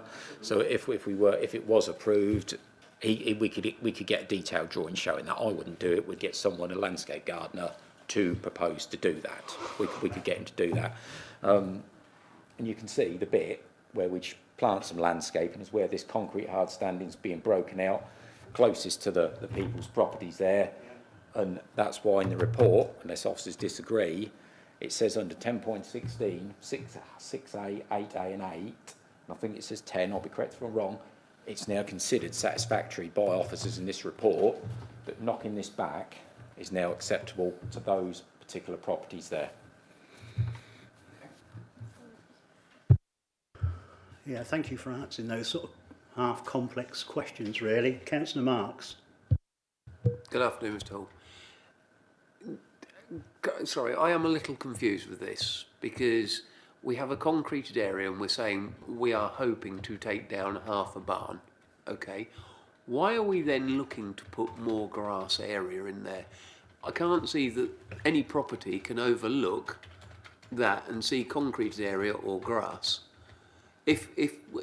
What is the reasoning by putting this, concrete costs money, and ripping concrete out, it will cause more problems as well with dust and everything else. Surely it looks like it's a segmented building, just remove 2 bays. Why are we going to all of this? I understand regarding putting trees and stuff on the border, I understand that. But are we not making a lot more work? And equally, if there are drains and stuff in there, there may have been land drains, whatever, previously, are we not going to cause more problems? I think what I would say is we read the appeal refusal.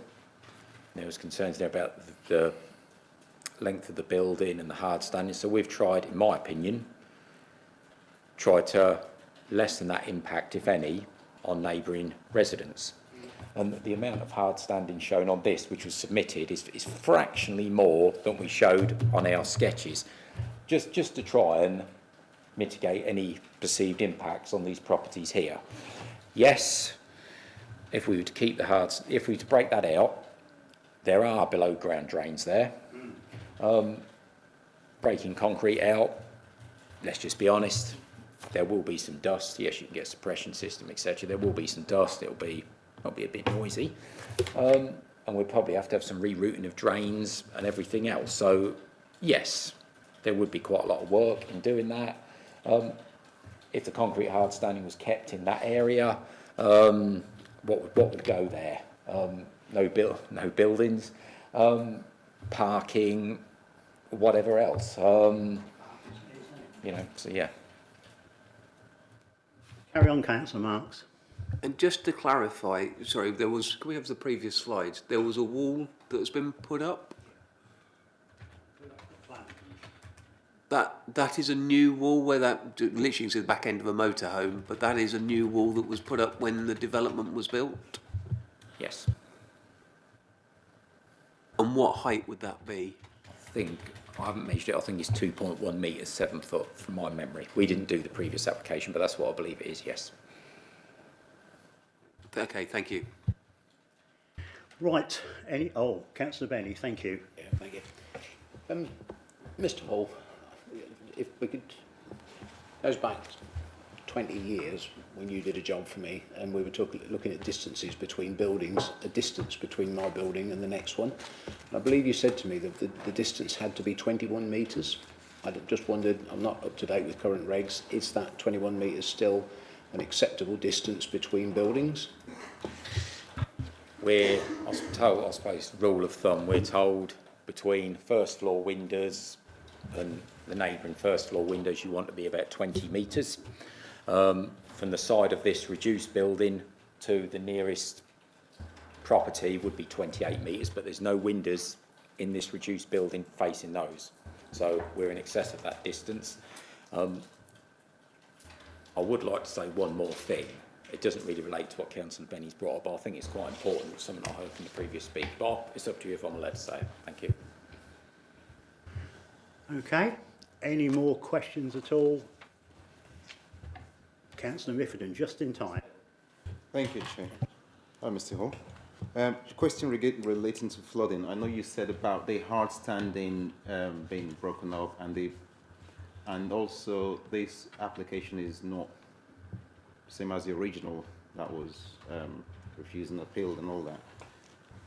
Are there any additional flood attenuation measures being taken? Because Ms. Turner said that his house and the neighbours' houses did flood by maybe an inch of water at a certain time. What other measures are going to be taken to mitigate against flooding? Looking in, I think the officer's report, it states that could be secured, I'll be correct if I'm wrong, could be secured by a condition if we have to put in maybe some more land drainage, something like that, leading to the private ditch or a large soakaway. We would agree to that via a condition. Yes, we could do that. If that's what members are looking for, we could do that, yes.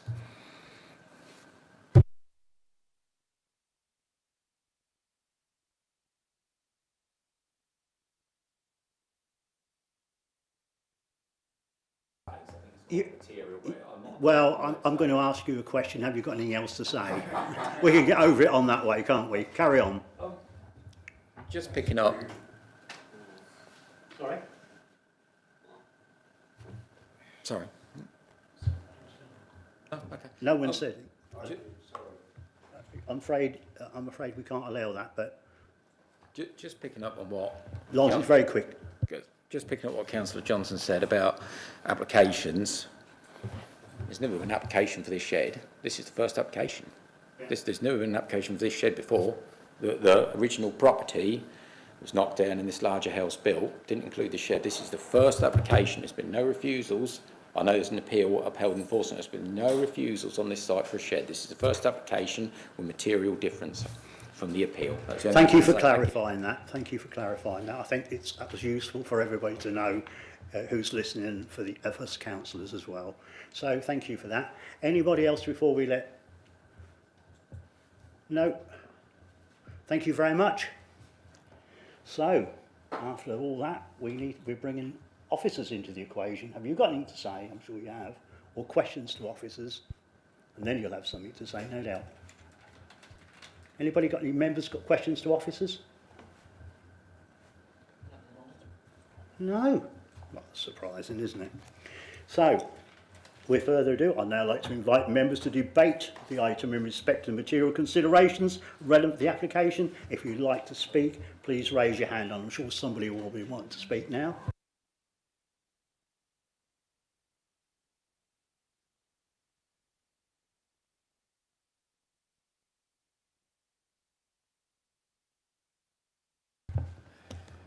Okay, thank you. It's between the devil and the deep blue sea here. On one hand, we have residents which are obviously have some issues, but equally we have somebody who has put a shed up for a purpose. It's not running a business. It is a purpose. What is the? It cannot be seen from the roadway. We've heard it can be seen by people walking. Obviously, the residents who are directly affected, which are the 5. But by reducing this, the inspector said that it will help. I think it was 3 properties, certainly. So I don't know. Yeah, I can see both sides of this. I can see the security angle of having a steam engine and a steam engine undercover. If it's a hobby, yeah, I can see that as well. But equally, you know, I can understand the residents' point of view. I think the flooding issue is something that can be alleviated regarding guttering and stuff like that. I'm not convinced by ripping up some of the concrete that's actually going to help matters. I don't think it personally can be seen. There's a wall there that's been put up previously, and I think that will just cause more aggro to everybody with dust and drainage and everything else, because the more you disturb that land now, the more issues you're going to have. You can put soakaway in. We've heard they conduct the water away from the site. I don't know. So I'm going to sort of like see where the rest of this debate goes.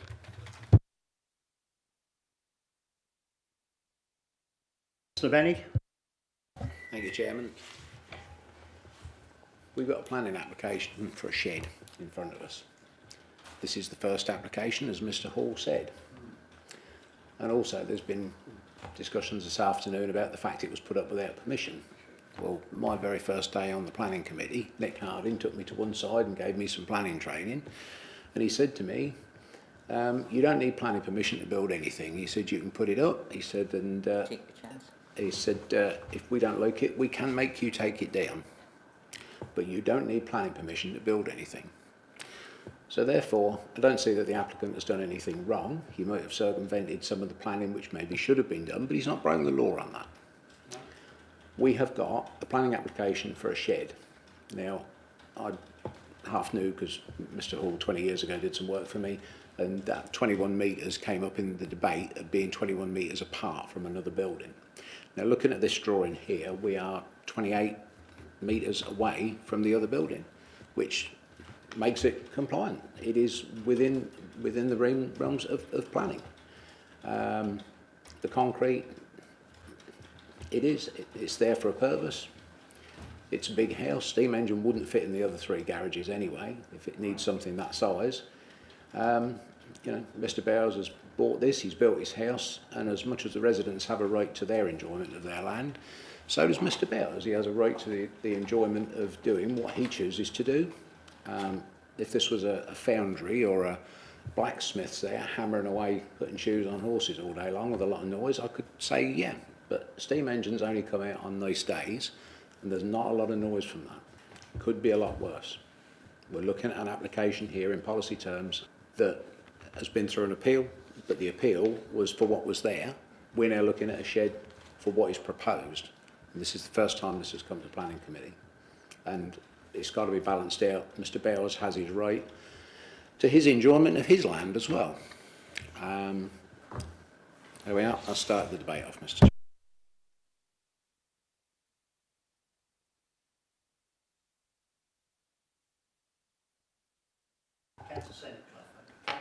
Thank you, Chair. I think there's been a lot of discussion about what the building is being used for, which is to a large extent irrelevant. The concerns were about the overshadowing, loss of light, etc. But from the revised plan, to my mind, that doesn't seem to present an issue. Given the 28 metres away, it will not be presenting the same issues that it is now. Yeah, I'll come in there then. Yeah, I'm in the same mind as Councillor Benny, really. If this steam engine probably, to the best of my estimation, will probably come out, I don't know, 3 or 4 times a year probably. It is a hobby. It's not like selling wooden pallets and you're getting everybody and his uncle coming in and going out and lorries coming in, going out. It is a hobby, and I'm also, like Councillor Marks, I'll be very reticent.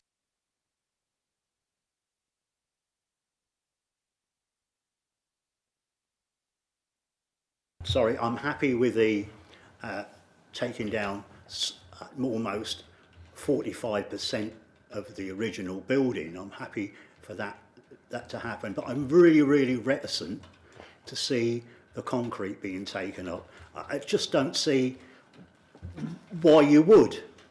You know, first of all, from an economic reason, you've got to redirect the drains, and looking at, you're going to disturb the wall, you've got to move the drains. Just why would you do it? It just doesn't make common sense to me. No one else can see the vast amount of concrete or the amount of concrete's there. Obviously, the applicant felt that was what was needed to get the most enjoyment, probably with his steam engine. It looks to me also that, and I've obviously got no proof of that because I'm not a drainage expert, but it looks to me like the drains on that first picture on number 1, it looks to me it's a proper drainage system. You know, the reason is why would you put all that concrete down there when you're not putting a proper drainage system in, either going to the dike that Mr. Bowers or the applicant owns? It just wouldn't make sense not to put a proper drainage system in. So I just feel, you know, Mr. Bowers should enjoy his hobby. I think he's going some way. I think it is a new application. It's right it hasn't come before us, and it's right we should debate this fully.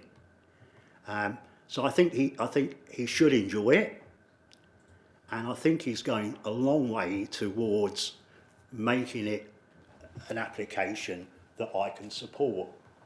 I do note that, and the agent has said we could put in a proper landscaping plan that would help. You know, native trees, that sort of thing, and not small ones either. And I'm sure that could be easily done too. With you know, and I think surely that would appease them. That would take in a couple of years' time. You wouldn't see the shed then, would you? You know, so that would ease it. Yeah, but I'm tending at the moment, although I have got some sympathies with the next door neighbour, Mr. Turner. I just do feel that if we curtail this, you know, where do we go? You know, you buy these premises, these rather large premises, to put your own hobby in, don't you? We just said in the last application, oh, some people don't want a large garden. Well, you know, that's up to the people. Mr. Bowers chose a rather large dwelling, and he's chosen a large plot to put his enjoyment in.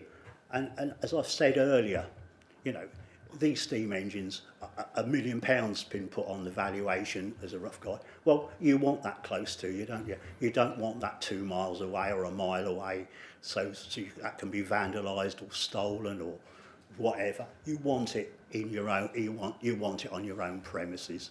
So I'm tending at the moment, unless anybody can persuade me otherwise, I'm going to vote against officer recommendation this.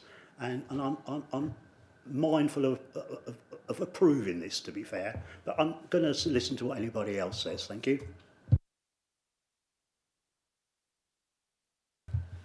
just catching breath, Councillor French. After you. Yeah, I totally agree with you. I didn't realise what hobby Mr. Bowser had. Now, if he's got a hobby like that, I'm quite sure that shed, it doesn't look finished to me. But I'm sure that he will put guttering up and whatever. But I totally agree with not smashing up the concrete, because that can do more damage. And I will support this application. Okay, Councillor Benny first, then Councillor Marks. Yes, and then we're going to wrap this up. Okay. I mean, I think it's a bit of a shame that it's taken this long to get this before us. I think the enforcement on this has moved at the speed of light. Yeah. We have got a building in a prominent place in one Fenland town that I can't say because it always comes up in confidential paperwork, that's got bits falling off it. And we have been pushing this as a committee for years to get this to do enforcement on it. There's another one south of Wisbeach that is the same. There is another application in March which we started enforcement for well before any of these, and for some reason this seems to have floated right to the top of the pile where the enforcement has been picked up by somebody, and that enforcement has been run at a much faster rate than any other enforcement I have ever seen in Fenland.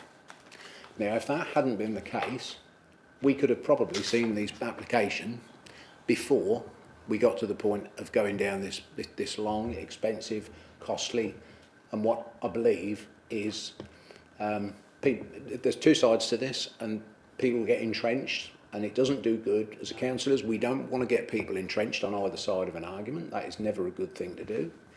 This could have been resolved a lot sooner. I think somebody has been very over-enthusiastic with their power, or their, whatever you want to call it, their enforcement here to bring this in. And this should have come to us before, and this could have been resolved, and this would have resolved a lot of the animosity that's here. Also, when we come to look at this, as councillors making a decision, we have got to have a balanced view on this. There is a compromise here. Both sides are right and both sides are wrong in some ways, and there is a compromise to where this sits. And I think this application is the compromise that goes a long way to addressing what the residents want, and it also gives Mr. Bowers the enjoyment of his land. So I personally feel that, you know, we've got to come to a decision, you know, and we've got two sides here. We have got to take a middle line on this, and the middle line is to approve this. It's reduced, it's come down, and I feel that this, to find a compromise, and let's hope that both parties can find some common ground and learn to live with each other here, because that's really what we should be looking to do. But I agree with you. This should have been looked into 18 months ago. It should never, ever got to this particular stage. We shouldn't be discussing this now. It should have been a compromise where both parties, as you quite rightfully so say, should have had, you know, come to some common agreement, and then we could have moved forward. So yeah, so I'm still sticking to my original comment that I will be supporting this application, but with obviously the caveat that leave the concrete as it is, because I think it will stir up more trouble if we do that than if we move it. I think it's just nonsense if we do, to be fair, but we are where we are. But I will bring Matthew in now. Thank you, Chairman. 2 points. Firstly, we can't regularise the card standing as is, because that's not part of the submission. We've got no plan for that. Okay. So we are, irrespective of members' positions, we can't grant plan permission that isn't something part of an application. Secondly, well, I'd say in relation to the enforcement point is that obviously each application or enforcement case is dealt with differently, but I think, as the agent has said himself, this is the first application that's been submitted. The applicant had an opportunity to submit an application, just like anyone would have done with an enforcement case, and that never happened. I do not think it is right to cast aspersion of the planning service for that situation. Secondly, and I think very importantly, The enforcement notice was served, and I accept there is officer time, there was an expense in that, but that appeal was failed. We defended that appeal, and the inspector said the decision we made was correct to serve that notice. So I think, you know, some of the comments I feel was probably a little bit inappropriate, I think, for this item, because I think actually when you look at the planning history of the site, this is the first application. You know, the applicant did not submit an application. We would have interacted with them and had conversations, but nothing came forward. So we served an enforcement notice, which was successful at appeal. You know, so irrespective of whether or not you feel with this application, I think the planning history of the site, the LPA has dealt with appropriately and correctly. I just feel that that needs to be said. Thank you, Chair. First of all, Matthew, you were not the head of planning. This is not aimed at you. No, and I fully accept that. You know, you've come into this and you, like us, are picking the pieces up for this. But that is how it is. I don't want to dwell on that. That's not, but it is fact.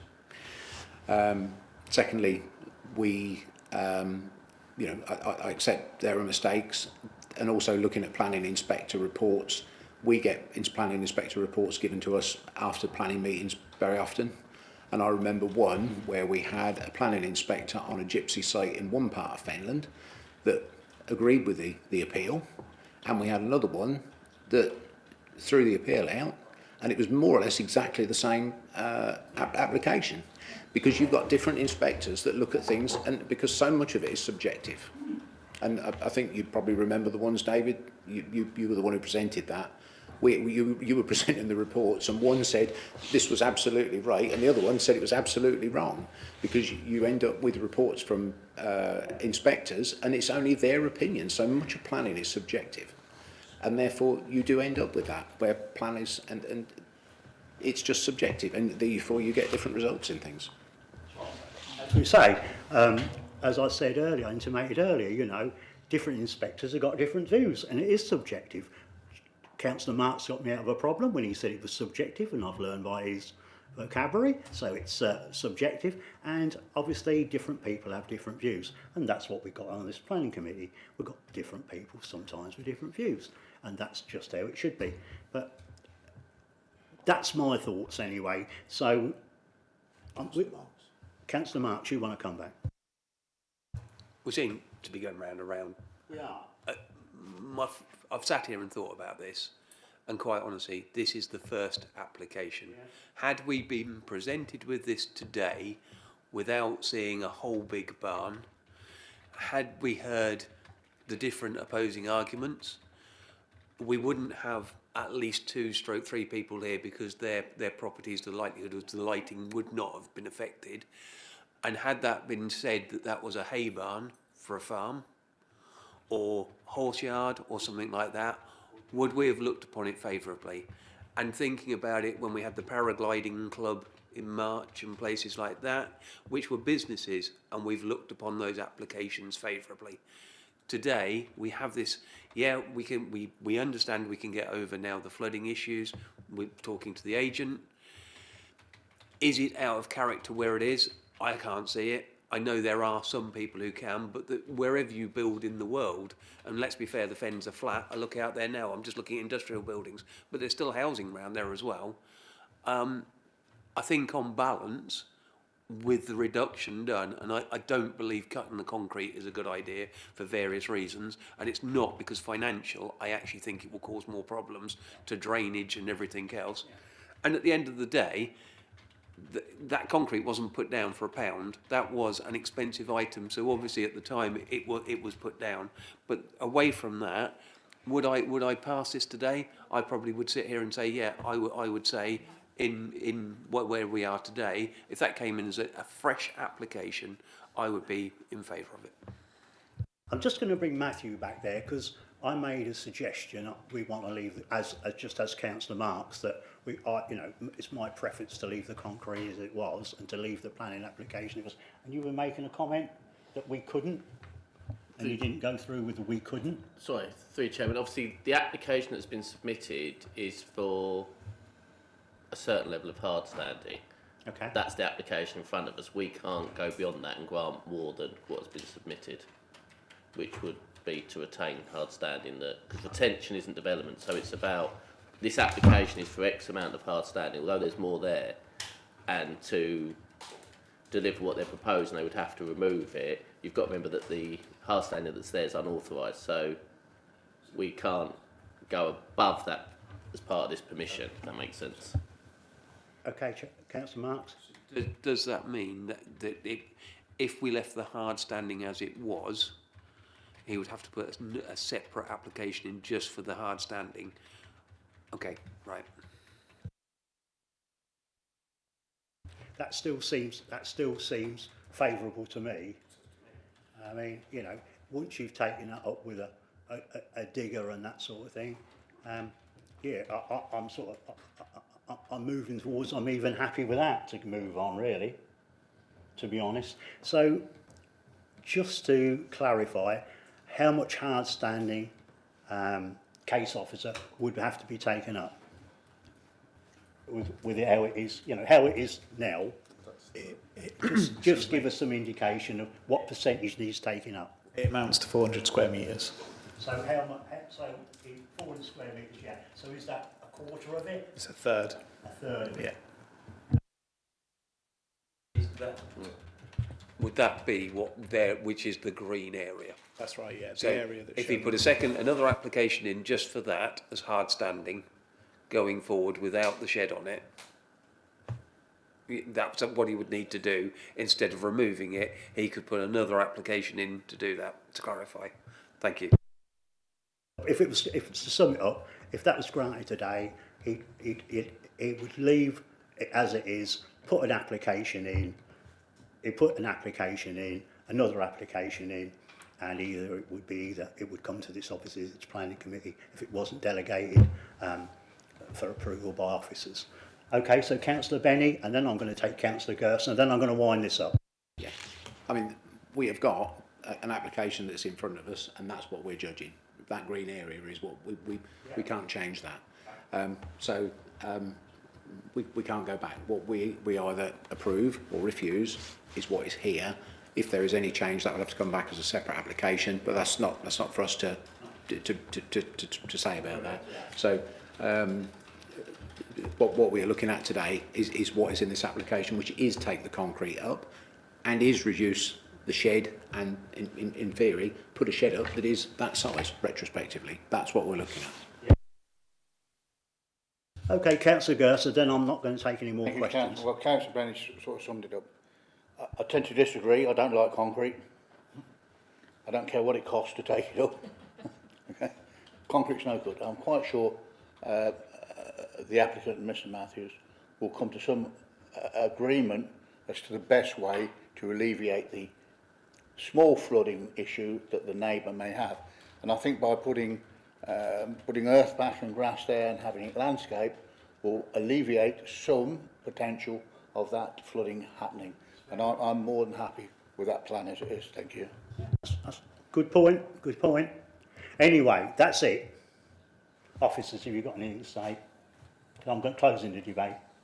Yeah, thank you, through you, Chairman. I think just to sort of try and pick up some of the issues, particularly given that I think the tone of the debate seems to be heading very much towards a grant of planning permission, and I think it is worth referring back to the inspector's decision. Whether we like inspectors' decisions or not, they are a material consideration when determining future proposals on a site. Ultimately, the inspector is appointed by the Secretary of State, so it's a decision, essentially, of the Secretary of State when we receive an appeal decision. So in this particular case, the inspector identified and stated buildings of this design and scale would be part of the landscape and streetscape in many rural areas, where their scale and design would be a typical part of a working agricultural landscape. However, in this location, with its small-scale field pattern and its location abutting residential gardens, the building's scale and utilitarian design conflicts with the domestic and semi-rural character of the area. Although visibility of the building from the road and from further afield is limited, it is prominent from the adjoining residential land. Went on to say that substantial concrete hard standing is also of a scale and character more akin to that of an industrial estate or a modern working farmyard. Despite its limited visibility from public areas, it will be prominent from the upper floors of adjacent dwellings and harms the rural character of the area. I think as part of the officer reports, we've identified that the potential changes to the building would perhaps overcome the relationships with 8A and 8B, but in terms of 10A and 10B, the inspector identified in relation to 10A that the building will be harmful to outlook despite the separation distance between the building and the rear of the dwelling, and in terms of 10B, it is harmful to outlook for occupiers of the dwelling, notwithstanding the separation between the building and the rear of the dwelling. The inspector also talked about unlikely to provide landscaping with native species suitable for a rural setting and sufficient to mitigate the effects of the scale of the building.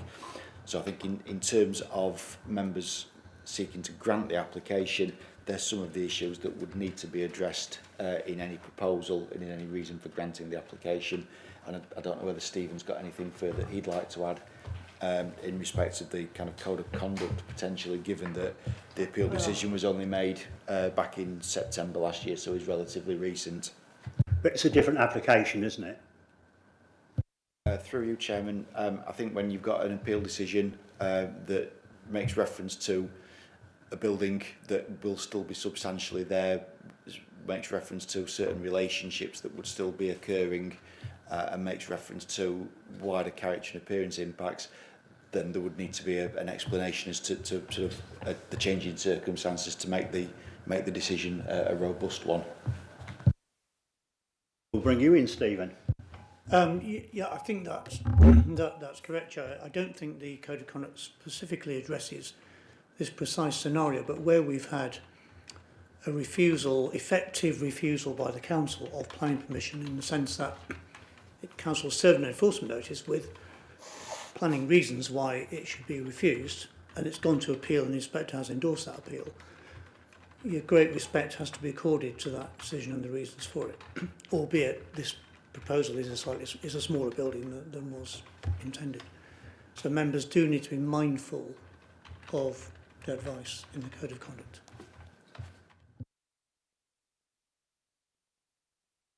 Bring in Councillor Marks, and then we're going to wind this up. Come back to the legal.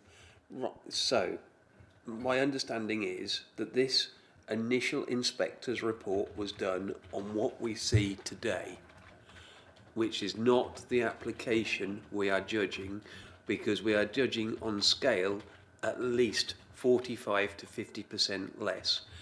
The concrete is a separate issue, whether we take the concrete up or not. So he has said sorry, David, I think it was substantial, not in keeping because it was in a substantial, but that was on what was previously put in front, which is that, not what we're looking at today. And if you reduce that by half, again, it becomes subjective. What's large, what's small? Would you agree, Stephen? Sorry. Yeah, I would agree with that. No, Stephen.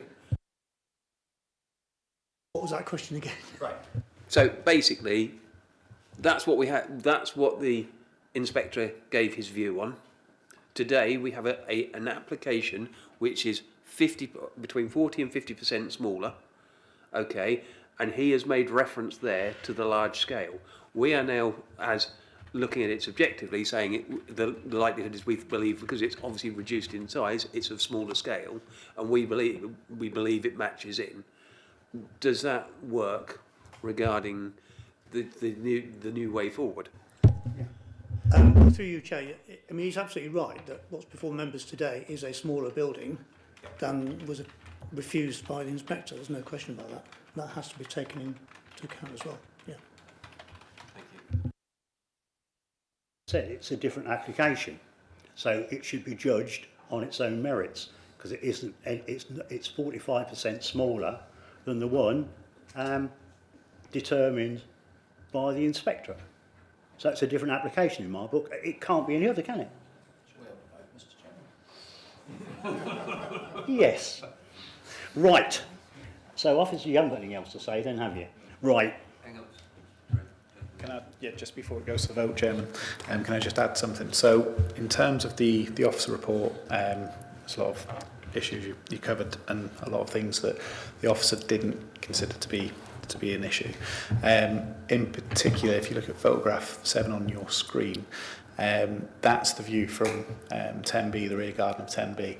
The biggest concern of this proposal was the impact on the amenity of the occupants of 10B. And once the northern part of this shed is demolished, that view from 10B won't change. The impact is primarily on the rear garden of 10B, so it's just something to bear in mind when you're making your decisions.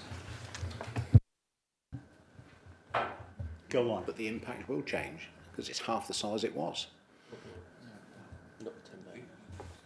Sorry, through you, Chair, just to elaborate further. So, in terms of photo 7, the part of the building that is proposed to be removed is actually off the photo, as it were. Right. So, if that makes sense. Right, we're going round and round in circles here. Oh, sorry, Sydney, it's got to be the last one. Very quickly. But it's still, even the impact doesn't change, but it's still 2.8 meters from the nearest building, right? 28 meters, sorry, yeah, 28 meters, yes. That was from Mr. Turner's garden. I don't know if there is a distance for that one. Yeah, in terms of the rear elevation of 10B to the east elevation of the proposed shed, it would be approximately 28 metres. Yeah. I'm finishing it, so I've had enough. So, do I have a proposal to go with officer recommendation to refuse planning permission? Simple as that. 5, 4, 3, 2, 1, that's failed. Now I'm looking for another proposal to move on. Councillor Benny, and the reasons. Right. Not provided your... Well, I think we've more or less covered the reasons, but I would propose that we go against officer's recommendation and approve this. Reason being, this is the first application that's come to us.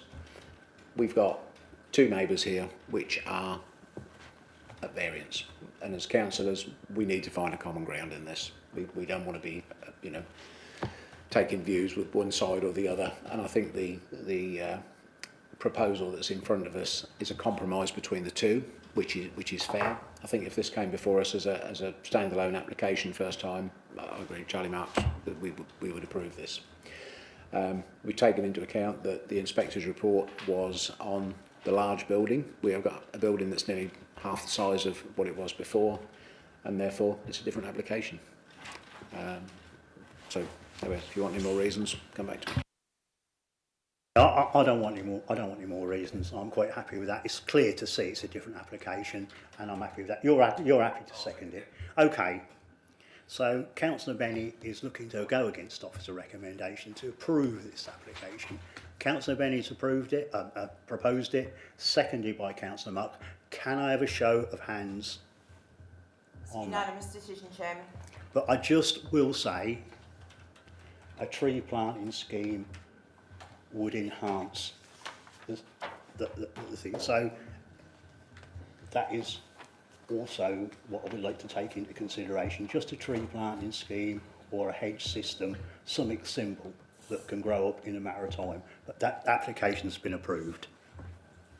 Thank goodness for that. I read your mind.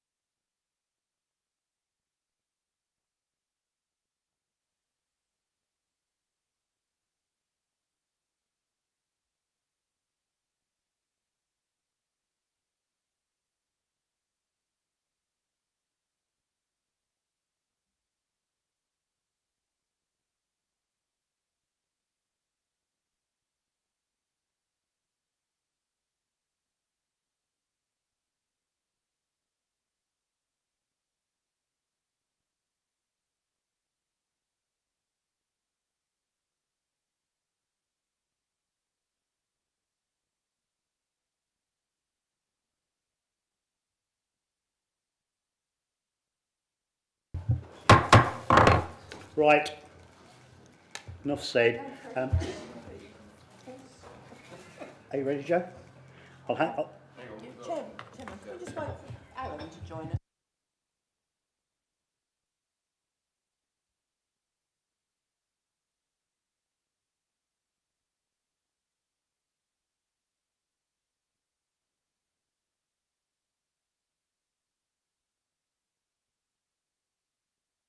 All clear.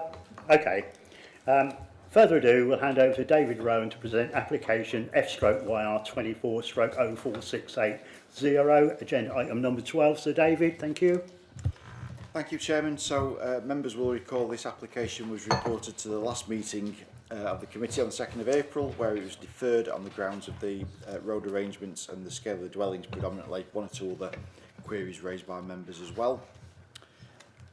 So just to refresh members' memories, the application site is shown in red on the location plan and aerial photo. Sits on the eastern side of Chatteris between existing residential development, the pastures and Green Park, and then the A142 to the east. As can be seen from the aerial image, the site is undeveloped currently. It's largely sort of scrubland basically. Aerial imagery from the late 90s and early 2000s shows part of the site used as a yard with open storage, and further information has been submitted by the applicant's agent in respect of that historic use and the remediation that's taken place with it. The site is within flood zone 1 and has historically had the benefit of a full permission for 20 dwellings. So the application is in outline with all matters reserved other than access. The layout is therefore largely indicative, but given the constraints of the site, it is difficult to see how else the site could ultimately be built out. Access is to be taken from New Road and is a committed matter, utilising the existing access to the site as shown, with an access road sort of running south into the site with dwellings arranged around this. The lower half of the site is shown as being accessed via a 6 metre wide shared surface. The upper part, sort of in grey, is more of an adoptable standard roadway, and an area is shown in the south-eastern corner for potential reptile translocation. As mentioned, access is committed, and the plan on screen shows the proposed access arrangement at the junction with New Road.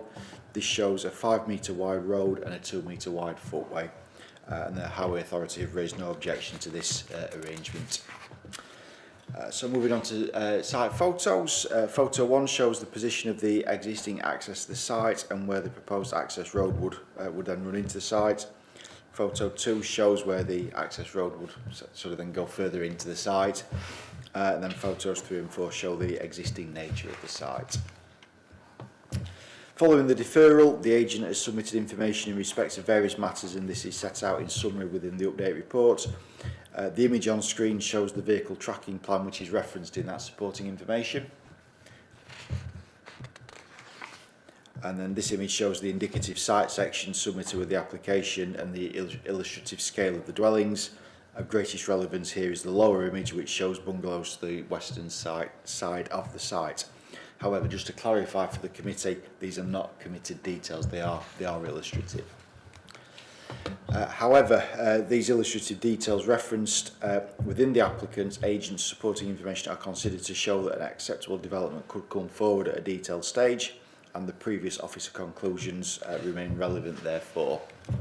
And these were that the broad principle of developing the site for residential purposes is considered to be in accordance with the settlement hierarchy of the local plan, and there are no site-specific issues which would render the principle of development as being unacceptable. The application is in outline, and a detailed scheme would be required which would finalise issues of design, scale, layout, etc. There are no outstanding technical objections to the application. As part of the application, 4 affordable units are proposed, along with a financial contribution of £40,000, which is proposed to be subdivided pro rata between the various financial requests received from various consultees. The recommendation is therefore to grant the application as set out within the officer report. Thank you, Chairman. Yeah, thank you, David. We have 2 speakers on this application. First, I'd like to invite David Ward. He's an objector to this proposal, to make his presentation to the committee. When you've got 5 minutes, Mr. Ward. Thank you. When you're ready to start, of course.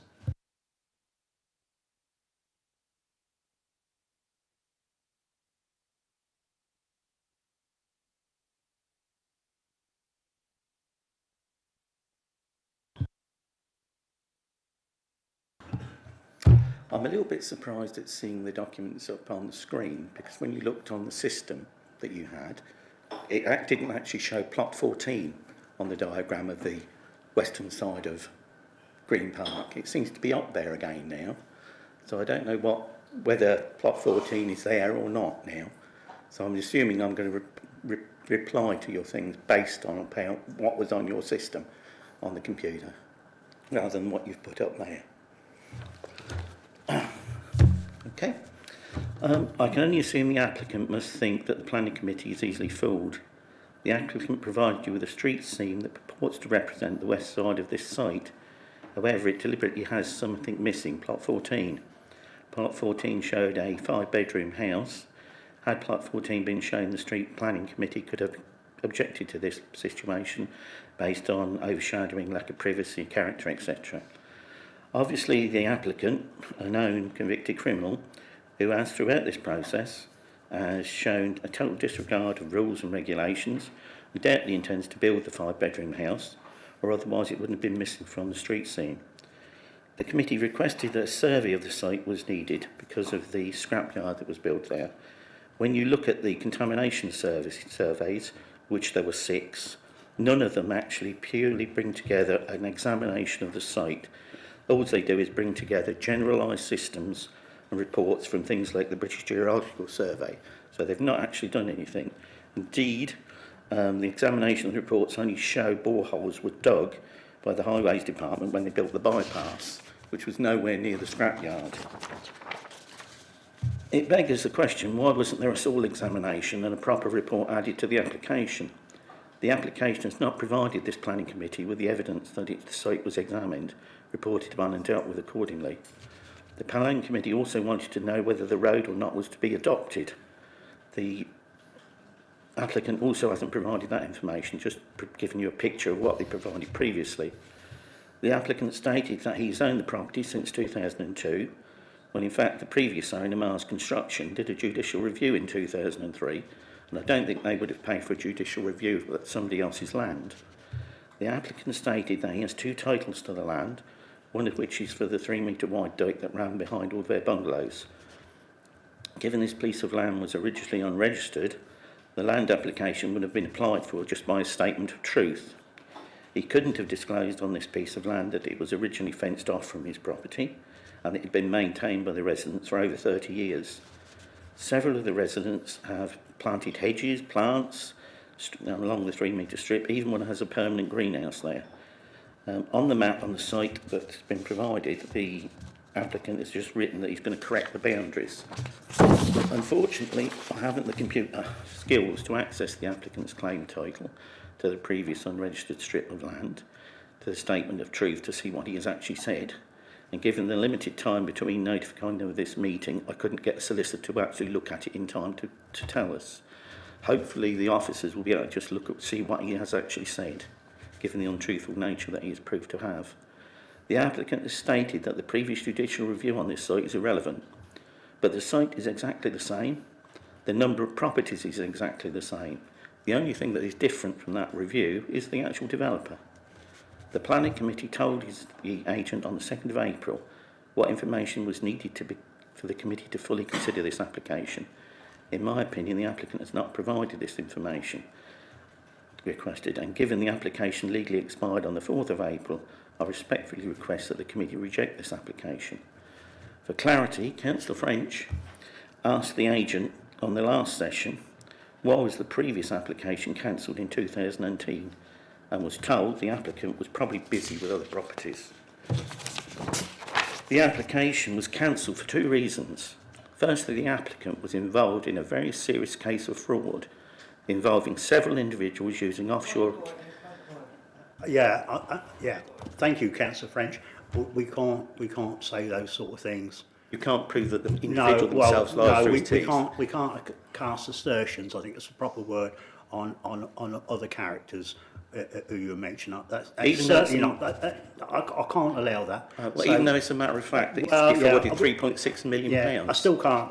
I think we've just got to disregard that. You've said it, but I think the committee need to disregard that. So if you could please move on. Your time's been suspended. You can have an extra 20 seconds, and off we go again. The second reason for it being stopped was there are... Sorry. Yes, Stephen, sorry. Yes, Mr Ward, could I ask you, could I just warn you that whatever's said here is not, you are not protected against the laws of defamation. That's nothing to do with this committee. No. But whatever you may say about the character of the applicant has no bearing whatsoever on this planning decision. I'm not saying about the characters, the person's it will character. not- I'm saying a matter of fact. It will not affect the decision here today. No. And members have to ignore it. Absolutely, and you can't take any previous information, any other previous applications into consideration. This application stands on its own merits and it must be adjusted as so. So, but Chair, may I just challenge you on that, please? You said this application relies on merit, yeah, on its own merit, but yeah. it's not. It's referring to the previous application all the way through it, Yeah. where they didn't do proper examinations of the soil. In your opinion, I'll challenge you on that when it's time for questions, and I may even agree with you. But we must stick to the thing, and we must not be detrimental to anybody else forward. So, can we give him another 30 seconds, please, Joe? You've got 2 minutes, Mr Ward. You've got 2 minutes left. Thank you. So, can we move on, please, swiftly? Thank you. Second reason why it was actually rejected was cancelled in 2018. There's no access to mains drainage for the system at that stage. That situation has changed now since they built the estate opposite Lancaster, but they will be in exactly the same position as we are now. They've had trucks out there 3 times already this year, taking the drainage away from the lowest point, because it's just coming straight off the bypass, the rain. It says you're in flood area 1, or whatever you call it. It is, but it's taken that massive amount of rain from that 3 lanes of bypass, where the camber runs straight towards our buildings. It's already doing in what you've built in Lancaster. They're pumping out there like Billy out. The only other thing I was going to say is a ridiculous amount that you're expecting me under the S106 amount for this particular project. We've got schools in Chatteris, the secondary school, the 6th form. There's not enough places. We're farming people out to St Ives. We've got a doctor's surgery that basically can't cope. We can't keep building these things when we're already well above whatever we've actually committed to be built in Chatteris. That's all I wanted to say. Yep, thank you very much for that. Very informative and some very relevant points you actually made. So members' questions, if there is not, I will start. If anybody hasn't, okay, Councillor Mifferton, then I'll come in when and if able to. Thank you. Thank you, Chair. I'm just looking for some clarification about what you said about the flooding from the highway. Did you say it's flood zone 1? And why do you think it floods, and what does it come to? Is there no drainage on the highway itself? There is no drainage anymore along the highways. There was no dikes or anything built up. There's little indication. Sorry, Mr. Marks, I saw your view there. There is no actual maintained drainage that side of Chatteris. The other side there is by night layers. Had the council, when it built the 3 lanes bypass, put the camber towards the night layers drainage, then we would not have any problems. Before the bypass was built, it was just area 1, or whatever you call the flooding, and it was just normal. It was just a field, no problem. But now, since the bypass has been built, we effectively have a battle every year. It's not just when there's bad years. It even gets inside of our property. We've got at least 2.5 inches we had, not this year, last year, and we were just sweeping it away in gullies. I've actually got dike beside my bungalow, so have many of the other people. People have spent thousands trying to solve the problem with eco drains. Some have even, my neighbours spent over £10,000 just putting underground drainage in, but nothing solves it because it's so much water. Okay. I'll just come in there now, if I may, just to say sorry for being, if I'm sounded a bit authoritarian, but I was only just protecting, in your interest, from any legal I appreciate prosecutions. That, sir, but no, it's been national press. There's no need to.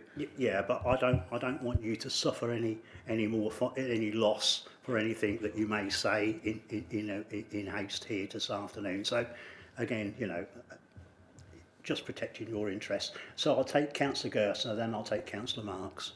Thank you. How far away do you live from the development? Development is just on my back garden. It's only going to be 2 to 3 metres. Proposed development, sorry. I will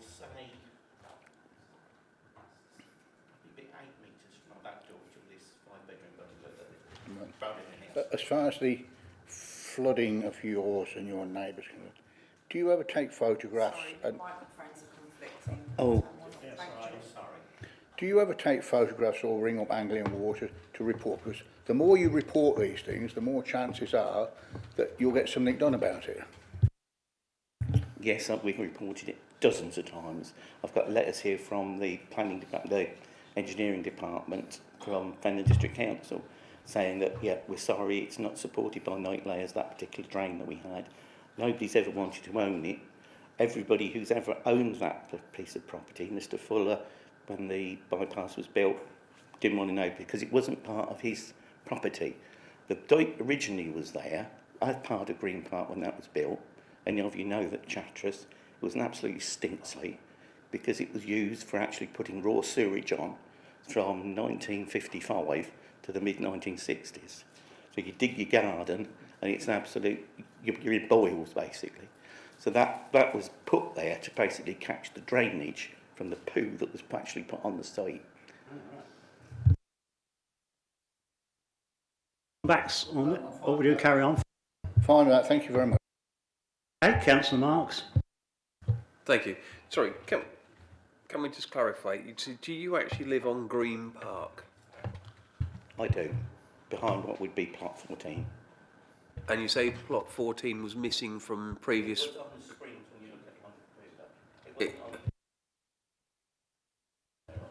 It's on there now. When do you believe it wasn't there?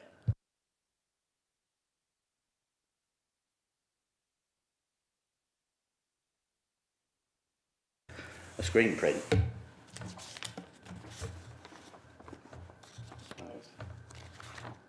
No, it's not there.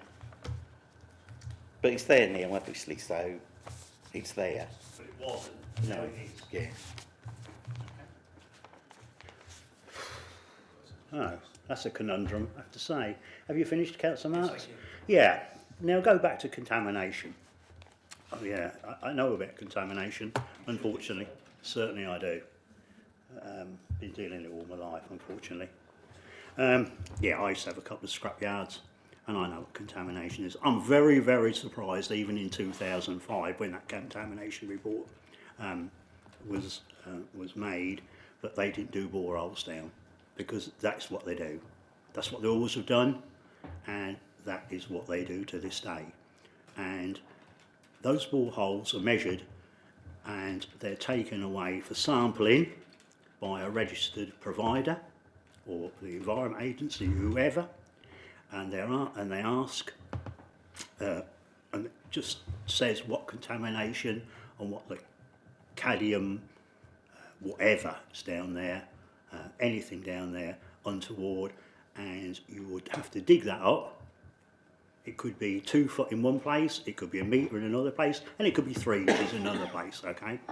And what they do is, and it happened then, and it certainly happens now, where you take the soil off, take it to a reclamation place, either for recycling, which they can do.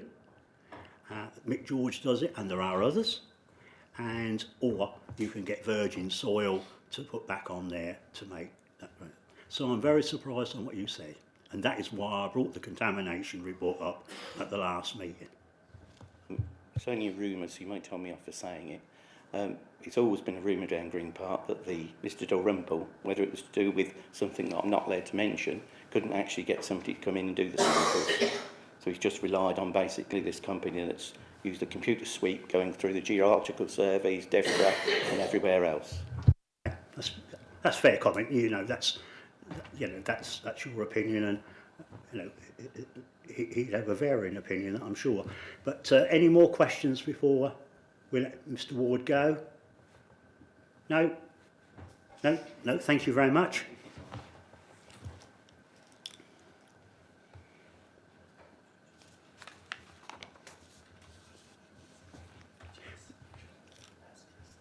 Okay, I'll just let Matthew come. Now, I'd like to invite Lee Bevans. Of course, he's the agent to make his presentation to the committee. You've also, as you obviously well know, you've got 5 minutes also.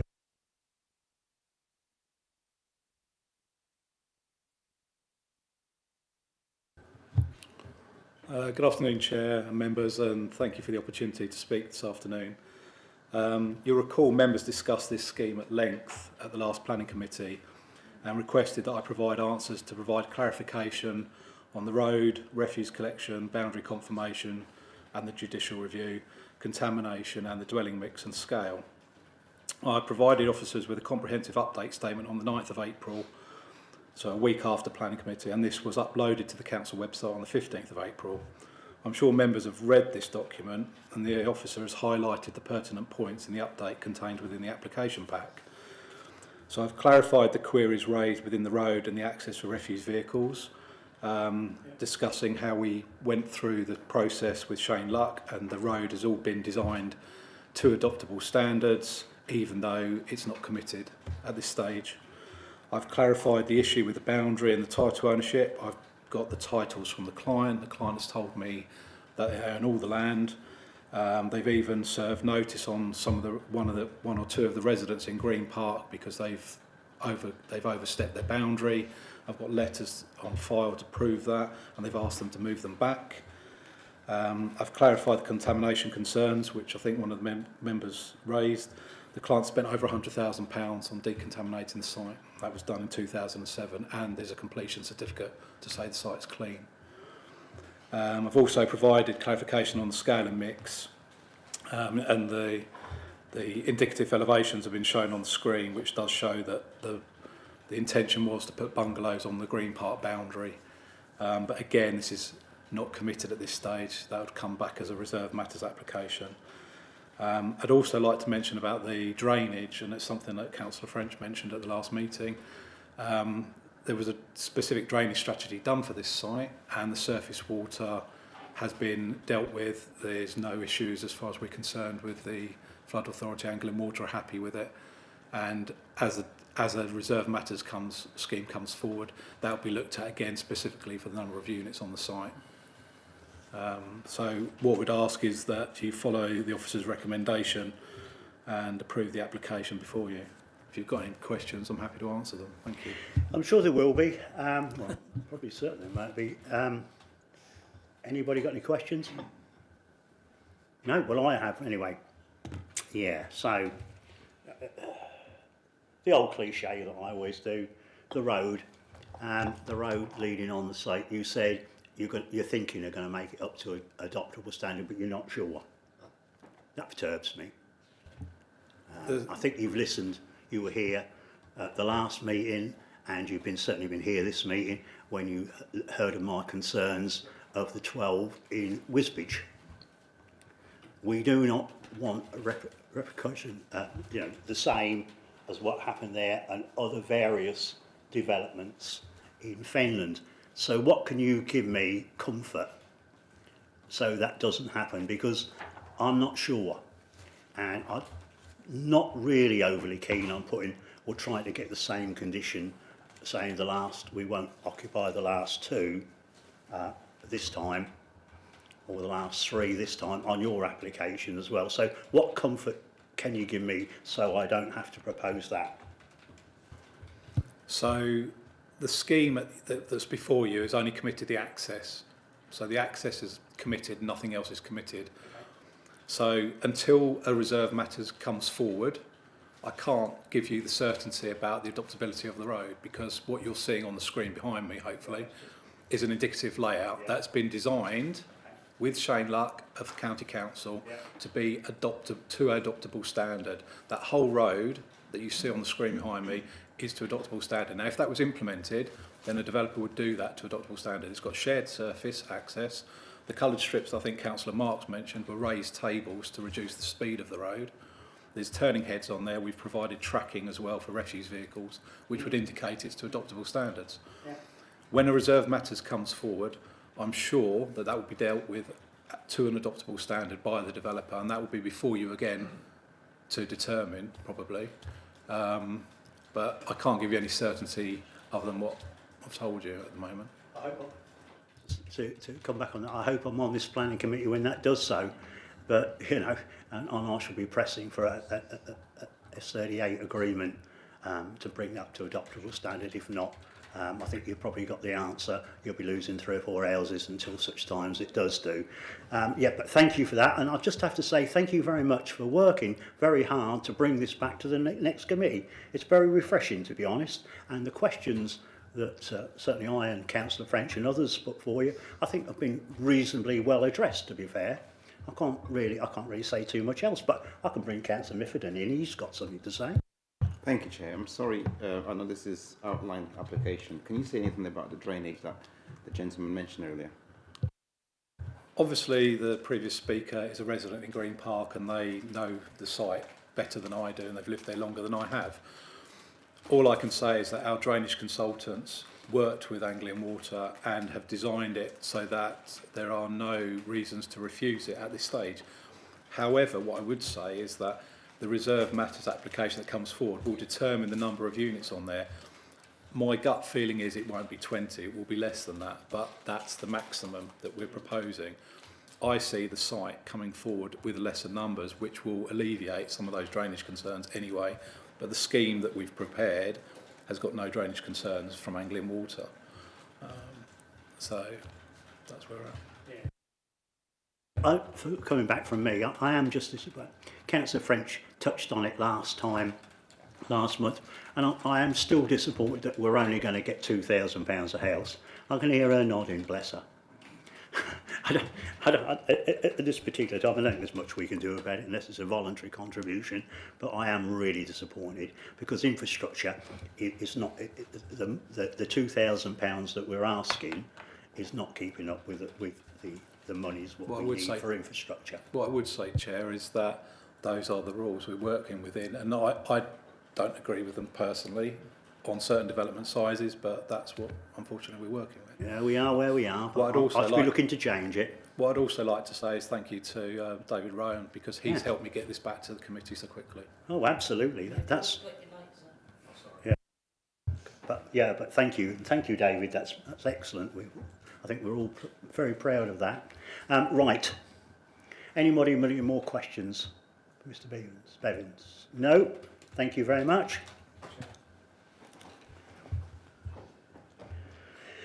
Questions to officers, if we've got any. We're going to skip questions to officers then. Thank you, everybody. Now I'd like to invite members to debate the item in respect of material considerations read at the application. If you'd like to speak, please raise your hand. Councillor French. Thank you. Well, I would say the agent has done what we asked him to do, and I don't think we can say any more than that. I think you've probably said it for everybody. So I'm just going to cut short this debate. There's not much else to say, is there? Right. Officers, have you got anything to say? No. So I'm looking for. So do I have a proposal to go with officers' recommendation to grant planning permission then? Councillor French has proposed it. Councillor Mifferton's seconded it. Can I have a show of hands on that proposal? That's a unanimous decision, Chairman. So that has been approved. Thank you. Thank you, Joe.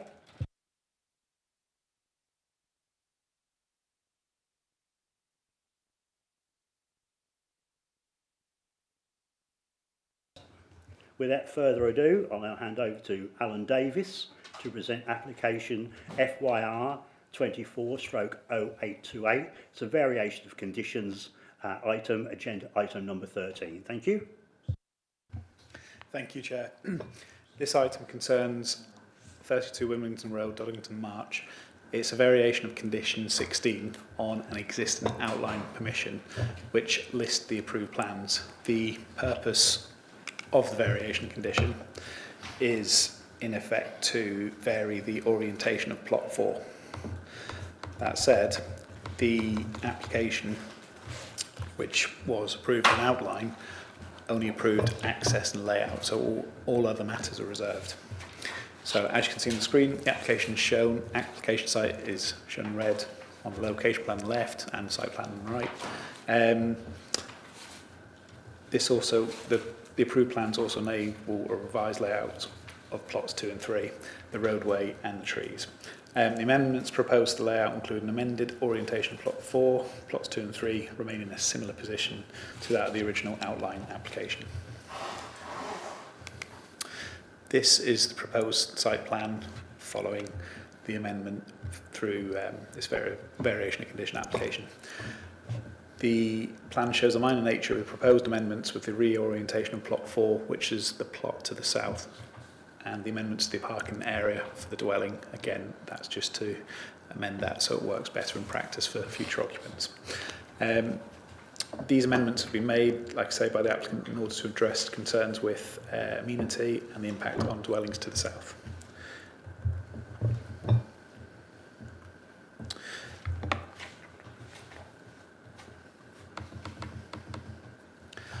As I previously mentioned, appearance, landscape and scale of development will be considered as part of the subsequent reserve matters application. Here are just some photos of the site for context. So photo 1, on top left-hand corner, is the view from the front of the site. Photo 2 is the western boundary, photo 3 is the southern boundary, and photo 4 is the eastern boundary.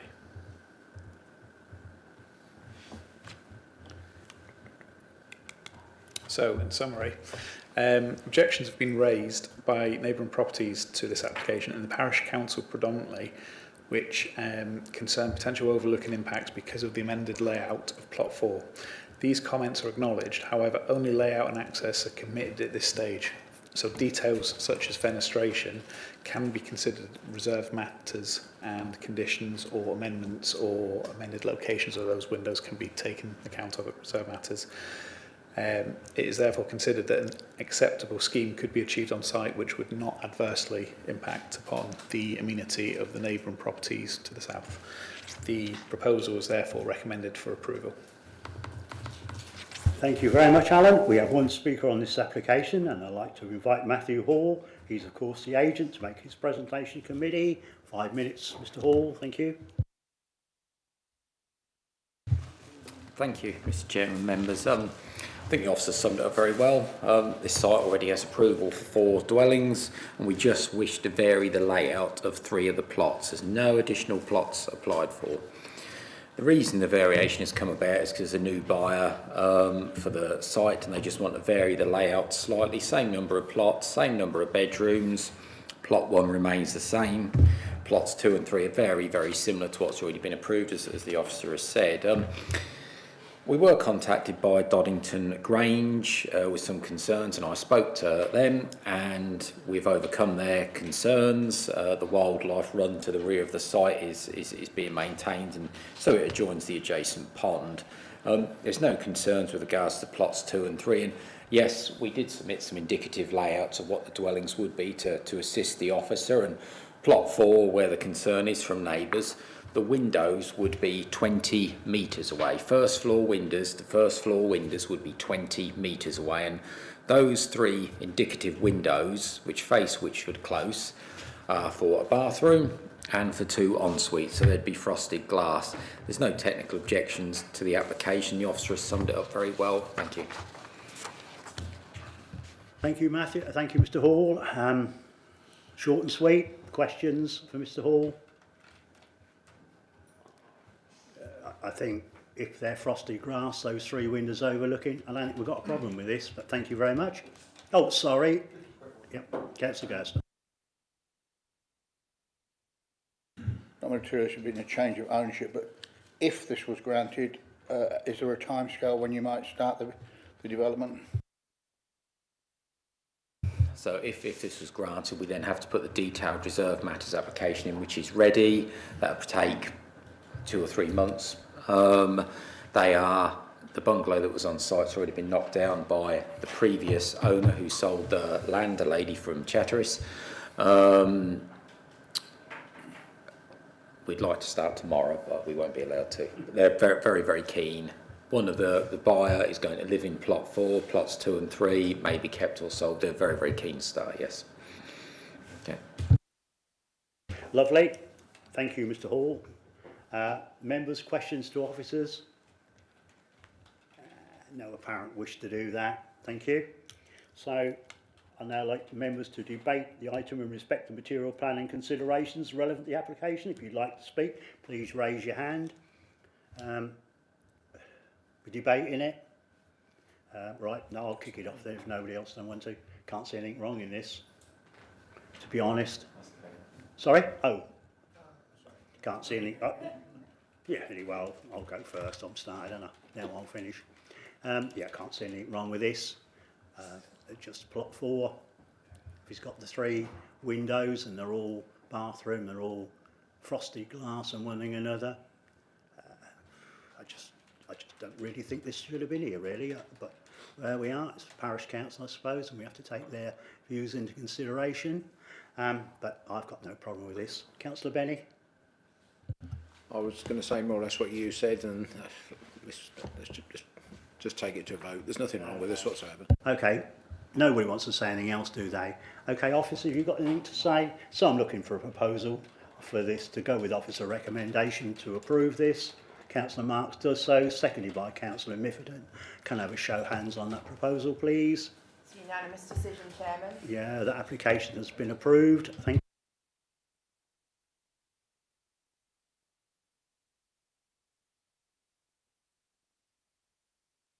So now I hand over to Alan Davis once again to present application F/YR25/0145F, agenda item number 14.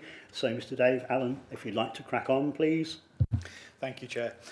This proposal is to erect 2 self-build, custom-built dwellings at land to the west of 167 Gall Road, March. The proposal site is shown on the screen above. As you can see, on the left, the location plan, and on the right, the aerial photo with the site outlined in red. The site is well related to the primary market town of March, to which new development should be directed as set out in the settlement hierarchy of policy LP3 of the Fenland local plan. So something for members to consider. In terms of the proposed site layout, it's 2 dwellings proposed, very similar appearance, very similar size, slight differences with plot 2. As you can see, the proposed layout indicates that the site is 40 metres to the west of the existing development. Number 167 is the nearest dwelling. As such, the proposal will stand out. The surrounding area is undeveloped, mostly grassland, and as a result of this development in an isolated location 40 metres to the west of 167, it will create an incongruous feature within the street scene. Now, a previous permission, an extant permission, was granted for a single dwelling on this site. The design of that particular proposal was considered to be bespoke and individual for the site, whereas this latest scheme for the 2 dwellings is a very typical modern development which doesn't seek to create anything different or bespoke for the site. This proposal for 2 dwellings, like I say, would, by the virtue of seeking to follow the character of the dwellings to the east, would appear isolated, odd, and just out of character within the street scene, as can be seen on the next slide. So this is the proposed street scene, and as you can see, it would create a gap and have just 2 isolated dwellings along Gall Road.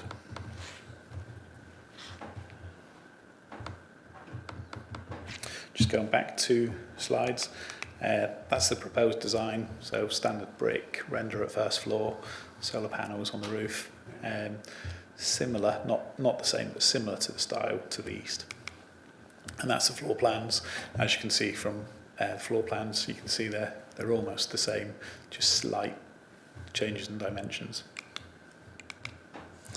Just to give you some context, that's Gall Road as is.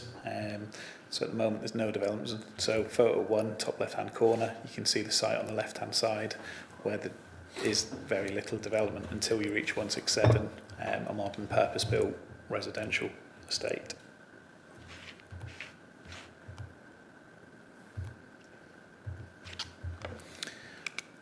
Okay, so in conclusion, the development has a poor visual relationship due to the clearance distance between the site and the development to the east. And the site appears randomly placed, exacerbated by the design appearance of proposed dwellings which don't seek an innovative or bespoke design for the location.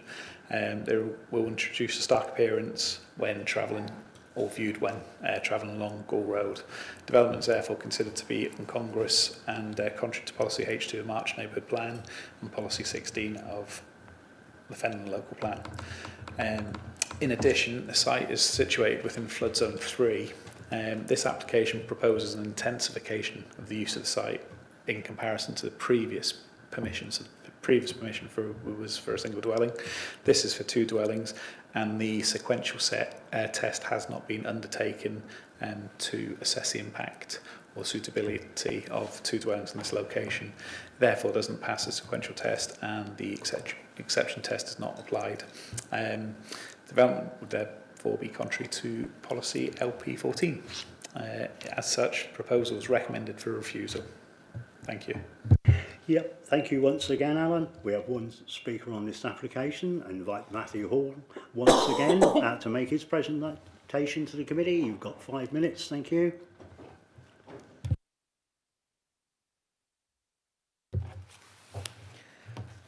Thank you, Mr. Chairman, members. As just picking up what the officer said, to be clear, this site already has an extant planning approval for a larger dwelling and garage that was approved by this planning committee in April 2023 for a much larger dwelling. That was also recommended for refusal. So this application is for 2 smaller dwellings for the applicant's 2 sons who are looking to build their own properties. They're from March. This will allow them to stay in March. They're in rented accommodation at the moment. And this will allow them to each build their own self-builds. Both sons work in the family business as builders. One of the yards is at Whittlesey Road, March, and the other one is at Eastwood End, Wimbledon. In the planning report, it says about the history of the site. There was an application at this site for a pair of properties refused, but this application is material change. There's material change from that, and just listening to what the officer said about, my opinion, matches in better with the larger development to the east. There's material change from what was submitted for that previous refused application. It was a semi-detached, 1 access. This is 2 detached smaller properties, single access with parking at the side, larger gardens. There's material change here, and we're trying to match in with that adjacent built-out development. The property that's already approved on there, extant approval, picking up on the officer's words of bespoke design, which I wouldn't disagree with, would not, and I'll live in March, does not match in with that character of the area at all. We've tried to match in with the character of the area for smaller properties. So as you saw in the photos, all along the front of this site to the bypass and back right into the centre of March, there's a footpath linking this site and the surrounding sites all together. In the report, it states about intensification of this site compared to the current approval. The current approval for a dwelling, large dwelling and garage gives a roof area of 160 square metres. That's approved. But this proposal for 2 smaller properties gives a roof area, including the porch, of 156 square metres. So it's less. There's less. We're building less floor area. We're building less roof area. So since that first application was refused, all along the opposite side of this road, all along, a site has been approved for 55 dwellings. That's already well underway. The actual Google photo that was on the screen shows the site is well underway. Properties are being built out. I travel along this road quite a lot. And we've submitted different scheme material change. And with the site where it is, we would be happy to take a landscaping condition. And we can also provide some, we've had an ecology report. We could also provide some biodiversity features for the site. We're happy to do that by a condition, which we've had those conditions on other applications. So we're happy to take that. We've seen earlier today at this planning committee caravans in flood zone 3 approved. We've seen dwellings in Wisbech next to a major river that had historic approval on. This has got a current approval on. That's in flood zone 3. This has got a current approval on. There are no objections from any members of the public. There are no technical objections here. There's material change here. The site across the road has been approved, being built out at speed. This proposal for smaller properties, there's material change and there's an extant approval on this site. Thank you. We're looking just to vary that approval. We're just looking to vary that approval. We've made that roof area lesser size than what's already approved. Thank you. Thank you very much. Members, questions to Mr Hall? 5, 4, 3, 2, 1, finished. Thank you, Mr Hall. Then we'll have questions, clarifications to officers. You haven't got any? 5, 4, 3, 2, 1 again. Be consistent. That's the finish.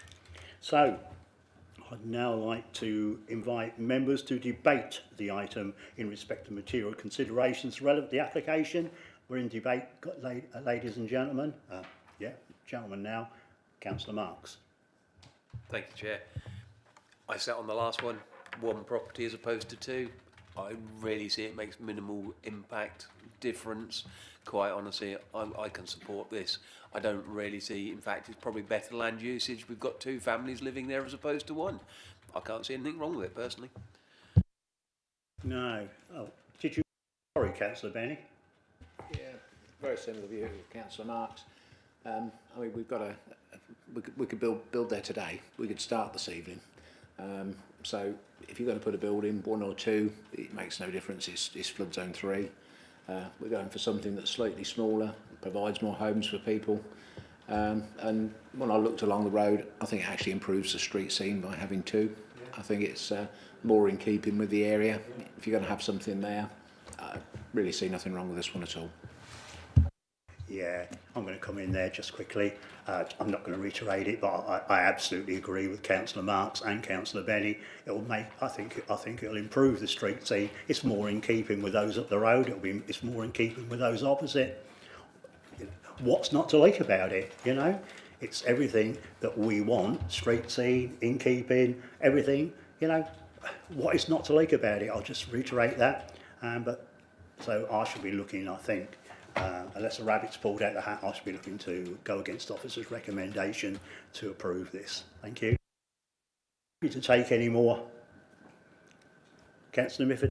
Thanks, Chair. I think also it's important to note that because it keeps local families in area, doesn't it? Yeah, it's going to be it's owner occupied, and they have local family business in the area, and it's going to keep them close to the business. So I think we're open for business. We're supporting developments like this. Thank you. Okay. Just for clarity, that wouldn't be a material consideration you can give weight to. No. Whether you might like that or not, just for clarity. And there's case law that says that's not a material consideration. So, yeah, just for clarity. I'm sure Councillor Mifford just is got expressing his opinion. Yeah, I'm just saying that. Okay. Right. I think we've all had a say, haven't we? You don't want to come into it, Councillor Gerson. You're the only one who hasn't. No, that's fine. Debate's finished. Have you got any more? Have you got anything to add to it, officers? Not really. Okay. So I'm looking for a proposal. Do I have a proposal to go with officer's recommendation to refuse planning permission? I can't see. I'm not going to waste any more time. I can't see anybody. That's obviously failed. I'm not looking for another proposal now. Councillor Marks has got his hand up or finger up. What are you proposing, Councillor Marks, and the reasons why? Okay, I believe we need to go against officers on this occasion and grant this application. I think 1.2 is fairly subjective, relationship due to clearance between sites. I don't think what we've got in front of us looks poor. When you actually go further down the road, you're virtually matching in with what's already there. And regarding flood zone 3, well, we already gave on the same site 1 property, so we've got 2 instead of 1. They've still got two levels. That it's right as far as I'm concerned. They're my reasoning. Okay, I'm happy with that. Who's going to second? Who wants to second it? Councillor Mifford. That's fine. So we've got a proposal. I'm happy with the reasons why. So we've got a proposal to go against officer recommendation to approve this. Councillor Marks is going to propose it. Second it is Councillor Mifford. Can I have a show of hands? And also... It's unanimous decision, Chairman. Yeah, thank you very much. So we'll quickly move on. Time is of the essence. So quickly, when I find my place, to the next application. Sorry. Sorry, Chair. I just need to mention, I forgot to say, on declarations, the next door neighbour of this property is actually, and it works for myself. Just sort of like make that clear. Can be noted, that's absolutely fine. That's in the prescribed time. Okay, so now I'll hand over to Alan Davis once again to present the last application here this afternoon, FYR 24/0996F, agenda item number 15. So Alan, when you're ready again, thanks. Thank you, Chair. This proposal is for a single self-built custom dwelling for land north of 70 Station Road, Mainey. The proposal is located, as you can see on the screen, on the left-hand side there, identified in red. On the right is the aerial photo of the site. The application is for a single self-built dwelling, and the proposed development would be of a scale and design that is in keeping with the area and would not detract from the character of the site and the surrounding area. As you can see from the above plan, the site is relatively narrow, running north-south, with the rear garden proposed in the northern section of the site. However, there are similar examples of narrow plots within the wider street scene and similar proportioned dwellings. As you can see from the above slide, the elevation drawings show that it's a relatively narrow but deep plot and deep dwelling. But there are other examples of such development within the surrounding area. Again, just an example of the proposed floor plans. Standard layout, nothing to report there. Just note that it is a narrow house type, narrow house design.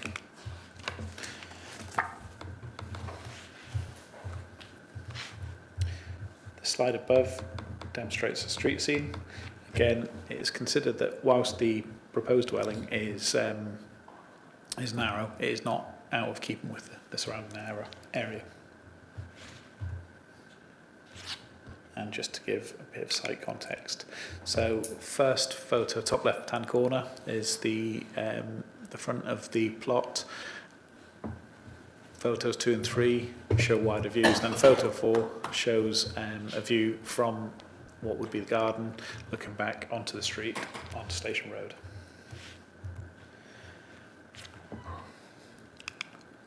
Now, the site is located within flood zone 3, and the applicant has not submitted a sequential test, but has not shown that development is sequentially acceptable or of a wider community benefit. It's for this reason that the application is recommended for refusal, as it's considered to be contrary to the aims of the MPPF, policies of the local plan, and the flood and water SPD. So, as I say, the application is recommended for refusal on the basis of insufficient sequential test. Yep. Thank you, Alan. We have one speaker on this application. I'd now like to invite Matthew Hall again to make his presentation to the committee. You've got 5 minutes, and welcome. You're certainly earning your corn this afternoon. Fifth and final time. So this site, in our opinion, is an ideal infill development set between residential properties, and there are no concerns raised in the report in this regard. The officer summed that up very well.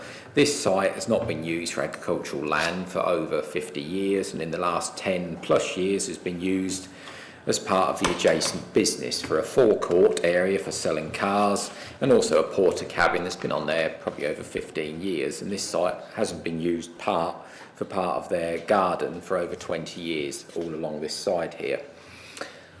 One key thing about this application, when you visit site and stand there on Station Road, directly on the opposite side of this site, 14 dwellings were approved in Flood Zone 3 in 2013, when the previous local plan was being superseded and the new emerging local plan was being referenced to.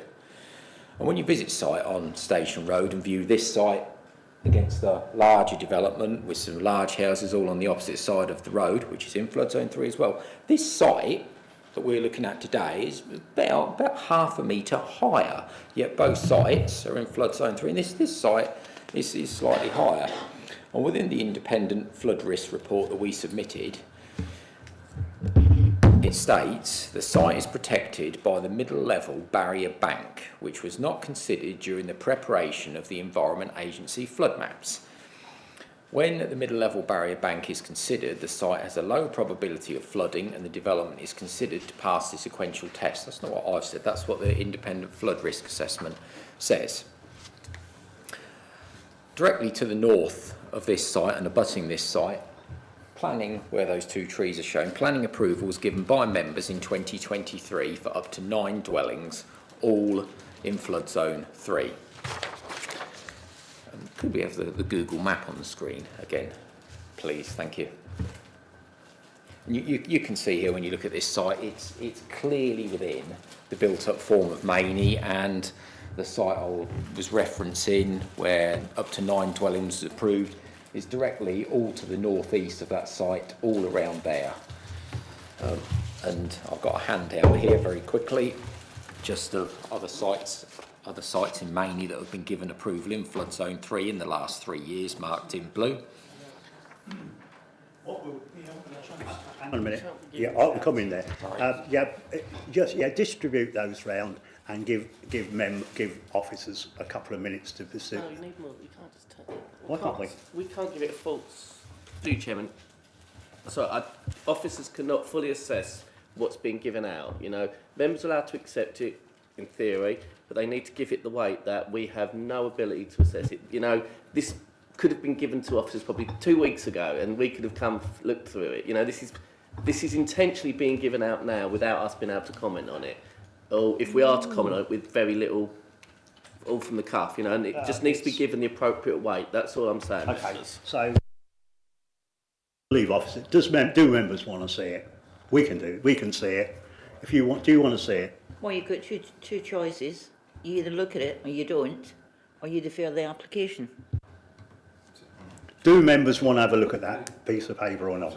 Sorry, can I just say, I think we all have sat on planning committees, reference Mainey, and we all know flood zones and what's happened in the past with Mainey's history, reference applications. I don't think looking at it on a piece of paper is probably going to really help us much. Perhaps if the agent would tell us the number roughly of properties that he believes has been passed in flood zone 3 in the last 3 years, that would suffice. Yeah, thank you, Matthew, for offering us that anyway. So looking at the map, there's been 9 approved in 2023. The area directly to the northeast. Last month's planning committee, there were 3 approved in flood zone 2 and 3 at Westfields Road.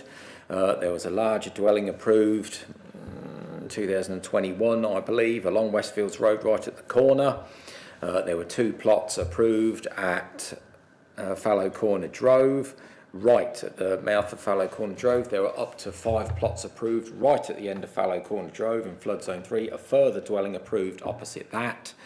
I won't go on. There's no technical objections to this application. Mainly Parish Council support this application. There's no objections from members of the public. The site is clearly within the built-up form of Mainey. It's ideal infill development. Thank you. Thank you, Mr Hall. Members, questions, and you have one, Councillor Marks, and then Councillor Gerstner. Thank you, Mr Hall.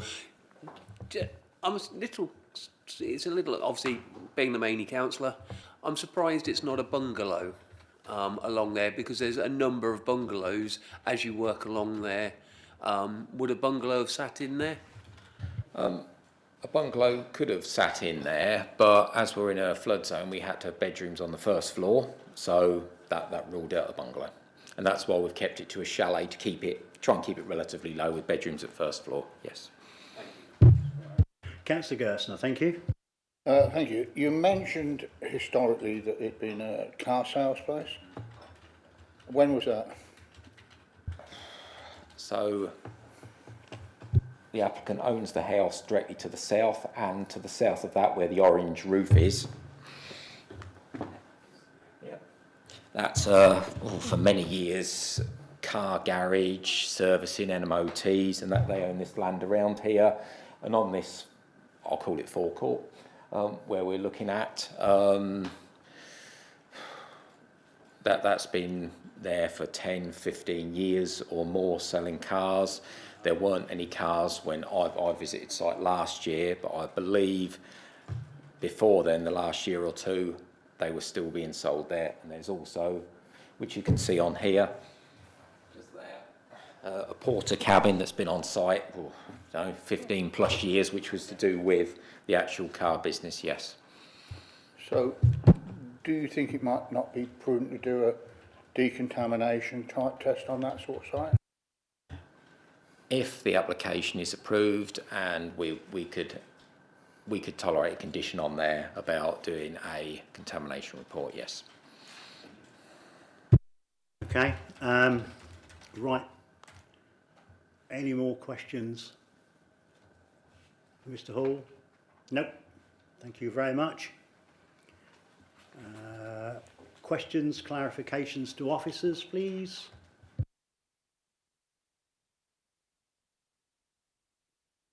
You can.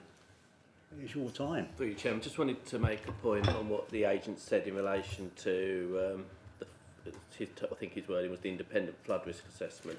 That was dated September of last year, and obviously it stated that, taking into account existing flood defence, it would be safe. Just for clarity, in March earlier this year, I think it was around about the 12th or something, there was a High Court decision in relation to a site in Southwark, and the decision was quashed where the council had considered that because of existing flood risk defences there wasn't a need to do a sequential test, or that it would be acceptable because of that. So, irrespective of what was in that report predates a piece of case law which now states that that is incorrect. Thank you, Chairman. Righty ho. Councillor Marks. Did you want to?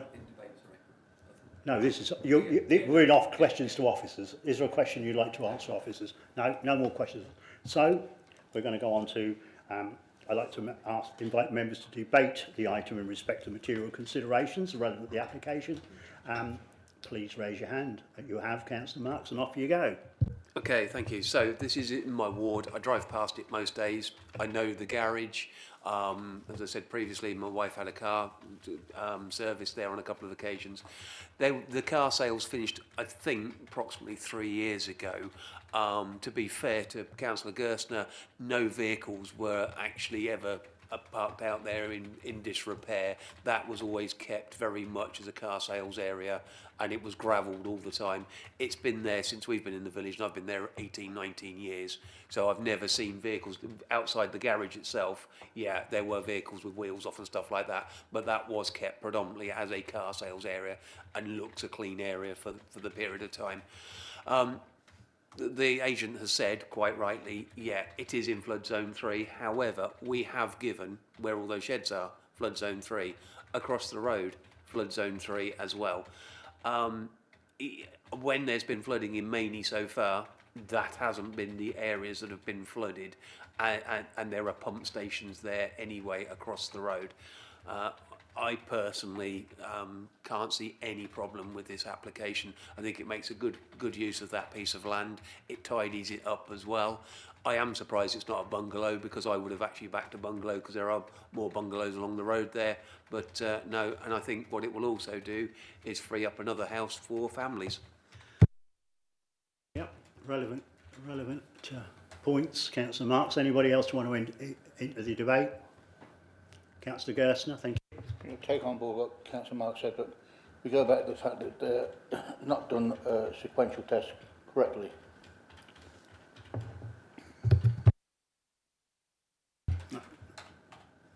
That is a point.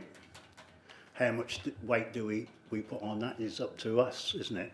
But yeah, anyway, so we're still in debate. Anyone who else to add to this debate? Can't see? No. Okay, that's fine. I'm closing the debate.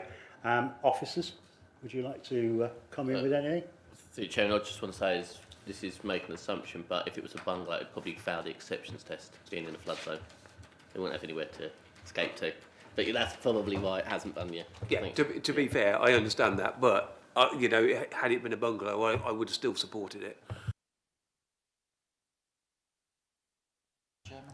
Anything else at all? Yeah, I think just to pick up what Councillor Gerstner's point about contamination, so the comments from the environmental health team basically say that it's unlikely that there would be the site would be affected by ground contamination, so they're not recommending any sort of condition to that effect. Probably nips that in the bud then. Did you want to say anything about it, Councillor French? No, I was just going to say if it was car sales, it wouldn't have contamination. If it was car repairs, it certainly would. Yeah, absolutely correct. No point, there's no, you know, we have to be guided by the environmental team, don't we? If they don't know what they're saying, don't know what they're doing, we're all in trouble, so let's be guided by them on this occasion. Right, nothing else to say? David? Nothing else to say? Okay, lovely. We're going to go for a proposal now. Proposal to go with officer recommendation to refuse planning permission. So I'm looking for a proposal to go with officers to refuse it. Can't see one. That proposal has failed. I'm looking for another proposal. Councillor Marks, and the reasons for doing so, if they indeed. Thank you, Chair. I propose that we go against officer's recommendation on this occasion and we grant this application. It basically comes down to flood zone. We've passed within the area, within sort of like, I will say 500 metres of there, at least 12, 13 properties over the years. And in fact, as I say, one application only came to 2023. I see there's no other reason to go against. So, as I say, I would propose we grant this application. Right, have we got a seconder for Councillor Mifferton? Okay, you're doing very well. You're seconding this afternoon. It's been noted by me. I'm happy with those reasons. Really, it's infill as well, isn't it? And it will bring, I said it'll bring another house to Maney and free up another one. So I'm happy with it, everything what's said. So we've got a proposal to go with against officer recommendation to approve this application, proposed by Councillor Marks, seconded by Councillor Mifferton. Can I have a show of hands on that? With conditions. So with conditions that, yeah, with conditions that are not too onerous, and Councillor Marks has requested that he's consulted and he has a sight of it. It's a unanimous decision, Chairman. Okay, thank you very much.